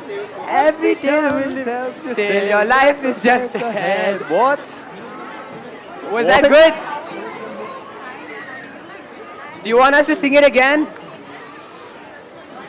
Guys, no, that was row your boat, but like probably way worse. You don't need to hear that again. Okay. What else can we do to entertain you? Okay. To the adults in the crowd, I got a joke for you. How many politicians does it take, since the elections are going on in America, how many politicians does it take to change a light bulb? I'm sorry, I don't have another mic, so you're gonna have to shout out your answer. 5. Why 5? Okay, just a random number. The answer is 2. One to change the light bulb, and the other to say that they could have done it better.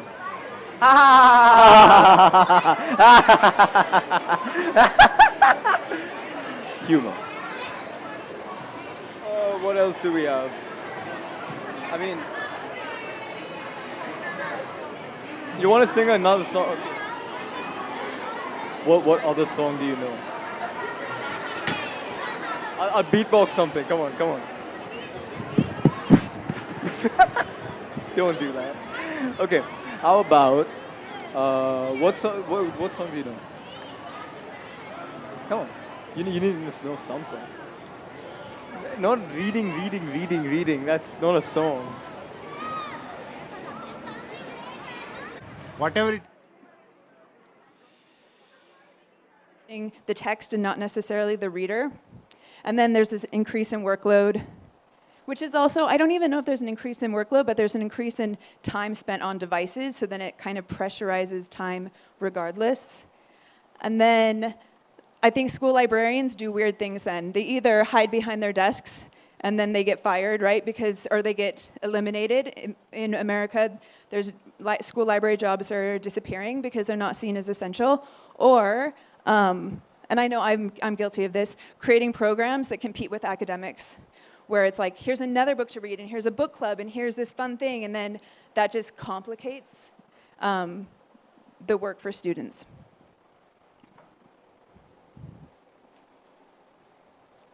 I just want to make sure I'm not missing anything from my notes. I want to talk about the over-tutoring, because in middle school especially, and that's where I'm coming from, is what I noticed, and this is like more than 10 years of practice, that too much tutoring sends the message to kids that they can't learn what they need to know from the text on their own, and that without someone telling them the deeper meaning, they can't unlock it themselves. And so as a reader, that cuts a lot of self-efficacy, and it creates this learned helplessness where kids want to receive information about a book, not do the work of uncovering meaning and looking for patterns. And so it's really, I find that really problematic, because trying to unpack that with students is really challenging. But I understand the reason why. And then the other thing that I wanted to talk about really quickly is I think in primary school, parents can share the books that they loved when they were young, and they can read them together. But then in secondary, it shifts in a really interesting way, where I had one student, like I taught middle school for a long time, and then last year I took a high school class. For the past couple of years, I've taken a high school class. And I had a student, now I really want my students to read 40 books a year, right? Like this is still my aim in high school. And so I had a student who, his dad's favorite book was Shogun, and he could not get into Shogun. He spent 7 months trying to get into Shogun. That kid could have read 20 books in that time. But he really, and he didn't want to give up on it, and he didn't want to give up on it because he didn't want to disappoint his dad, which is like, that, it breaks my heart, and I really feel for the kid, and I feel for the parents, and I think that that's where librarians can bridge that gap and support, because like a girl in 6th grade, she's not my student, came in last week, and she's like, my mom wants me to read Gone with the Wind. And I was like, oh, why does she want you to read that? But but I didn't say that. I was like, well, you're okay. So what do we need to do to get you there? And so then you like create a ladder of complexity. And so building context, scaling up her understanding so that she might not get to Gone with the Wind this year, but she might next year, but she'll be reading around it and she'll be able to have conversations with her mom, and then she'll understand why her mom loves that book so much.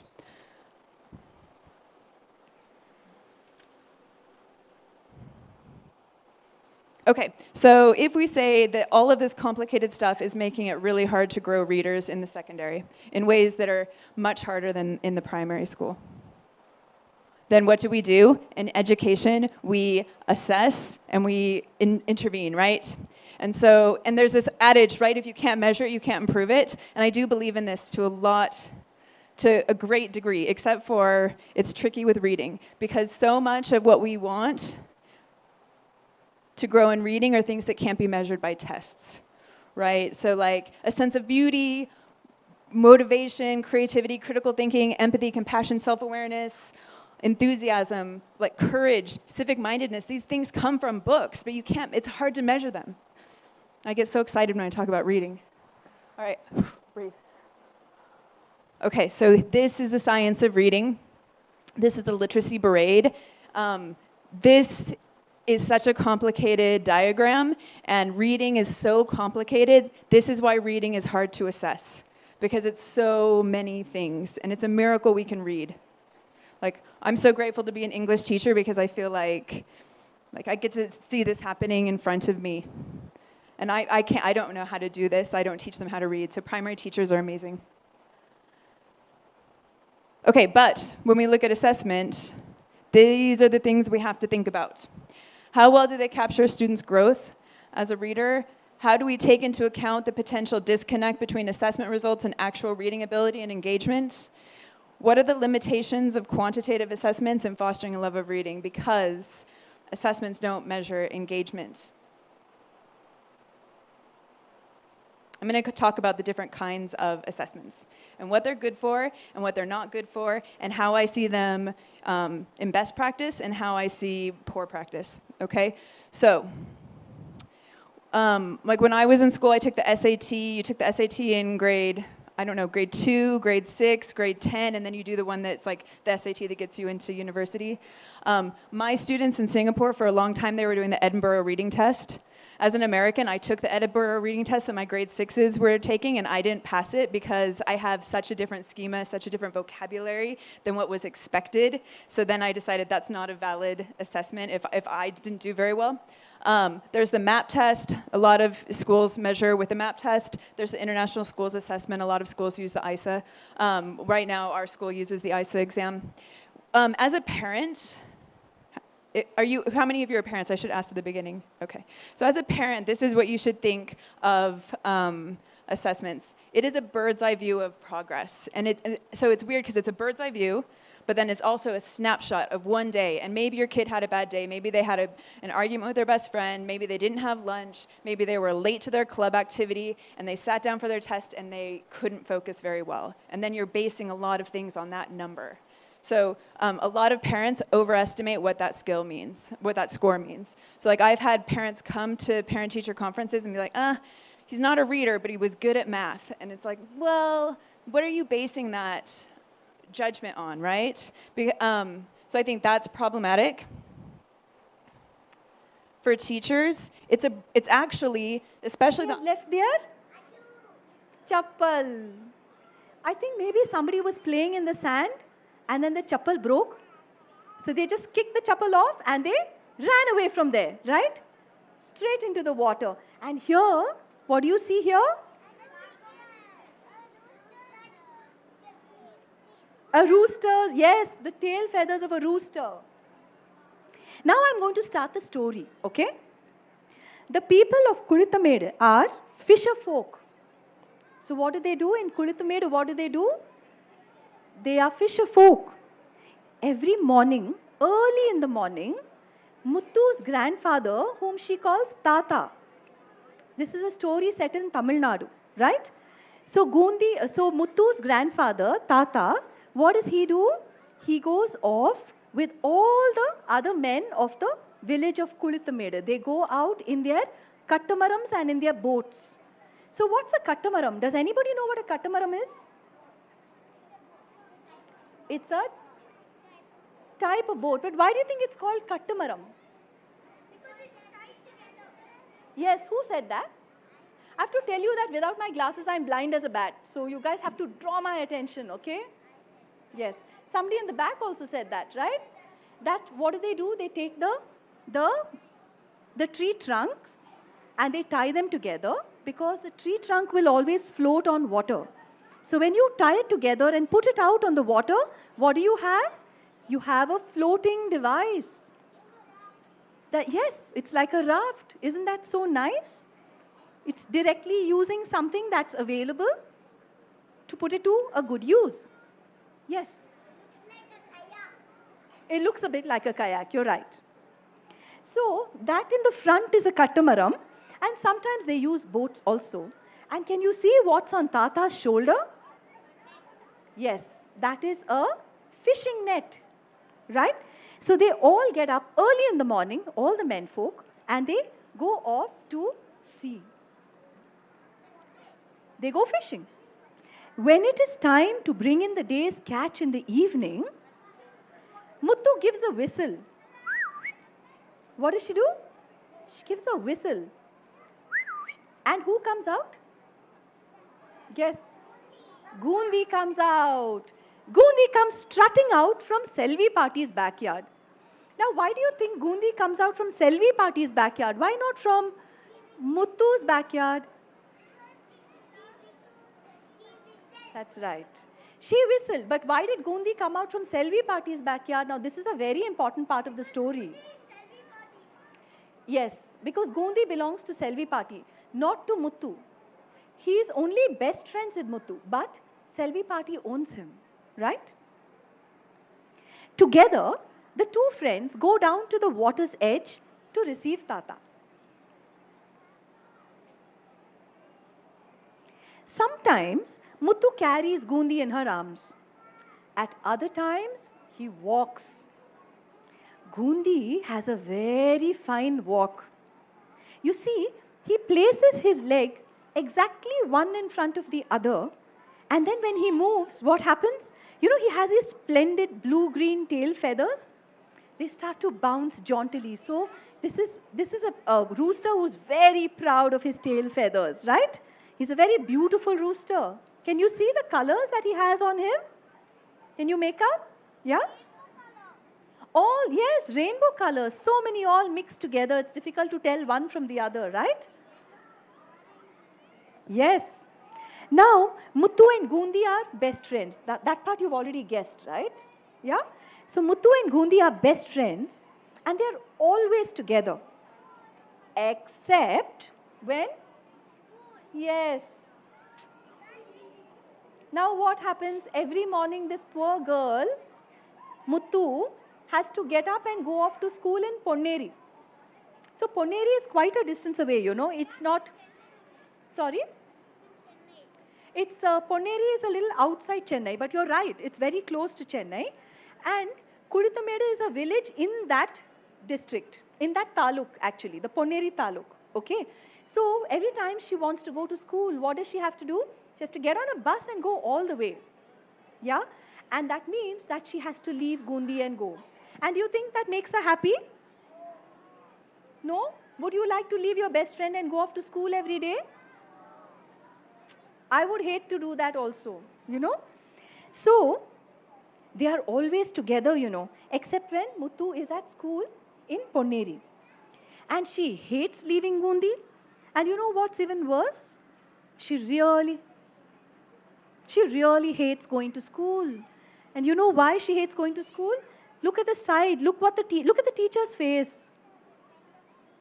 The teachers are mean to her. And what does this teacher say? Every time Muthu comes near the teacher with her copybook saying, Miss, can you help me with this? Miss, is this correct? Miss, can you explain this?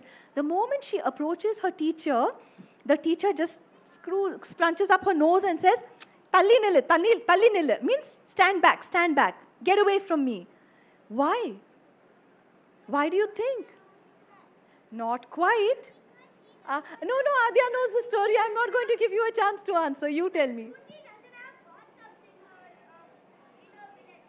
Gundi, Muthu doesn't have a bathroom in the village. Who spoke? Somebody put up your hand. Everybody spoke. Okay, superb. Absolutely right. So, what does she ask? She says, Talli nilla, get back. Anjana Miss cries, scrunching up her nose and waving Muthu away every time the child comes to her with a doubt.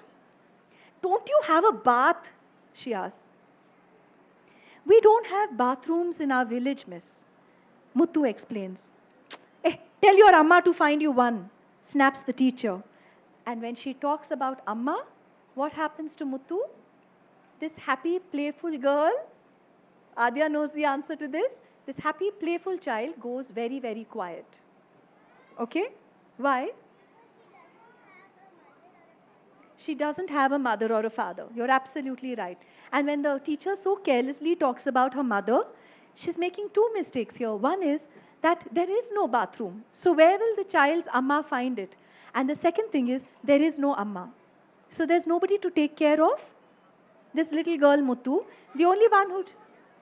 Tata is there. Tata takes care of her. But this is something that a mother would take care of for a little girl, right?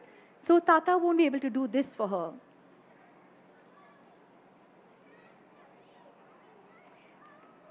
In the evening, Tata and Muthu make a fishing net. Muthu attaches small pebbles around the base to give it weight. Why do we give weight to a fishing net? Because otherwise, when the net comes down and catches all the fish and the prawns at the seabed, the water will come, and you know the waves are very heavy, right? So what do? They push the fishing net up, and then what will happen to all the fish that was trapped in there?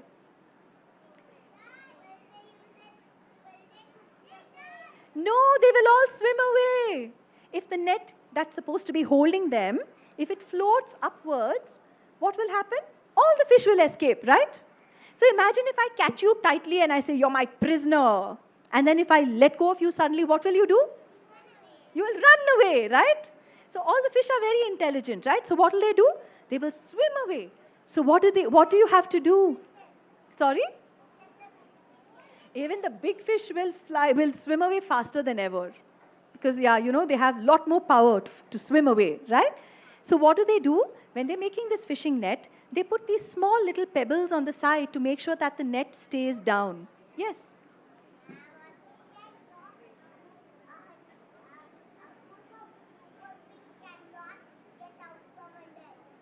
They can't if the net stays down, but if they don't put the pebbles and the net floats up in the water, then they can get away.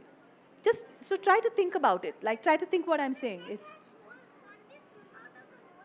the holes are very, very tiny.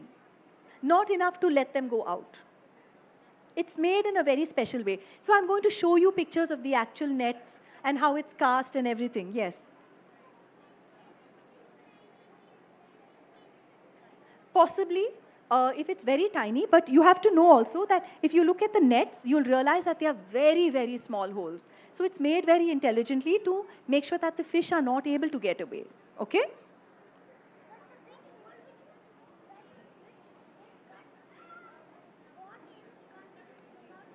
I'll show it to you. When I show you the video, you'll be able to understand more clearly. Okay? Just hang on. After the story, I'll show you the actual videos. So in the evening, Tata and Muthu make a fishing net. Muthu attaches small pebbles around the base to give it weight, otherwise the force of the water will push the net upwards and all the fish will get away. With a flick of his wrist, Tata sends the net high up into the air. And just as it comes floating back down, Gundi comes along looking for his friend. And what happens then? The net lands squarely on Gundi's head. Baka! Squawks Gundi in fright. Muthu bursts out laughing because now Gundi is trapped under the net, right? And what does he say? What sound does he make? Yes, perfect. Yes.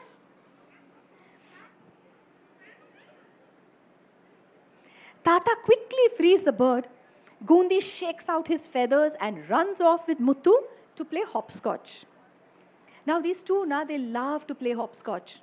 So what does Muthu do? She draws those boxes in the sand. And then Gundi is very clever at making flying leaps that land him smack in the middle of a box. It is usually the wrong box, but who cares? You know why? So Muttu, no, she just loves to see Gundi being very happy. So as soon as she lets Gundi win, Gundi gets very happy because she starts cheering him and clapping for him, and Gundi feels very proud of himself. So he starts like, prancing around and dancing a little jig because he's so happy, and that's why Muttu always lets him win. She loves to watch him prance around.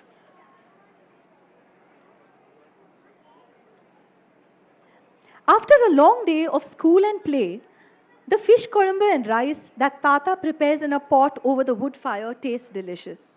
So they always eat fish korumbu and rice. Why do you think they eat fish korumbu and rice? It's free, no? Almost.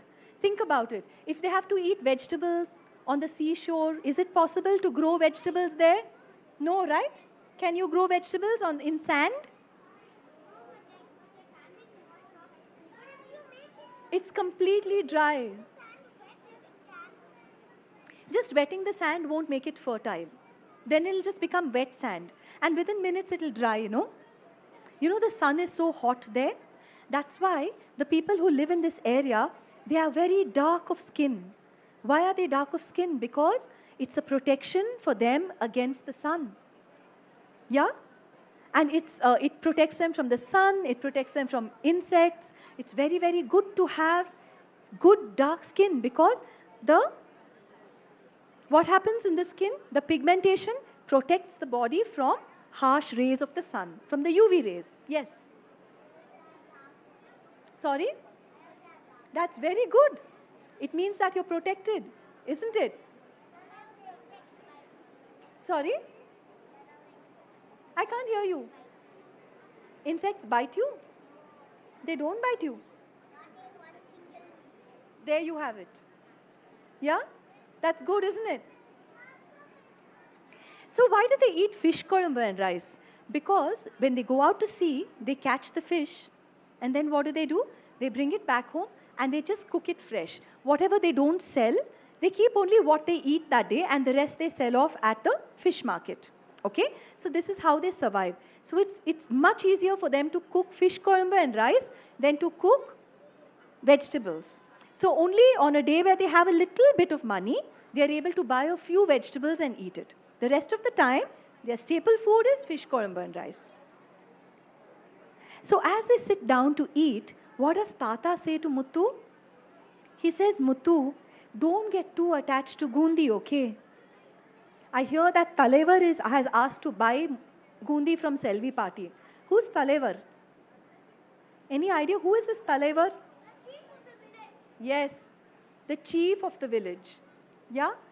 Talaivar is the term for the village chief. And why do you think he wants to buy this beautiful rooster?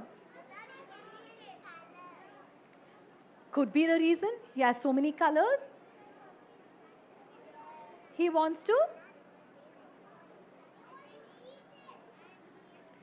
Somebody said something. Yeah? Possible? Because unfortunately most of the chickens that are grown are eaten up, right? So what happens here? She hears him saying, don't get too attached to Gundi. Talaivar is trying to buy Gundi from Selvi party, and Muttu gets really worked up. Why? She demands. Talaivar is the village head. Doesn't his family already have a large chicken coop? Why does he want Gundi also? Now Tata does not even look at her. He's looking somewhere else, and he's stammering and stuttering, and he's saying, maybe Talaivar thinks that Gundi will make a fine addition to his chicken coop, and he's looking somewhere else. And what's happening here? Muttu is catching on really fast. Reporting live from Neev Literature Festival 2024, we have Tanish, the NBA chair here. So how has it been doing this and being the NBA chair? Well, it's a huge experience. Like, we started in May, and I've been able to read all the NBA shortlisted books, which gave me a lot of insights into Indian literature. Then there was a retreat yesterday where I got to speak to a lot of different authors and get their perspectives on publishing, writing books, literature, and overall how this industry is going. So it's a very valuable experience, and I hope that I can help Neev Literature Festival become better this year. Are there any events that are happening today that you're most excited about? Well, the event I'm most excited for today is definitely the announcement of the Neev Book Award winner, because a lot of children from PYP and M2 senior school have read the books, and they all have their own votes, their own perspectives on who will win. So being able to finally see the winner, it's a huge deal. Thank you so much. Thank you.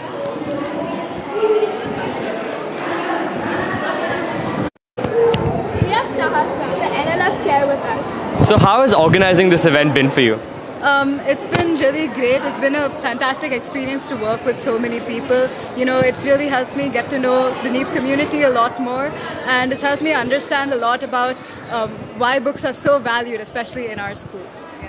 Tell us a little bit about your favorite book from the shortlist. My favorite book from the shortlist is Breaking Molds by Vaishali Sheikh. So the reason that I like it so much is because I really appreciate the storyline that features the girl, and the illustrations are phenomenal. They're just out of this world. So if you guys have a chance to give it a read, then go for it. Thank you. Thank you.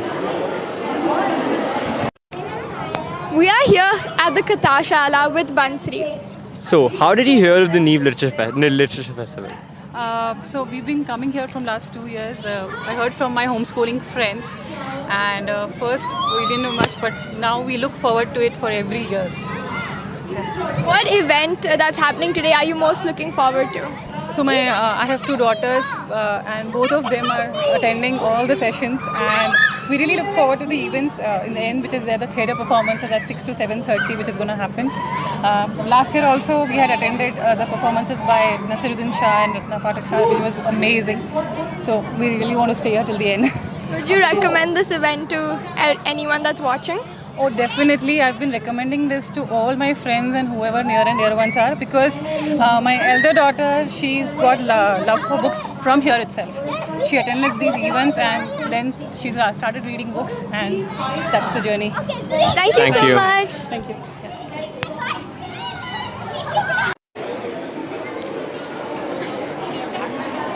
We are here with one of the volunteers, Miss Vaishali. So which event are you most excited for today? That's a difficult question to answer. I think I'm looking forward to all the events that are happening on the stage at the lawn. The book market for sure, because that's what draws me the most year after year. And also master classes. Let me see now. So I think this one where you have Andaleep Wajid and Adam Gitzwit speaking with Siddharth Jain about screen adaptations of books. I think that is going to be a rather interesting event because I'm fond of both books as well as films, and how a huge scale that is shown in the books is adapted into films and made more sort of palatable and accessible to a larger part of the audience. Yeah. And which book from the shortlist is your favorite? Again, difficult to say because they're amazing. I have to confess I haven't read all of them, but maybe Breaking Molds, I love that because it's again a book based on art. I quite like the way language is being used in the book and the beautiful sort of pop-up versions of the pages. I find that terribly interesting. I also like Zen because I'm partial to Shabnam Menwala and how she writes. I have read most of her books, and this one, I must say, sort of breaks out of her molds of writing, but it's again something to look forward to.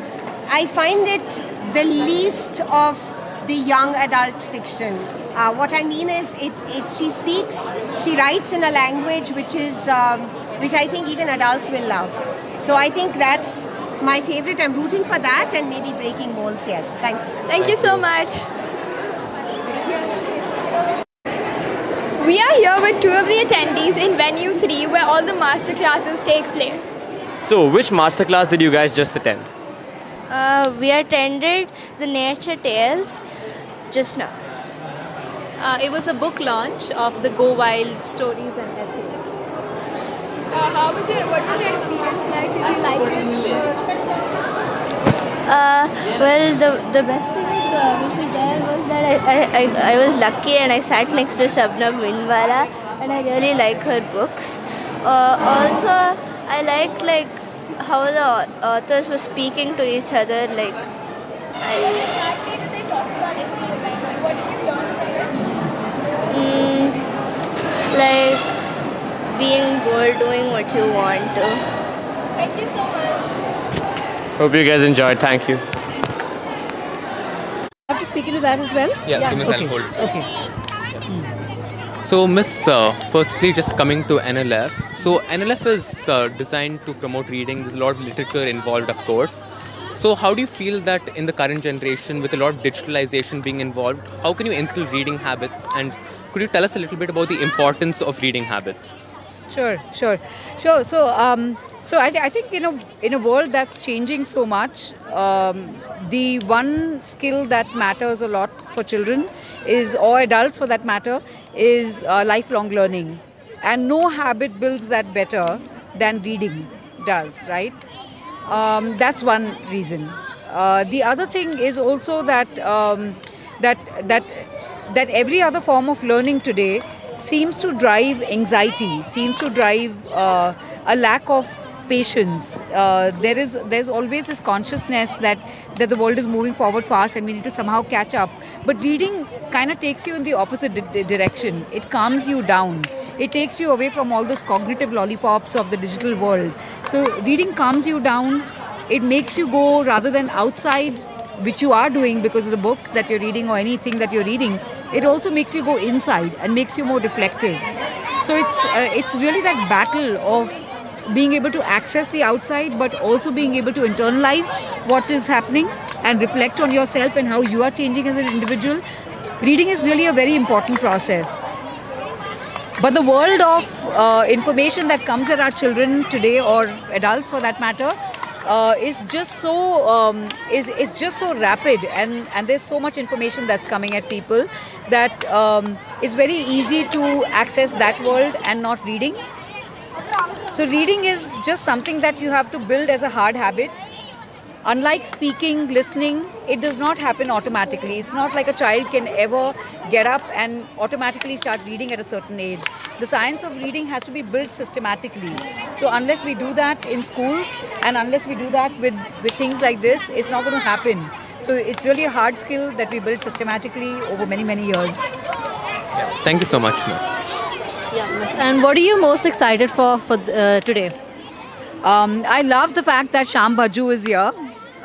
He is a Gond artist, and I think he has a way of telling stories through his illustrations from his tribal background in the Gond tribes. I love that. I also love one of my favorite children's authors, Adam Gidwitz, is here. I just attended his session, and I just love his work. He just takes the Grimm's tales and I love how he makes the Grimm's tales, brings the original Grimm's tales together, but also makes them gorier and gorier and gorier. And I just love his work. So I'm very excited about both of those. And why did you start NLF? What was your inspiration? I think there are lots of festivals that happen for adults and celebrating adult reading, but not enough that happens for children's literature. In adult festivals, children's literature becomes a sort of sideshow. They have adults come, and with them children come along, so they have to entertain them somehow and get them to do some drawing and sketching and keep them busy. That's evident in the kind of venue that gets allocated for the children's literature itself. It's the little mud patch.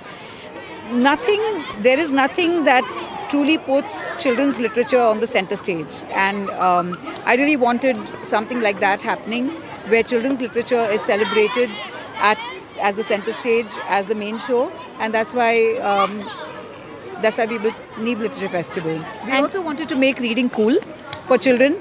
Reading is a hard habit, and it's not just the hard habit of it, but making reading cool, celebrating it, making it fun. So that's the reason for Neev Lit Fest. Thank you, Miss. Thank you so much, Miss.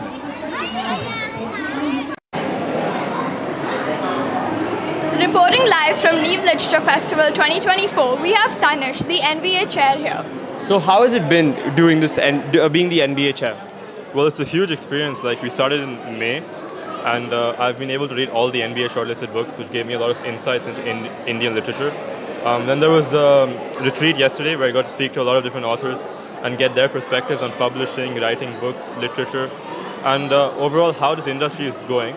So it's a very valuable experience, and I hope that I can help Neev Literature Festival become better this year. Are there any events that are happening today that you're most excited about? Well, the event I'm most excited for today is definitely the announcement of the Neev Book Award winner, because a lot of children from PYP and M2 senior school have read the books, and they all have their own votes, they own their own perspectives on who will win. So being able to finally see the winner, it's a huge deal. Thank you so much. Thank you.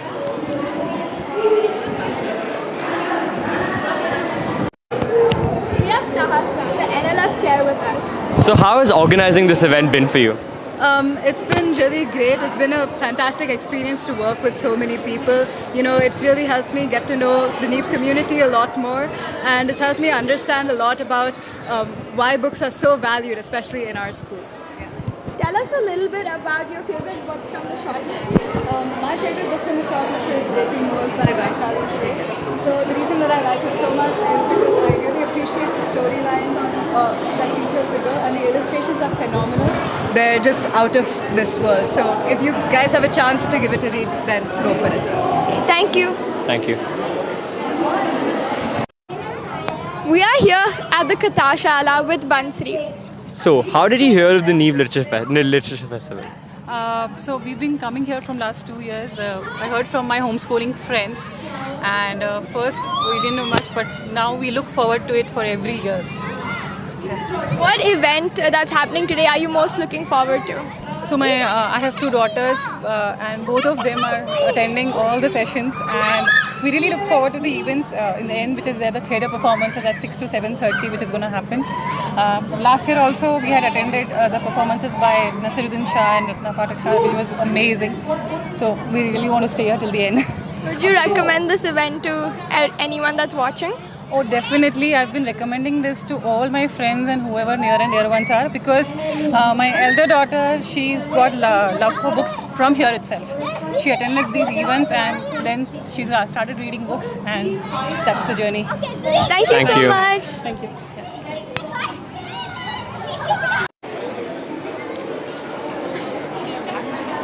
We are here with one of the volunteers, Miss Vaishali. So which event are you most excited for today?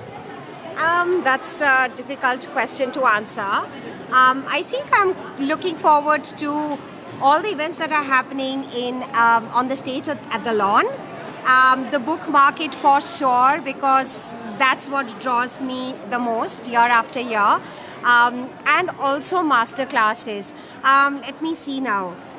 So I think this one where you have Andaleep Wajid and Adam Gitzwid speaking with Siddharth Jain about screen adaptations of books. I think that is going to be a rather interesting event because I'm fond of both books as well as films, and how a huge scale that is shown in the books is adapted into films and made more sort of palatable and accessible to a larger part of the audience. Yeah. And which book from the shortlist is your favorite? Again, difficult to say because they're amazing. I have to confess I haven't read all of them, but maybe Breaking Molds. I love that because it's again a book based on art. I quite like the way language has been used in the book and the beautiful sort of pop-up versions of the pages. I find that terribly interesting. I also like Zen because I'm partial to Shabnam Menwala and how she writes. I have read most of her books, and this one, I must say, sort of breaks out of her molds of writing, but it's again something to look forward to. I find it the least of the young adult fiction. What I mean is, she writes in a language which I think even adults will love. So I think that's my favorite. I'm rooting for that, and maybe Breaking Molds. Yes, thanks. Thank you so much. We are here with 2 of the attendees in Venue 3, where all the masterclasses take place. So which masterclass did you guys just attend? We attended the Nature Tales. just now. It was a book launch of the Go Wild stories and essays. What was your experience like? Did you like it?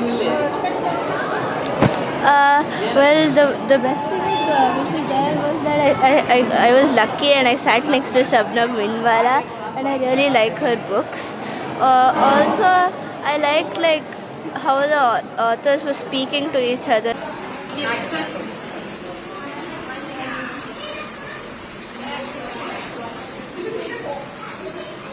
Look at the score of the other session. I think my laptop. Just fix it, thank you. So where do I leave all this stuff? Check the base, the venue. Okay, done. I wouldn't know. Thank you.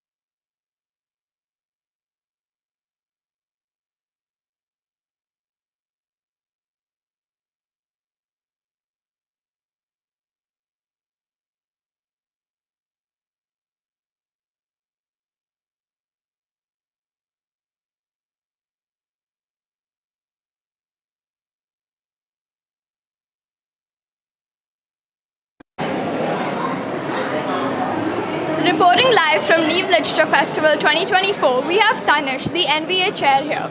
So how has it been doing this and being the NBA chair? Well, it's a huge experience. Like, we started in May, and I've been able to read all the NBA shortlisted books, which gave me a lot of insights into Indian literature. Then there was a retreat yesterday where I got to speak to a lot of different authors and get their perspectives on publishing, writing books, literature, and overall how this industry is going. So it's a very valuable experience, and I hope that I can help Neev Literature Festival become better this year. Are there any events that are happening today that you're most excited about? Well, the event I'm most excited for today is definitely the announcement of the Neev Book Award winner, because a lot of children from PYP&M to senior school have read the books, and they all have their own votes, they own their own perspectives on who will win. So being able to finally see the winner, it's a huge deal. Abdak tabdak tarar kudum, karna bidna tarar kudum. Abdak tabdak tarar kudum, karna bidna tarar kudum. Natak beatak chow chow chung, natak beatak chow chow chung. Oosh taranga boom bang boom, oosh taranga boom bang boom. Everyone. Oosh taranga boom bang boom, oosh taranga boom bang boom. Abdak tabdak tarar kudum, karna bidna tarar kudum. Abdak tabdak tarar kudum, karna bidna tarar kudum. Natak beatak chow chow chung, natak beatak chow chow chung. Oosh taranga boom bang boom. Oosh taranga boom bang boom, oosh taranga boom bang boom, oosh taranga boom bang boom. Sani da pa ma ga re sa, sa re ga ma pa da ni sa, sa re ga ma pa da ni sa, sa ni da pa ma ga re sa. Itku satak sulum, boo boo boo boo kutrenchi boom. Itku satak sulum, boo boo boo boo kutrenchi boom. Mishanchi resh, वेगवेगळे वेश, मिशांची रेश, वेगवेगळे वेश. आलीची आपली माकडाची शेपटी, जादूची भांडी टंग टिंग टुंग. आलीची आपली माकडाची शेपटी, जादूची भांडी टंग टिंग टुंग. गोष्ट रंग बूम बँग बूम. एव्हरीवन. गोष्ट रंग बूम बँग बूम, गोष्ट रंग बूम बँग बूम, गोष्ट रंग बूम बँग बूम, गोष्ट रंग बूम बँग बूम, गोष्ट रंग boom bag boom. Okay. Oh.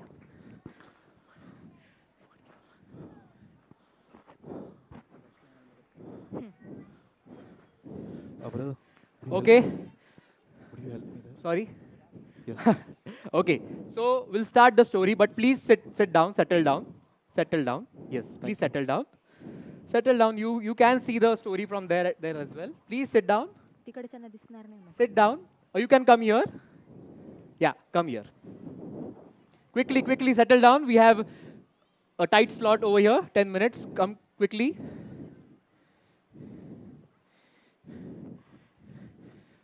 So as you can see, the story title, okay?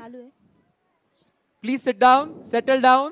If you are not sitting down, then we are not starting. Please sit down, settle down, please. Thoda sa piche. Yes. Okay. The story will be performed in English, okay? And if you stay quiet, then we'll perform the story, okay? Have your biscuit, have your chikki, okay? And don't talk with each other. Okay, so you can see the story's name is Little Jagdish and His Great Experiment. Okay? Now, before we begin the story, I'll ask you one question. Okay? If you know the answer, you can answer. Okay, thank you. What is the difference between invention and discovery? Can anybody answer? Yes. Wait a second. I'll have a mic. Can you just... Okay. Yes. Invention is creating something through other materials, but discovery is discovering a natural thing or something that ancient stuff have. Okay. Native and not you have not created, but long ago people or Okay. nature has created. Okay, thank you. What's your name? Dhruv. Dhruv. Okay. Any other answer for that question? Difference between invention and discovery?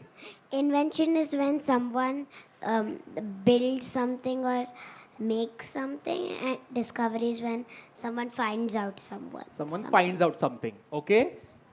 Sharada has raised up her hand. Invention is something that you have discovered and built. Uh, Discovery? Discovery is something that you discovered which has already been there for many years. Okay. Thank you, Sharda. And last. Okay. Sit down, sit down. Yes. Invention is something that someone made, and discovery is something that someone found. Okay. Okay. And last answer. Invention is something that someone made, like a car. Okay. And discovery is like you went to the dump and you discovered a old car. Oh, nice. What's your name? Raghav. Raghav. Okay. So now, second question. Okay. Now there's a second question as well. Okay. Second question is, do you know any inventor or any discoverer?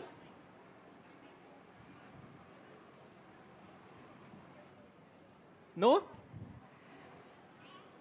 Thomas Alva Edison. Thomas Alva Edison. And what did he invent? The light bulb. The light bulb. Okay. Vincent van Gogh. Vincent van Gogh. What was he? A discoverer or inventor? A inventor that invented a canvas and painted it. Okay. And discovered the starry night and painted it on that canvas. Okay. Give the mic to her. Yeah. Oliver Evans. Okay. What did he invent? The refrigerator. The refrigerator. Okay. Anything else? Yeah. Give it to her. Please sit down. Yeah. Charles Darwin. Sorry? Charles Darwin. Charles Darwin. And what did he do? He discovered many animals. He discovered many animals, many species, right? And? Newton. Newton. What did he do? Discovered light. Discovered? Gravity and... Gravity. Gravity and Newtons. Newtons? Newtons is the force of... is the measurement of force. Right, right. Okay, okay. He invented them. He invented it. Okay, now, as all of the children, quite some of us know, okay, the difference between invention and discovery, and they also know some inventors and discoverers as well. Now, our story has a boy named Jagdish. Boy named Jagdish, okay? He's a boy named Jagdish over here. And he was also a discoverer. He was also a discoverer and an inventor as well. Now we'll see what did he discover and what did he invent, okay? So we'll begin the story. But before that, okay, I'll need three of you to come stand. Okay, three of you. Come and sit here. Sit here. Three of you, okay? Only three. Sit here, okay? And three of you come here. You come here. You come here. Only one. Yeah, you come here. And you. Okay, three people. In front of them. Sit in front of them. Okay? Why did we do this? I'll tell you. Okay? Please don't talk. Okay. These 6 children are 6 plants right now. Okay? Everyone got it? These 6 children are 6 plants right now. These 3 are budding plants. And these 3 are little grown-up plants. Okay? Everyone got the idea? Shall we start the story? Okay? We'll start the story of little Jagdish and his great experiment. Baba, Little Jagdish was barely 3 when he climbed up on Baba's knee. There awaited stories to hear, lands to explore, and friends who were dear. These short stories were much more than jungle tales of tigers that roar.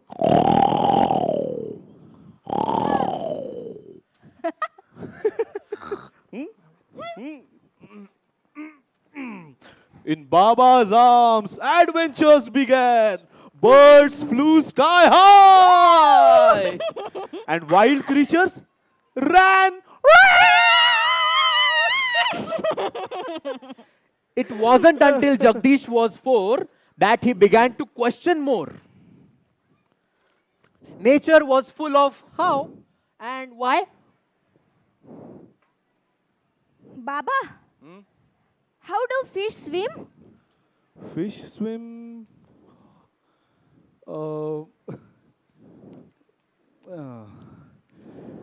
how do fish? Baba, Huh? how do birds fly? Why do birds fly? Why do birds fly? I'll ask your mom. Huh? Huh. In his first grade, his questions had grown. His curiosities took on a life of their own. Toys and gadgets were taken apart, plants dissected and admired like art.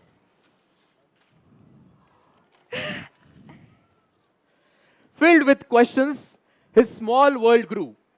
The more he asked, the more he knew. How do fish swim? Fish swim with their fins, right? Yeah, they swim with their fins. Yeah. Why do birds fly? Birds fly because bird bodies are made to fly, and they have light bones and they have specially shaped wings for flying. They move from cold places to warm places, and they fly because they have to save themselves from predators. Yeah. Why is the sky blue? The sky is blue because it reflects light from the sky. Oh, yes. Why there are only 7 colors in rainbow?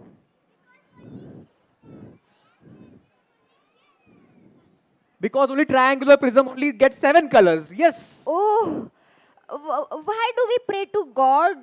Oh my God. Huh? God give us wealth, health, and more. But is there any God? Hey, please read your books. Please read your books. He loved to read books of all kind. Anything he wondered, the answer he would find.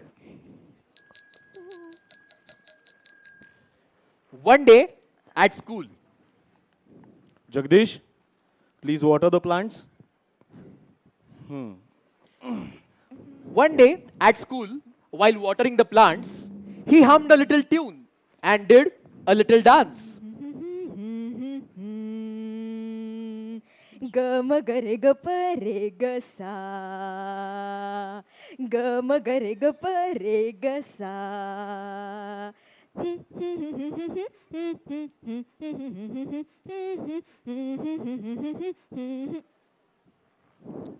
All of a sudden, with a small pop, an idea appeared and he came to a stop. I wonder if, like us, plants can hear too. Teacher, can plants hear too? His teacher listened and his bright eyes grew. No one knows. Mr. Pal said. Jagdish was stunned. He scratched his head. A question with no answer? How could that be? Surely. In a book, an answer will see. With that, Mr. Pal's excitement grew more. He saw that Jagdish had opened a door. Jagdish, Yes. in this world, mysteries abound. Books are not where all answers are found. So start with a question, as you have already done. Then, then make some guess. This is where it gets fun. Do some experiments, get some clues, write down observations, and see if your guess is true. With a book in his hand and a plan in his head, Jagdish set out to do what he said. 3 plants were placed where music played. A quiet room is where the other 3 stayed. Plenty of sun and water each day. He made sure that each was treated the same way. In his little notebook, it was pictures he drew, showing all the changes as his 6 plants grew. Jagdish was careful to observe each plant, its color, its leaves, how tall it would stand.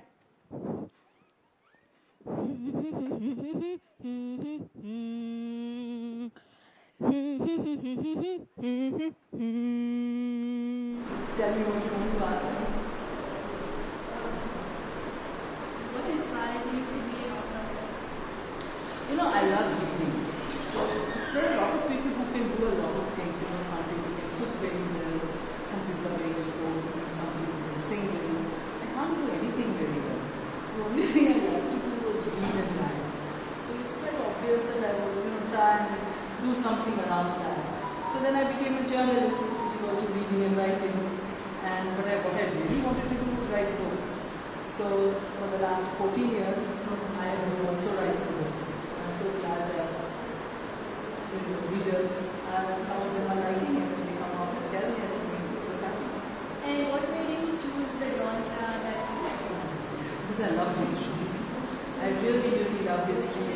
And I know a lot of kids, when I talk to them, they say that history is boring, it's full of dates, it's full of people who died long back, right? It's boring. And that's how I used to think in school. But when I started reading history for fun, it was so fascinating. Learning all these animals, stories about queens who is known about, stories about animals, stories about kings, stories written about. And so I realized that history is also a story. And ugly stories, full of horses and wars and sandals and swords and all that. And I love it. That's why I write about history. So do you feel it's important for children to know about past? I'll tell you why. Can I tell you why? Okay. If I tell you that history never dies, would you believe me? Probably not. What are you wearing? You're wearing jeans, right? You know when jeans was discovered? It was discovered in the 19th century by a gentleman called Neev, who wanted to make so strong, sturdy clothes for people who used to work in the mines and all. That's history. So the jeans you're wearing, that's history, right? Are you wearing earrings? No. Are you wearing, okay, the color that you're wearing, yellow, right? You know that there is history associated with that? That in ancient India, yellow was the color of spring. That is why when Holi is celebrated, marigold flowers were the flowers that we use. Vasant spring. Why? Because it's the color of Saraswati. So there is history everywhere. Like I showed you about this, right? This is history, right? Look at what I'm, the clothes that I'm wearing. This is linen. Linen used to be used to make the bandages that were used in Egyptian mummies. It's history. So history is everywhere. It never dies.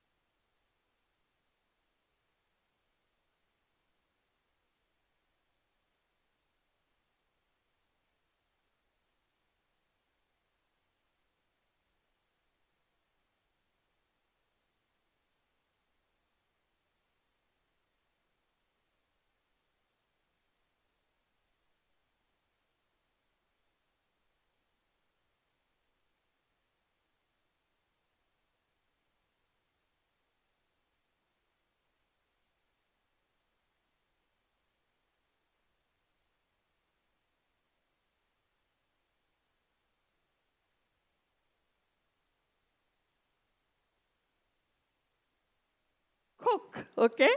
And now all grandmothers all over the world make great food. So all of us, let's all clap now. All of you clap for grandmothers.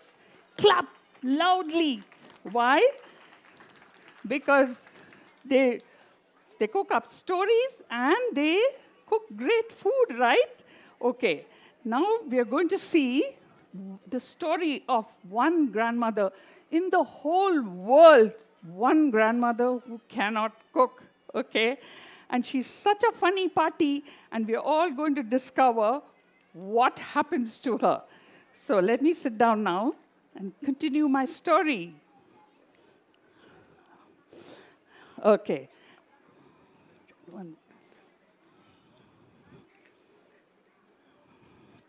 Can you see the screen? My grandmother can't cook, and at the end of the story, you all will realize who this grandmother is. She may be in this room, right? Okay? You already guessed? Don't tell anyone. No, don't tell anyone. Okay? Okay. Now, this is a story. This is a story, and I'm going to show you. I'll read only part of the story, and the rest of the story you have to go home and read. Okay? So I'm going to show you the story of, who's that? That's a little boy called Neil. Okay? Anybody's name Neil over here in this room? Your friend's name is Neil? Really?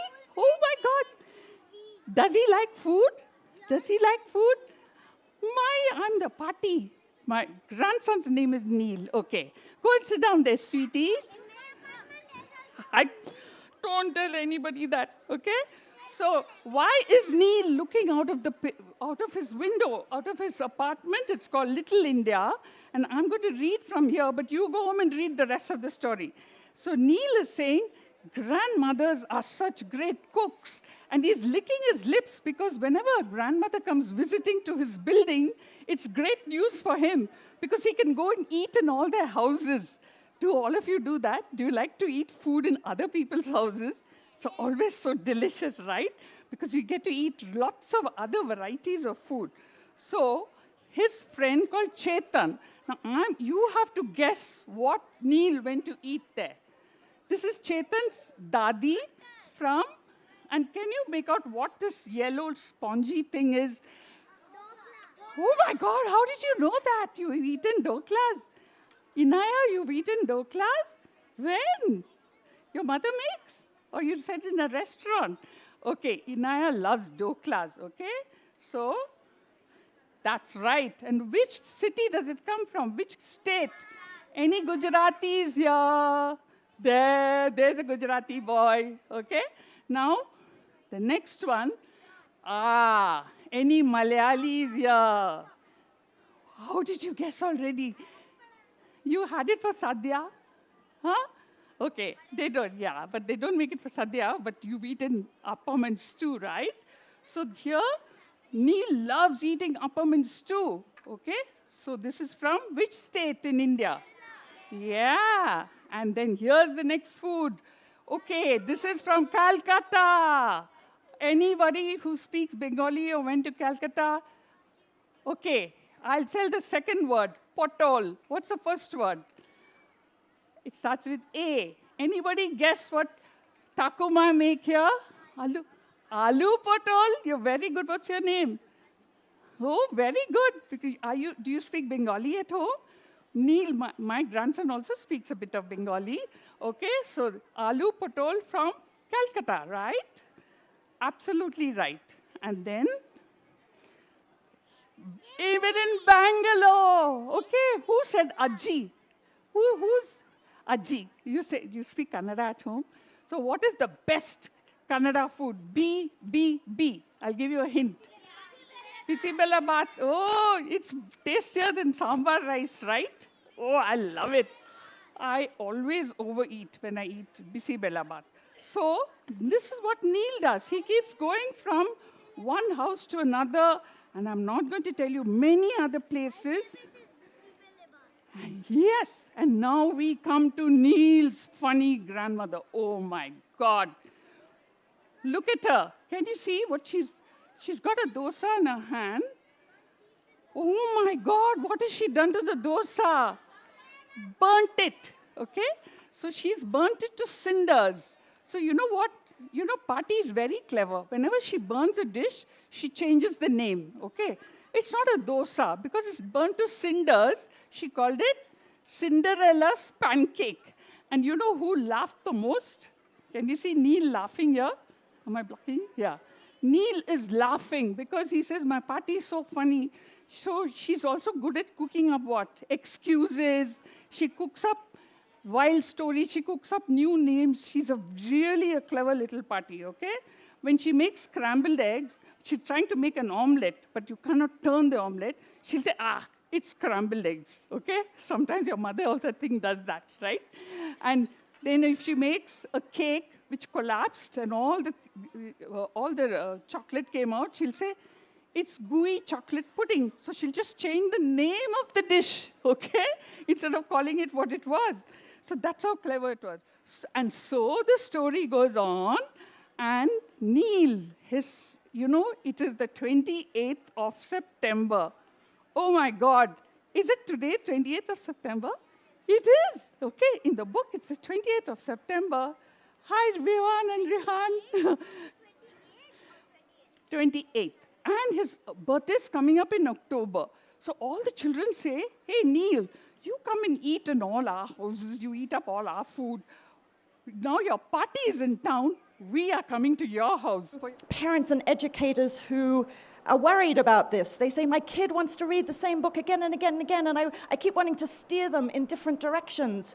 However, here is my argument for reading a book again and again and again. Children do not have very much power. They do not have much agency in their lives. They are mostly told where they are going to go and at what time and how they are going to do the next things that they do in their lives. But with a book, they know how that book is going to end. They can return to that book and have the safe knowledge of where that story is going to go, and there is enormous comfort in that for a kid who maybe doesn't know what else is going to happen. They know that thing. And to return to something that we know as adults, I certainly do, reread books that I know and love. There is also academic research to show that a child who reads 4 books 5 times each will retain far more vocabulary words than a kid who reads 20 individual books. So there is your academic argument for rereading books. And as a bookmaker, I love it when a parent says to me with something of a grimace, "Oh, we've read your book 1,000,000 times."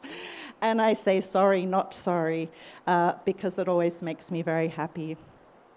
So, the next thing that is most important to me, we've given a kid a cover that is a book that they want to pick it up. How do we get them to keep reading this book? How do we get them to turn the page, which is what reading is all about, right? It is how are they going to turn that page to keep reading that book and then read another book and another book and another book. So this is where I get into the weeds as an illustrator. I'm going to show you a few spreads of different books of how I have tried to create a page turn that will make a child want to keep reading. In Hello Lighthouse, in which the illustrations all take place either inside the lighthouse or outside the lighthouse. Inside the lighthouse, the family story takes place in circles, and as the pages go along, the circles get bigger and bigger in the spread until we get to the woman in labor. It says, inside the lighthouse, the woman walks around and around the room. Her husband boils water and helps her breathe in and out. He tends the light and writes in the logbook. And I always say to kids, what's going to happen next? And they know what's going to happen next. Also, by the way, boiling water for husbands is just to keep them busy. There's no real need for them to boil water. It's just while the woman is doing the work, give the man a job to do. And notes the birth of their child. And then there are no more circles except on the quilt and the rug, because the birth of a child takes up the whole world. Here's another one. Beyond the breakers, they all look up. Goodbye, lighthouse. Goodbye, goodbye, goodbye. So they are leaving. The boat is going. You want to turn the page. Is this the end? What's going to happen? On the highest rock of a tiny island at the edge of the world stands a lighthouse. It is built to last forever, sending its light out to sea. The fog rolls in and the fog rolls out. The waves rise and crash. The wind blows and blows. Hello, hello, hello. And we see that they are not actually going that far after all. They're just going to land.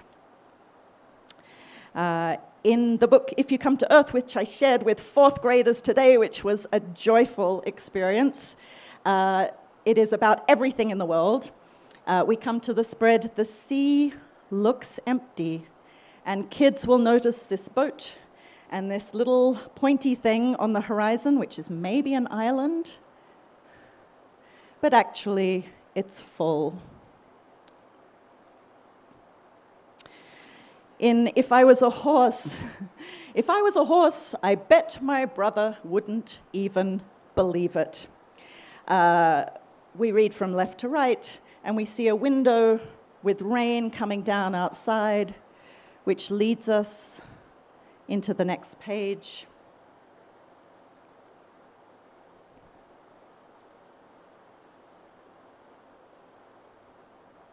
If it was raining, I wouldn't care. I would roll in the mud and laugh and laugh. Nobody could make me take a bath. I have had a number of emails from parents who say their children no longer want to take a bath after reading this book. I feel only mildly responsible.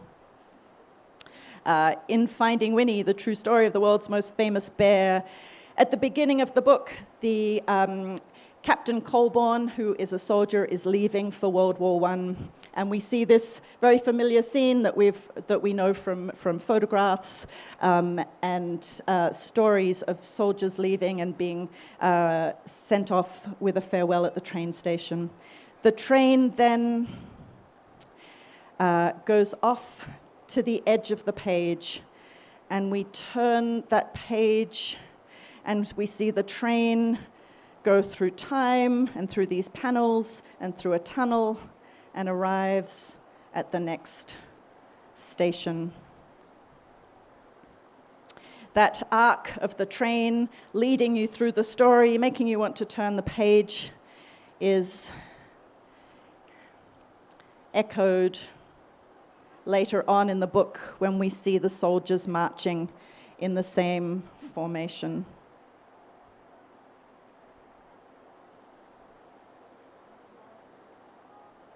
And that first scene where everybody is saying goodbye to their loved ones at the station.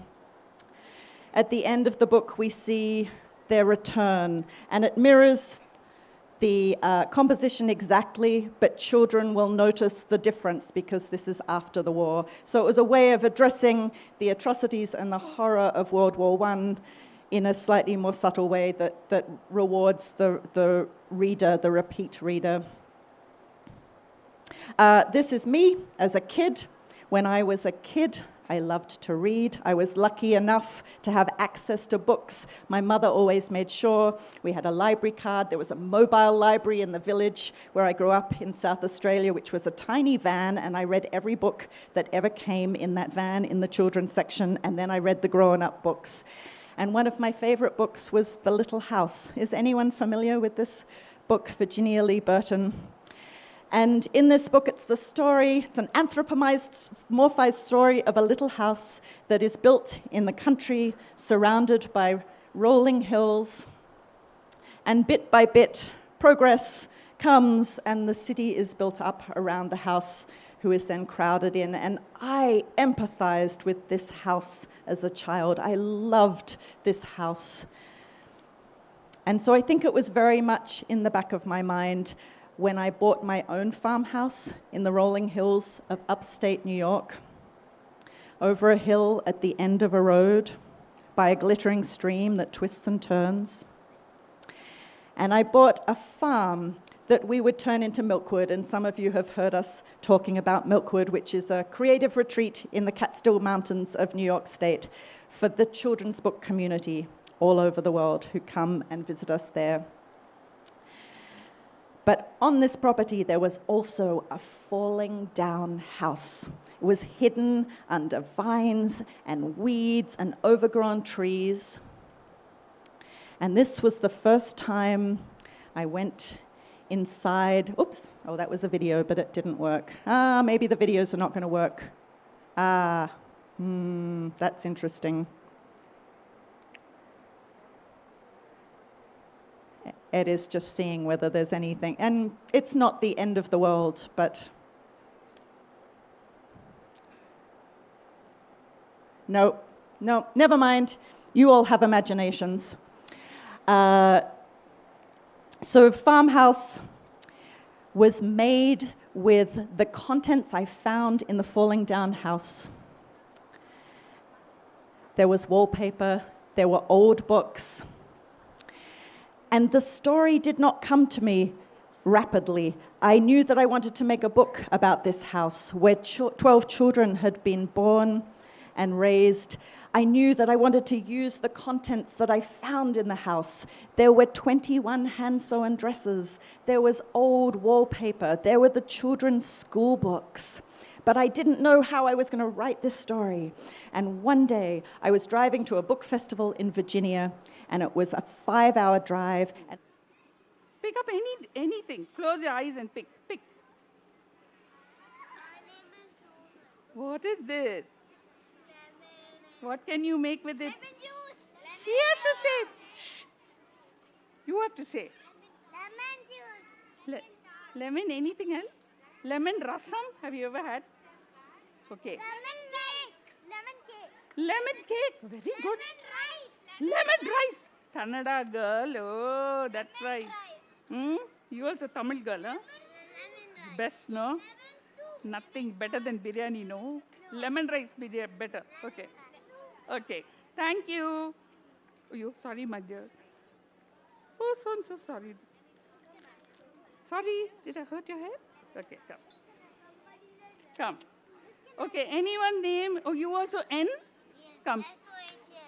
Oh, okay. Pick up any vegetable. Oh, look what he's picked up what? Cheese. What can you make with cheese? Cheese sandwich. Anything you can make with cheese. Pizza. Margarita pizza. What's your favorite pizza? Huh? Very good. Green cheese. You like green cheese? I hate green cheese. Okay. Blue cheese? No, I hate it. Okay. Next, come. Okay. Anyone name starting with M? M. Come. What's your name? Maya, of course. Come, Maya. From there only you pick up anything. Okay, fine. Pick up anything from here. Thank you for reminding me. Onion, what can you make with onion? Onion sambar. Huh? Onion Onion sambar. sambar. Again, the South Indians are ruling them. Tell me something from the North. Salad. You always put onions in salad, right? Okay. Onion chutney.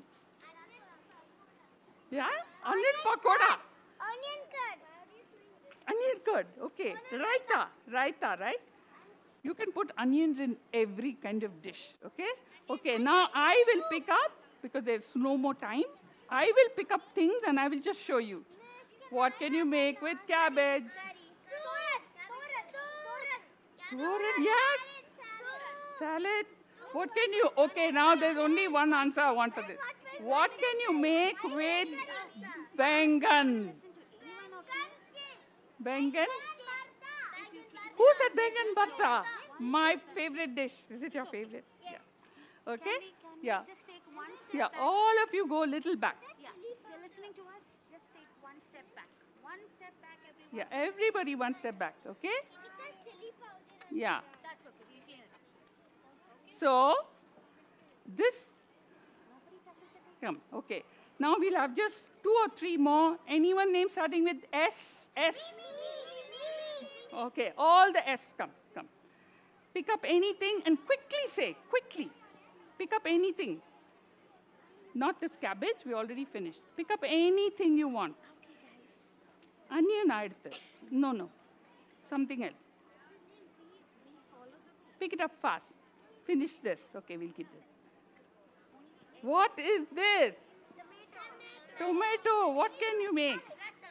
Huh? Rasam. You like rasam? Yeah. South Indian. Okay. What can you make with? Yeah. You take. Are you with S? Yeah. What's your name? Okay. What can you make with this, Shriti? Curry. Yeah. And there's one more thing you can make. Cauliflower manchu. Yeah, gobi manchurian. Okay? So, yeah, you can. You can pick up anything very fast. Can I pick up? Yeah, what is this? Aloo? Potato. Million things to make. Yeah. Okay. French fries. So, okay. Yeah, you're next. Pick up anything fast. Aloo paratha. Yes. All of you. Yeah. Hold it up. What is this? Apple. Okay. With so many apple tart. Don't say apple juice. So boring. Say something else. Apple tart. Okay. Apple crumble. Come. Apple crumble. You know, he said my favorite dish. Apple crumble. Oh, clever. Okay. Thank you. All of you go sit down now. Okay? Okay, come. Okay, you're the last one. Can I pick one? You can. Quickly. Both of you take one. Fast. It is a female. Yeah. Quickly say your dish and go and sit down. It is a female. Capsicum somebody took. What can you make with capsicum? I choose a cat. Okay. It's a Beetroot, right? Okay. What can you do with beetroot? You can make beetroot curry, right? Yeah, beetroot juice. Okay? Okay. What, Rehan? Come. See? He's an expert here. Going to be a cook, I think. Okay? Thank you. Yeah, you keep it with you. Okay? Now we are going to play. Okay, done. Yeah, correct. Okay, put it back here. Now we are going to play. Now all the parents, you can help your children. We're going to have a little quiz on the foods of India. Okay, first of all, who makes the best food? Who has the greatest variety of food in the whole world? Thank you. Okay. Yeah.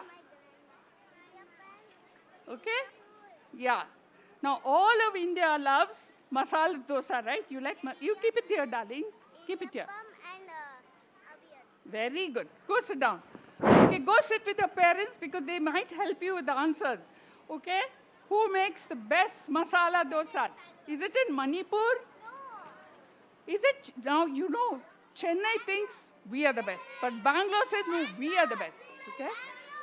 Bangalore is better? Who thinks Bangalore is better? I think so. Even though I'm from Chennai, right? Don't tell all my cousins in Chennai, don't tell my perimas and my parties and my attes that I said this. But Bangalore makes better masala dosa. I'll tell you a relative. No, don't tell. Please don't tell. Your mother's from Chennai, I'm from Chennai. I know, I spoke to her. Okay, so, sorry. I think Chennai and Bangalore. See how diplomatic I am? I put both. Okay. Grandmom is from Chennai. Grandmom. Okay. Okay, did you know Aita? Do they make momos or pani puri? And it was already enormous, so I made a stenciled wallpaper instead. You will see the little kid down here is having his own way with the wallpaper with his hands dipped in paint. When it came time to show the house becoming taken over by nature, when it began to disintegrate, I had a choice to try and remake this art with all of the continuity details or to destroy the original art. And so I took a deep breath and destroyed the original art. And it was so much fun. I used the fabric, as I said, from the dresses to make little details. Everything else was painted and cut out and arranged. And this is a film which probably won't play. Oh, what do you know? Magic. Which just shows the building of putting some of these pieces in place. This was my pandemic project, and I felt that I was living in this house. It was incredibly satisfying. It was like playing with paper dolls. I will skip along so you get the idea. The curtains were made out of the real curtains in the house.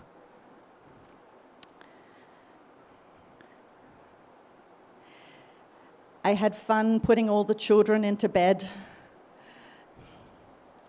And I actually painted their entire bodies and all their clothes, and then painted their blankets and put them over the top and painted the pillows, even though you don't see any of that stuff underneath, because it made me think about how we don't see all the layers of history. We go into an old house and we have this sense of who might have walked there before us, who might have lived in this house, the conversations they might have had, and we don't really see them. So in my mind, this art is layers that won't be seen by most people, but I know they're under there.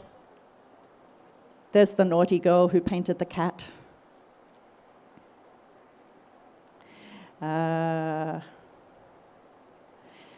The rolling hills were, of course, inspired by the hills around Milkwood and the original Virginia Lee Burton drawings that inspired me in the first place. I did a big mural while I was practicing the landscape. This is at Milkwood. I picked flowers. I looked at clouds. This was the original pump organ that was in the house, and again, this has music with it of my cousin playing what was left in that wheezy old organ, which is a kind of heartbreaking sound, but you'll have to imagine it. And then this too has more heartbreaking wheezy organ music that shows just how everything was put together, cutting out the pieces. It was my editor's idea to end it this way, with putting myself in the book, which originally I was quite uncomfortable about, but she said, this book has become more and more true as you have gone along, and so it seems that you should end it with this story. One of the most wonderful things about doing this book, and indeed any book, is sharing it with children and then seeing what they do in response. This was a pre-K student in Singapore. This was their farmhouse, which I love so much. There was a school in Texas, and they did a collaborative class-wide project where they built their own farmhouse out of shoeboxes. There was a school in Vermont, and it was a school-wide project where they all looked at this photograph and then they reconstructed it themselves in community groups across the school of all different ages, and they all drew what they want to be when they grew up. And this one just about killed me. This is a kid called Wyatt, and his mum sent me this, that he loved the book Farmhouse.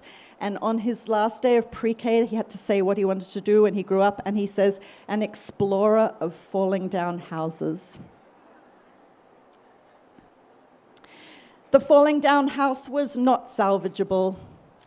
And so one day a bulldozer came, and you have to imagine very dramatic music. And when I'm showing this to kids, I say, they get very sad, and they say, can I come and see this farmhouse? And I have to say, no, it came down. But I said, but do you want to see the bulldozer come and crunch it up? And of course they do, because who wouldn't want to see a bulldozer come and crunch up a house?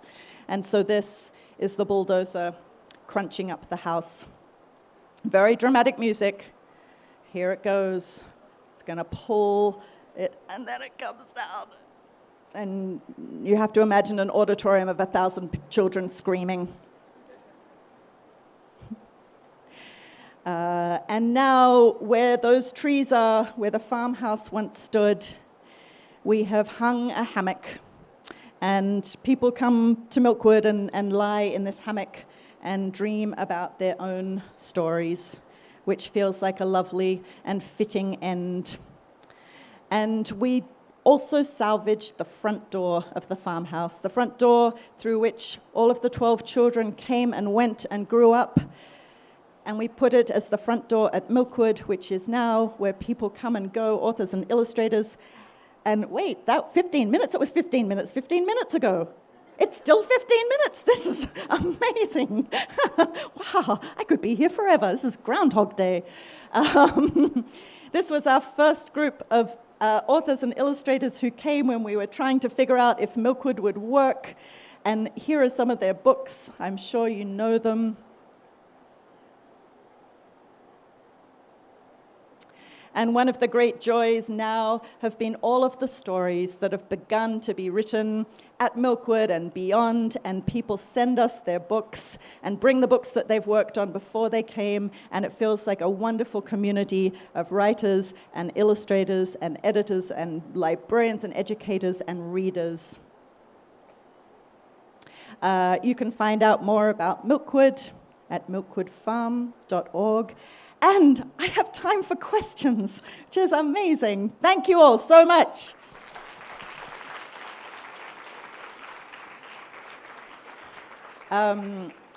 If indeed there are any questions. Yeah, so do you have any questions? We'll just come along. Okay. So I'm really curious. The family that lived there, have they come back? Have all the descendants? There must be a ton after 12 kids. There are a ton, and they live in the valley. And I was a little worried, maybe. How will they feel about this? And I had talked at length with the youngest son of the youngest son, who is now in his 80s. And he was the one who gave me the photograph and all the stories, and he was delighted. He lives just down the road. But bit by bit, all of these other descendants from the family have come by, and they're all thrilled, which is so lovely. It's been a really, really nice element of it. But also, it feels universal in that way that almost everyone has some connection with an old house. I spoke to a librarian who was in tears. He said reading this book reminded him, he's a librarian in an elementary school where he went as a kid and where his father taught when he was a child, and where his own kids now go, and this school is being torn down. It's old. They've built a new one nearby, and that's going to be better for everybody, but he can't help feeling the loss of everything that was in those walls, which is what it's all about. Yeah. Hi. Thank you, Sophie. That was beautiful. Yes. I had a quick question. I mean, that this was born out of such a beautiful, true story. And yet, you know, the way we layer fact and fiction in the telling of our stories. So, you know, where does one start and the other begin? I mean, when you take certain liberties with people's stories, and how did you go about that? Yes, I mean, we could talk about that all day, right?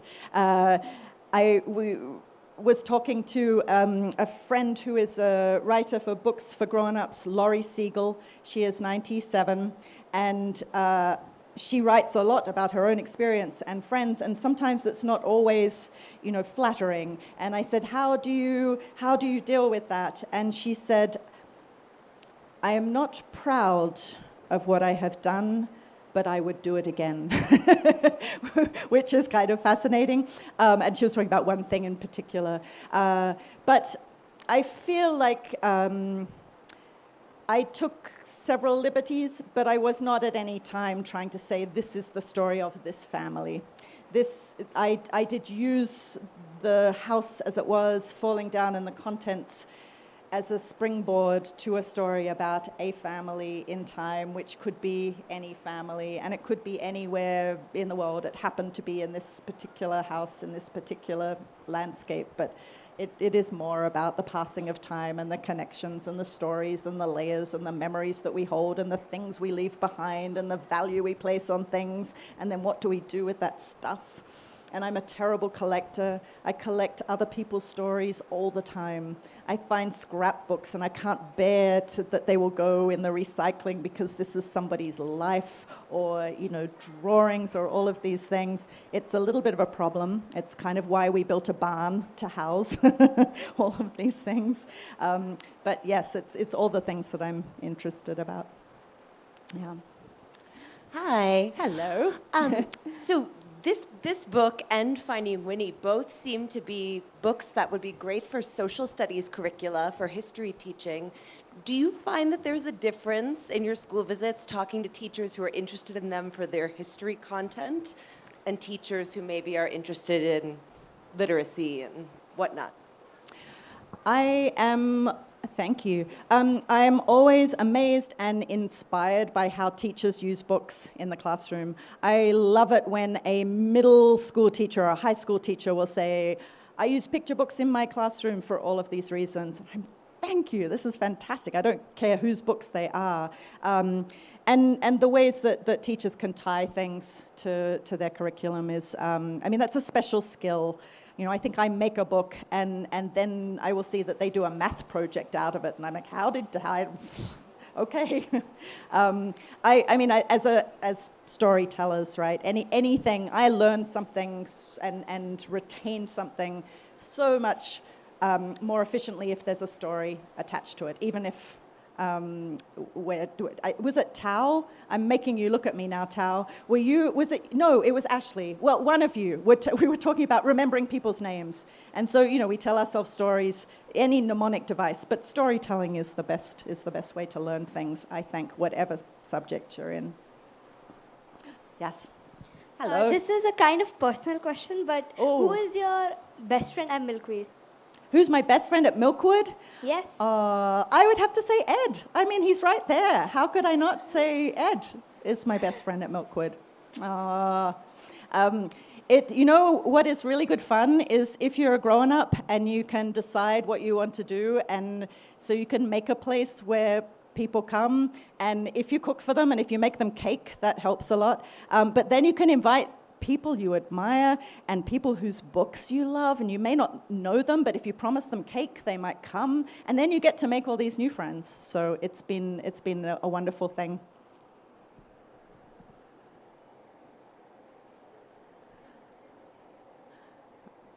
Are we? Anyone else have any questions? I'm just curious if there are a lot of your own lived experiences, memories that find, you know, or your own stories that find space in the book? Yes. I mean, I think we always put ourselves into our work, right? Even if maybe we don't realize that. Tanu na na, tanu na na. आज इतवार की सुबह थी और सिर्फ रोबी काकू की दुकान खुली थी। गोपू के घर से कुछ 740, 741, 742। 742 कदम दूर। आज तक वो इतनी दूर कभी अकेले पहले नहीं आया था, पर आज उसके दिमाग में कुछ और ही चल रहा था। गोपू उम्मीद कर रहा था कि उस पर किसी का ध्यान न जाए। 743, 744, 745, सॉरी। अरे गोपू? पर किसी ने उसे देख ही लिया। गोपू, इधर आ। हरिदा, इधर आ। हाँ। कहाँ जा रहा है? हाँ?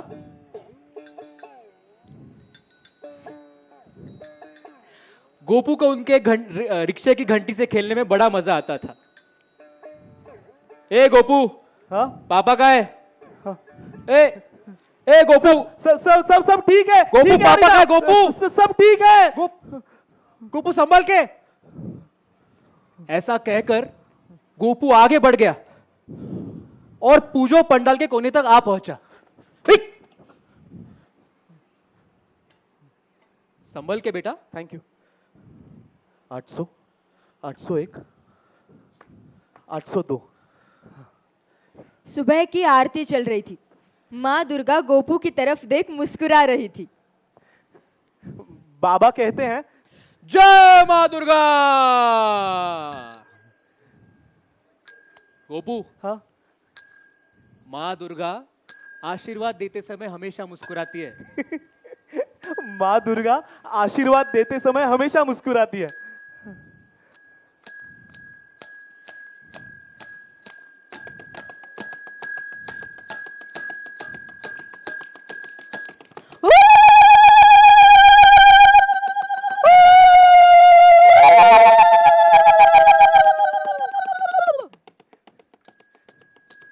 अब सिर्फ 5 कदम, फिर मेन रोड। 804, 805, 806, 807। ढाकियों की आवाज धीरे धीरे कम होने लगी और गाड़ियों की पौ पौ का शोर बढ़ने लगा।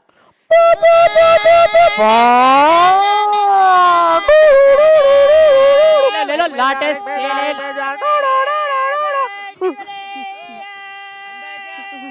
सॉरी। चलो लाटे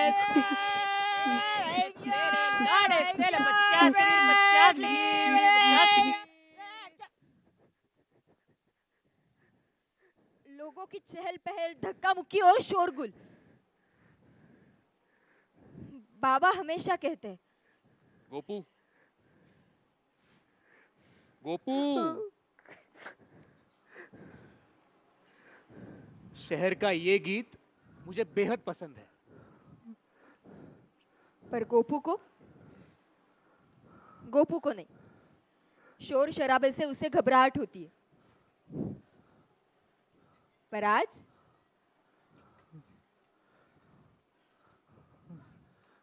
आज वो आगे बढ़ता जा रहा था। तानु नाना, तानु नाना, तानु नाना, तानु नाना। गोपू सांस थामकर बाजार में दाखिल हुआ।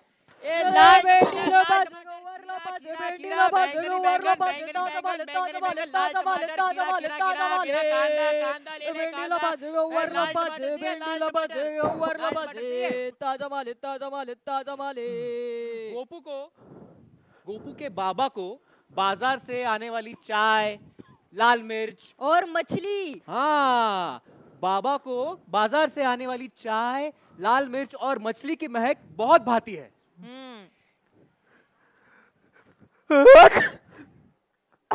पर गोपू को नहीं। गोपू को नहीं। मिर्ची के महक से उसे छींक आने लगती है।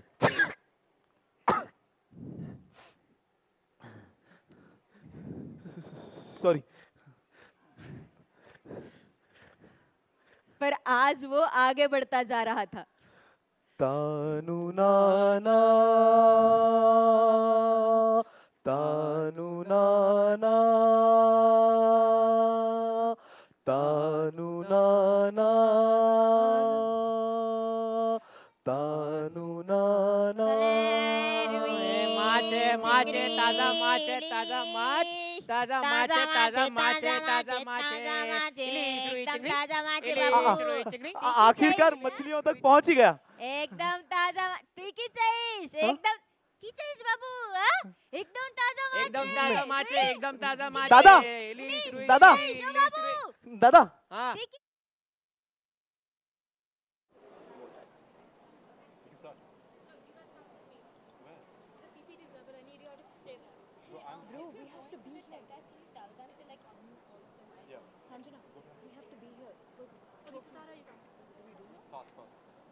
Unmute all the mics.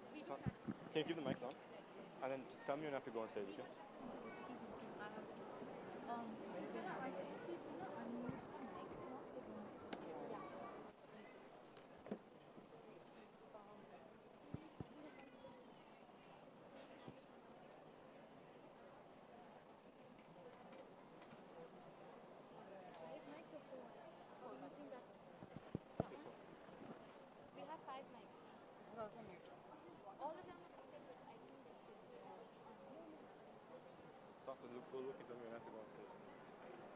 When there are enough people.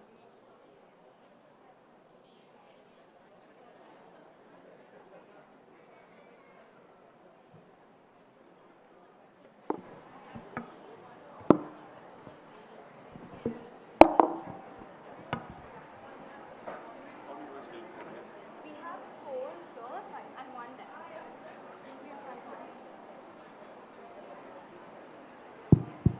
Chill.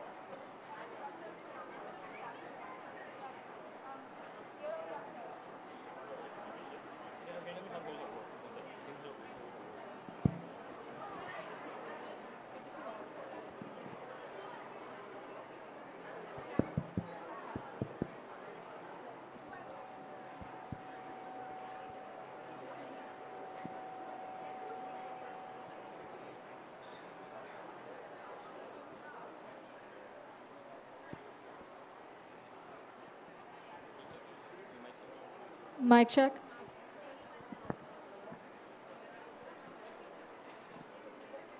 Keep it one next to each other.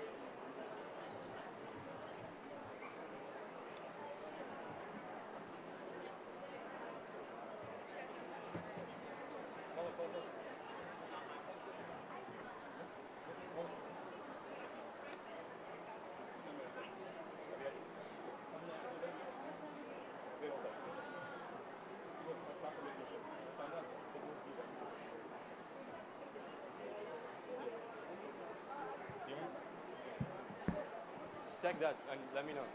So when she gives me a signal, you basically go up and say you come back on TV like that, right? This will get everyone's attention. We just need to make sure a few things are said and then we start. Just 1 minute, 2 minutes. Sir?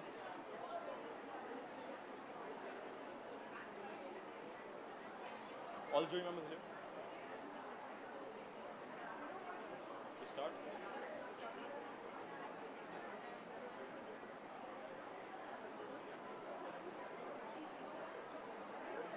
Sanjana, is she there? I have no clue.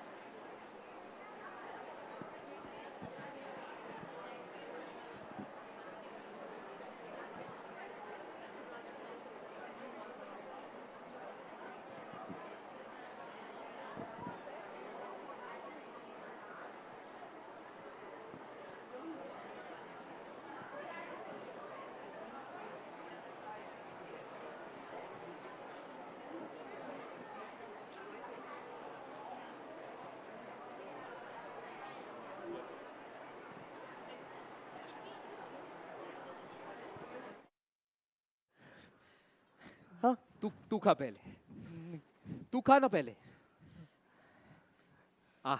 Gopu ने बाबा को गाड़ियों की पौ मछलियाँ और drum के बारे में खूब बताया। बाबा की तबीयत भी अब पहले से बेहतरीन लग रही थी। इतनी बेहतरीन कि शाम को दोनों ने मिलकर अपनी भाजा बनाई। हाँ वाह तानु ना ना ना ना ना ना ना ना ना ना ना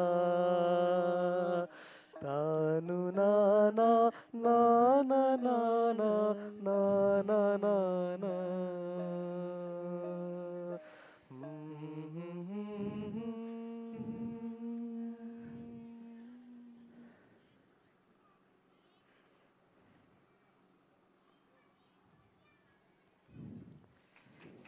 Thank you. Thank you.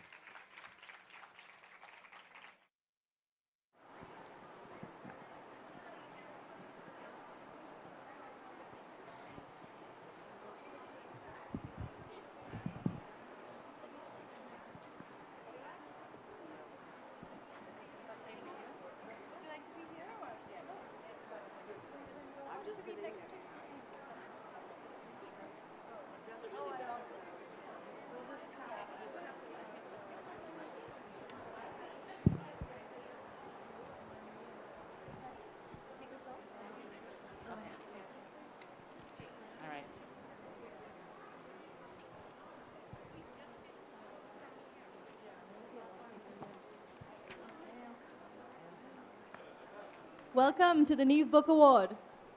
We're doing things a little differently this year. In previous years, our shortlist celebrated titles in 4 age-oriented categories: picture books that would appeal to any age group, emerging readers for newly independent readers, junior readers for the middle grades, and young adult for our teens. From these, one title from each category won the honor and a cash prize. Since we started the award, we've noted a quiet expansion in the kinds of books being developed for young people and the range of ages they would appeal to. Therefore, we decided to dissolve the 4 separate shortlists and instead to create a single shortlist of honors, regardless of audience, age, and format. This year, we received 141 submissions from 26 publishers. From this very long list, we debated and negotiated a shortlist of 8 titles. Each title in our shortlist this year will receive a cash prize of 1 lakh rupees, of which 50,000 is set aside for a promotional tour. The winner will take home an additional cash prize of 3 lakh rupees and the stunning NBA trophy. And now for our shortlist in alphabetical order by title. Okay, here we go. What is a life well lived? In simple terms, it is a life in which one has seen 3 generations or 1,000 full moons. In Tamil, this celebration is called Sahasra Purna Chandrodayam. When an accident prevents Nila's Muttashi from celebrating her 1,000th moon, the family rallies to care for the octogenarian. But a burst of creativity brings the moon to her great-grandmother. Shobha Vishwanath's picture book gently reminds the reader of the enduring connection between generations. Kirtana Ramesh's handmade, highly intricate, and most spectacular paper cut art infuses charm and heart into the story.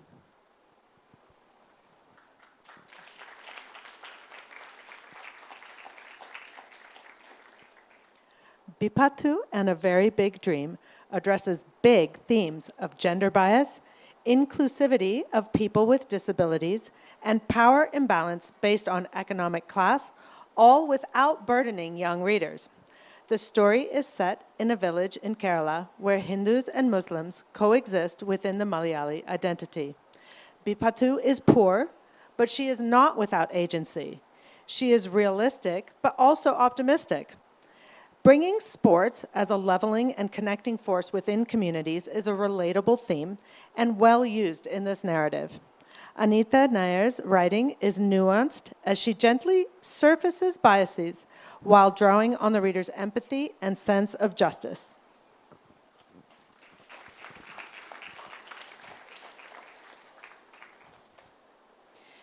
Mythical creatures have occupied the imagination of generations.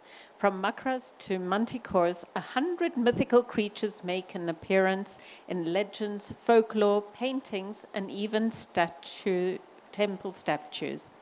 Our intrepid young adult narrator navigates murky waters, hacks through dense jungles, and scrambles up steep mountains to collect, verify, document, and even map these creatures. C.G. Salamander's powerful and driving narrative deftly alludes to the link between India's mythical creatures and those of other cultures, countries, and mythologies, as Sheena Davya's spectral art conjures them back to life. But are these mythical creatures fact or fiction? Only the reader can decide.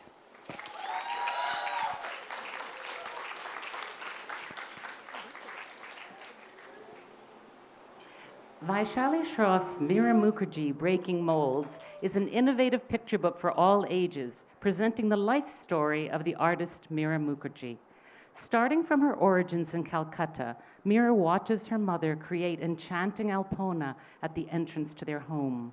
She later travels to Europe, where she continues to see and feel, absorbing the artistic styles of modern masters, and eventually returning to India, where she develops her own unique style of sculpture. She finds inspiration in nature and indigenous cultures through a process of reflecting, creating, and transforming. Shivam Chowdhury's artwork is superb, making the interactive nature of the text even more engaging.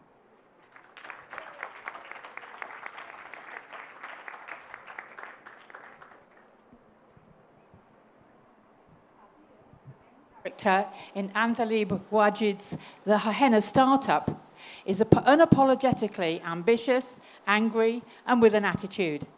In this first-person narrative set in Bangalore, Abir navigates family and romantic relationships in a changing society. When Abir discovers that her mother has not been paid for her work, she boldly challenges the exploiter. She and her friends devise a clever tech solution to ensure the situation never repeats. The story challenges norms and interprets the plot of enemies becoming friends in ways that artfully address concerns around class and gender.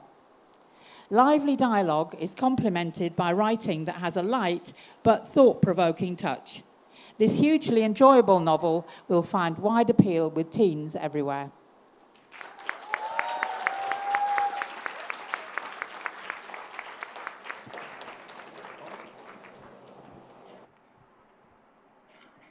Good evening.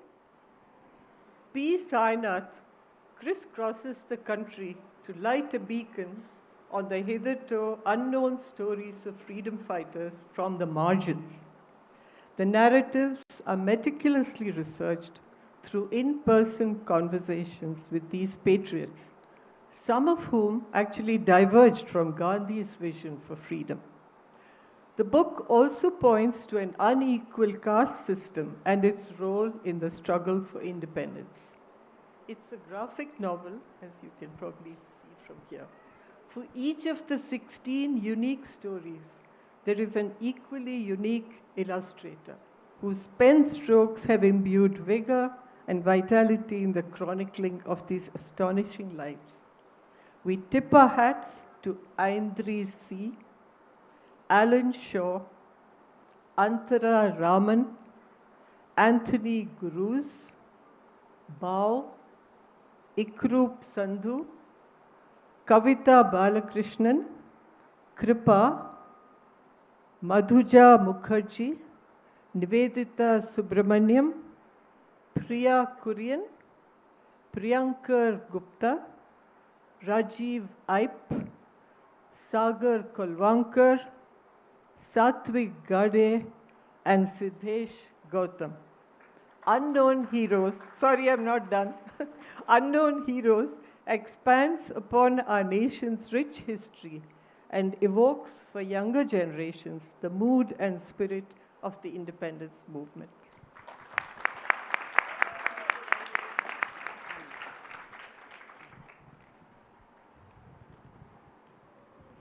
Priyadarshini Gogoi's When We Are Home captures the aspirations of Moromi, a little girl in rural Assam, nostalgic for home.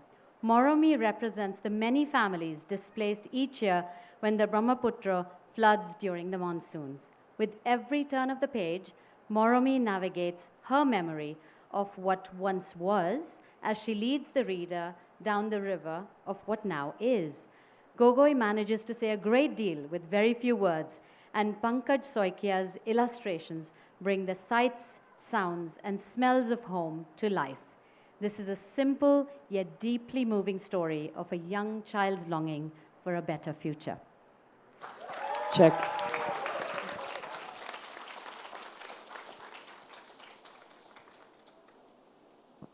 In this coming-of-age romantic epic set in cosmopolitan Mumbai, we follow two intriguing women, Zen, a Hindu-Muslim Bora, and her namesake great-grandmother, Zainab, whose 1930s diary reveals a spirited young woman accidentally caught in India's freedom movement. The narrative spans two eras, from the Straits of Malacca to Chicago, blending Mumbai's rich history with the lived complexities of religious and political tension. Each chapter starts with a musical interlude. The playlist begins with Mere Desh Ki Dharti, referencing Sona, Hire, Moti. Shabnam Minwala's knowledge and deep love for Kalaba and Mumbai's fascinating characters sparkles through every page turn.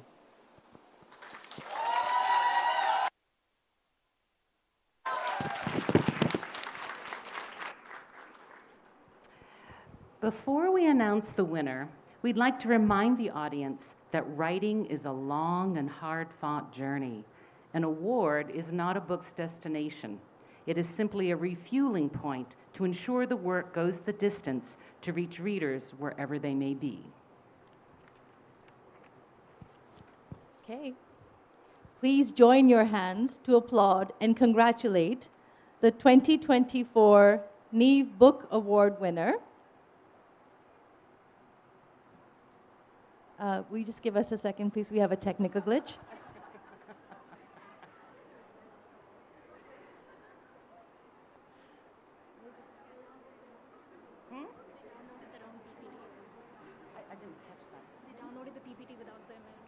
Oh, they didn't download the right. Okay. Got it. The Henna Startup by Andali Wajid, published by Duckbill Books, an imprint of PRH India. We invite the author to the stage to receive the award.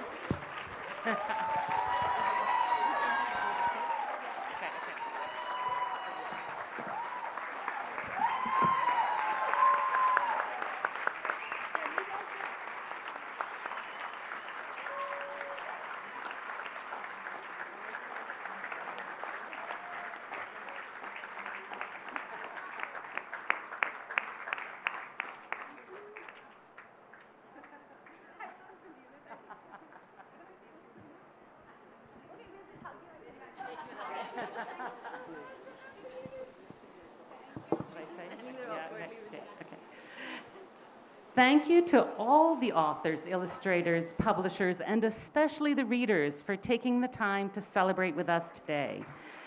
This concludes the Neev Book Award ceremony. Until next time.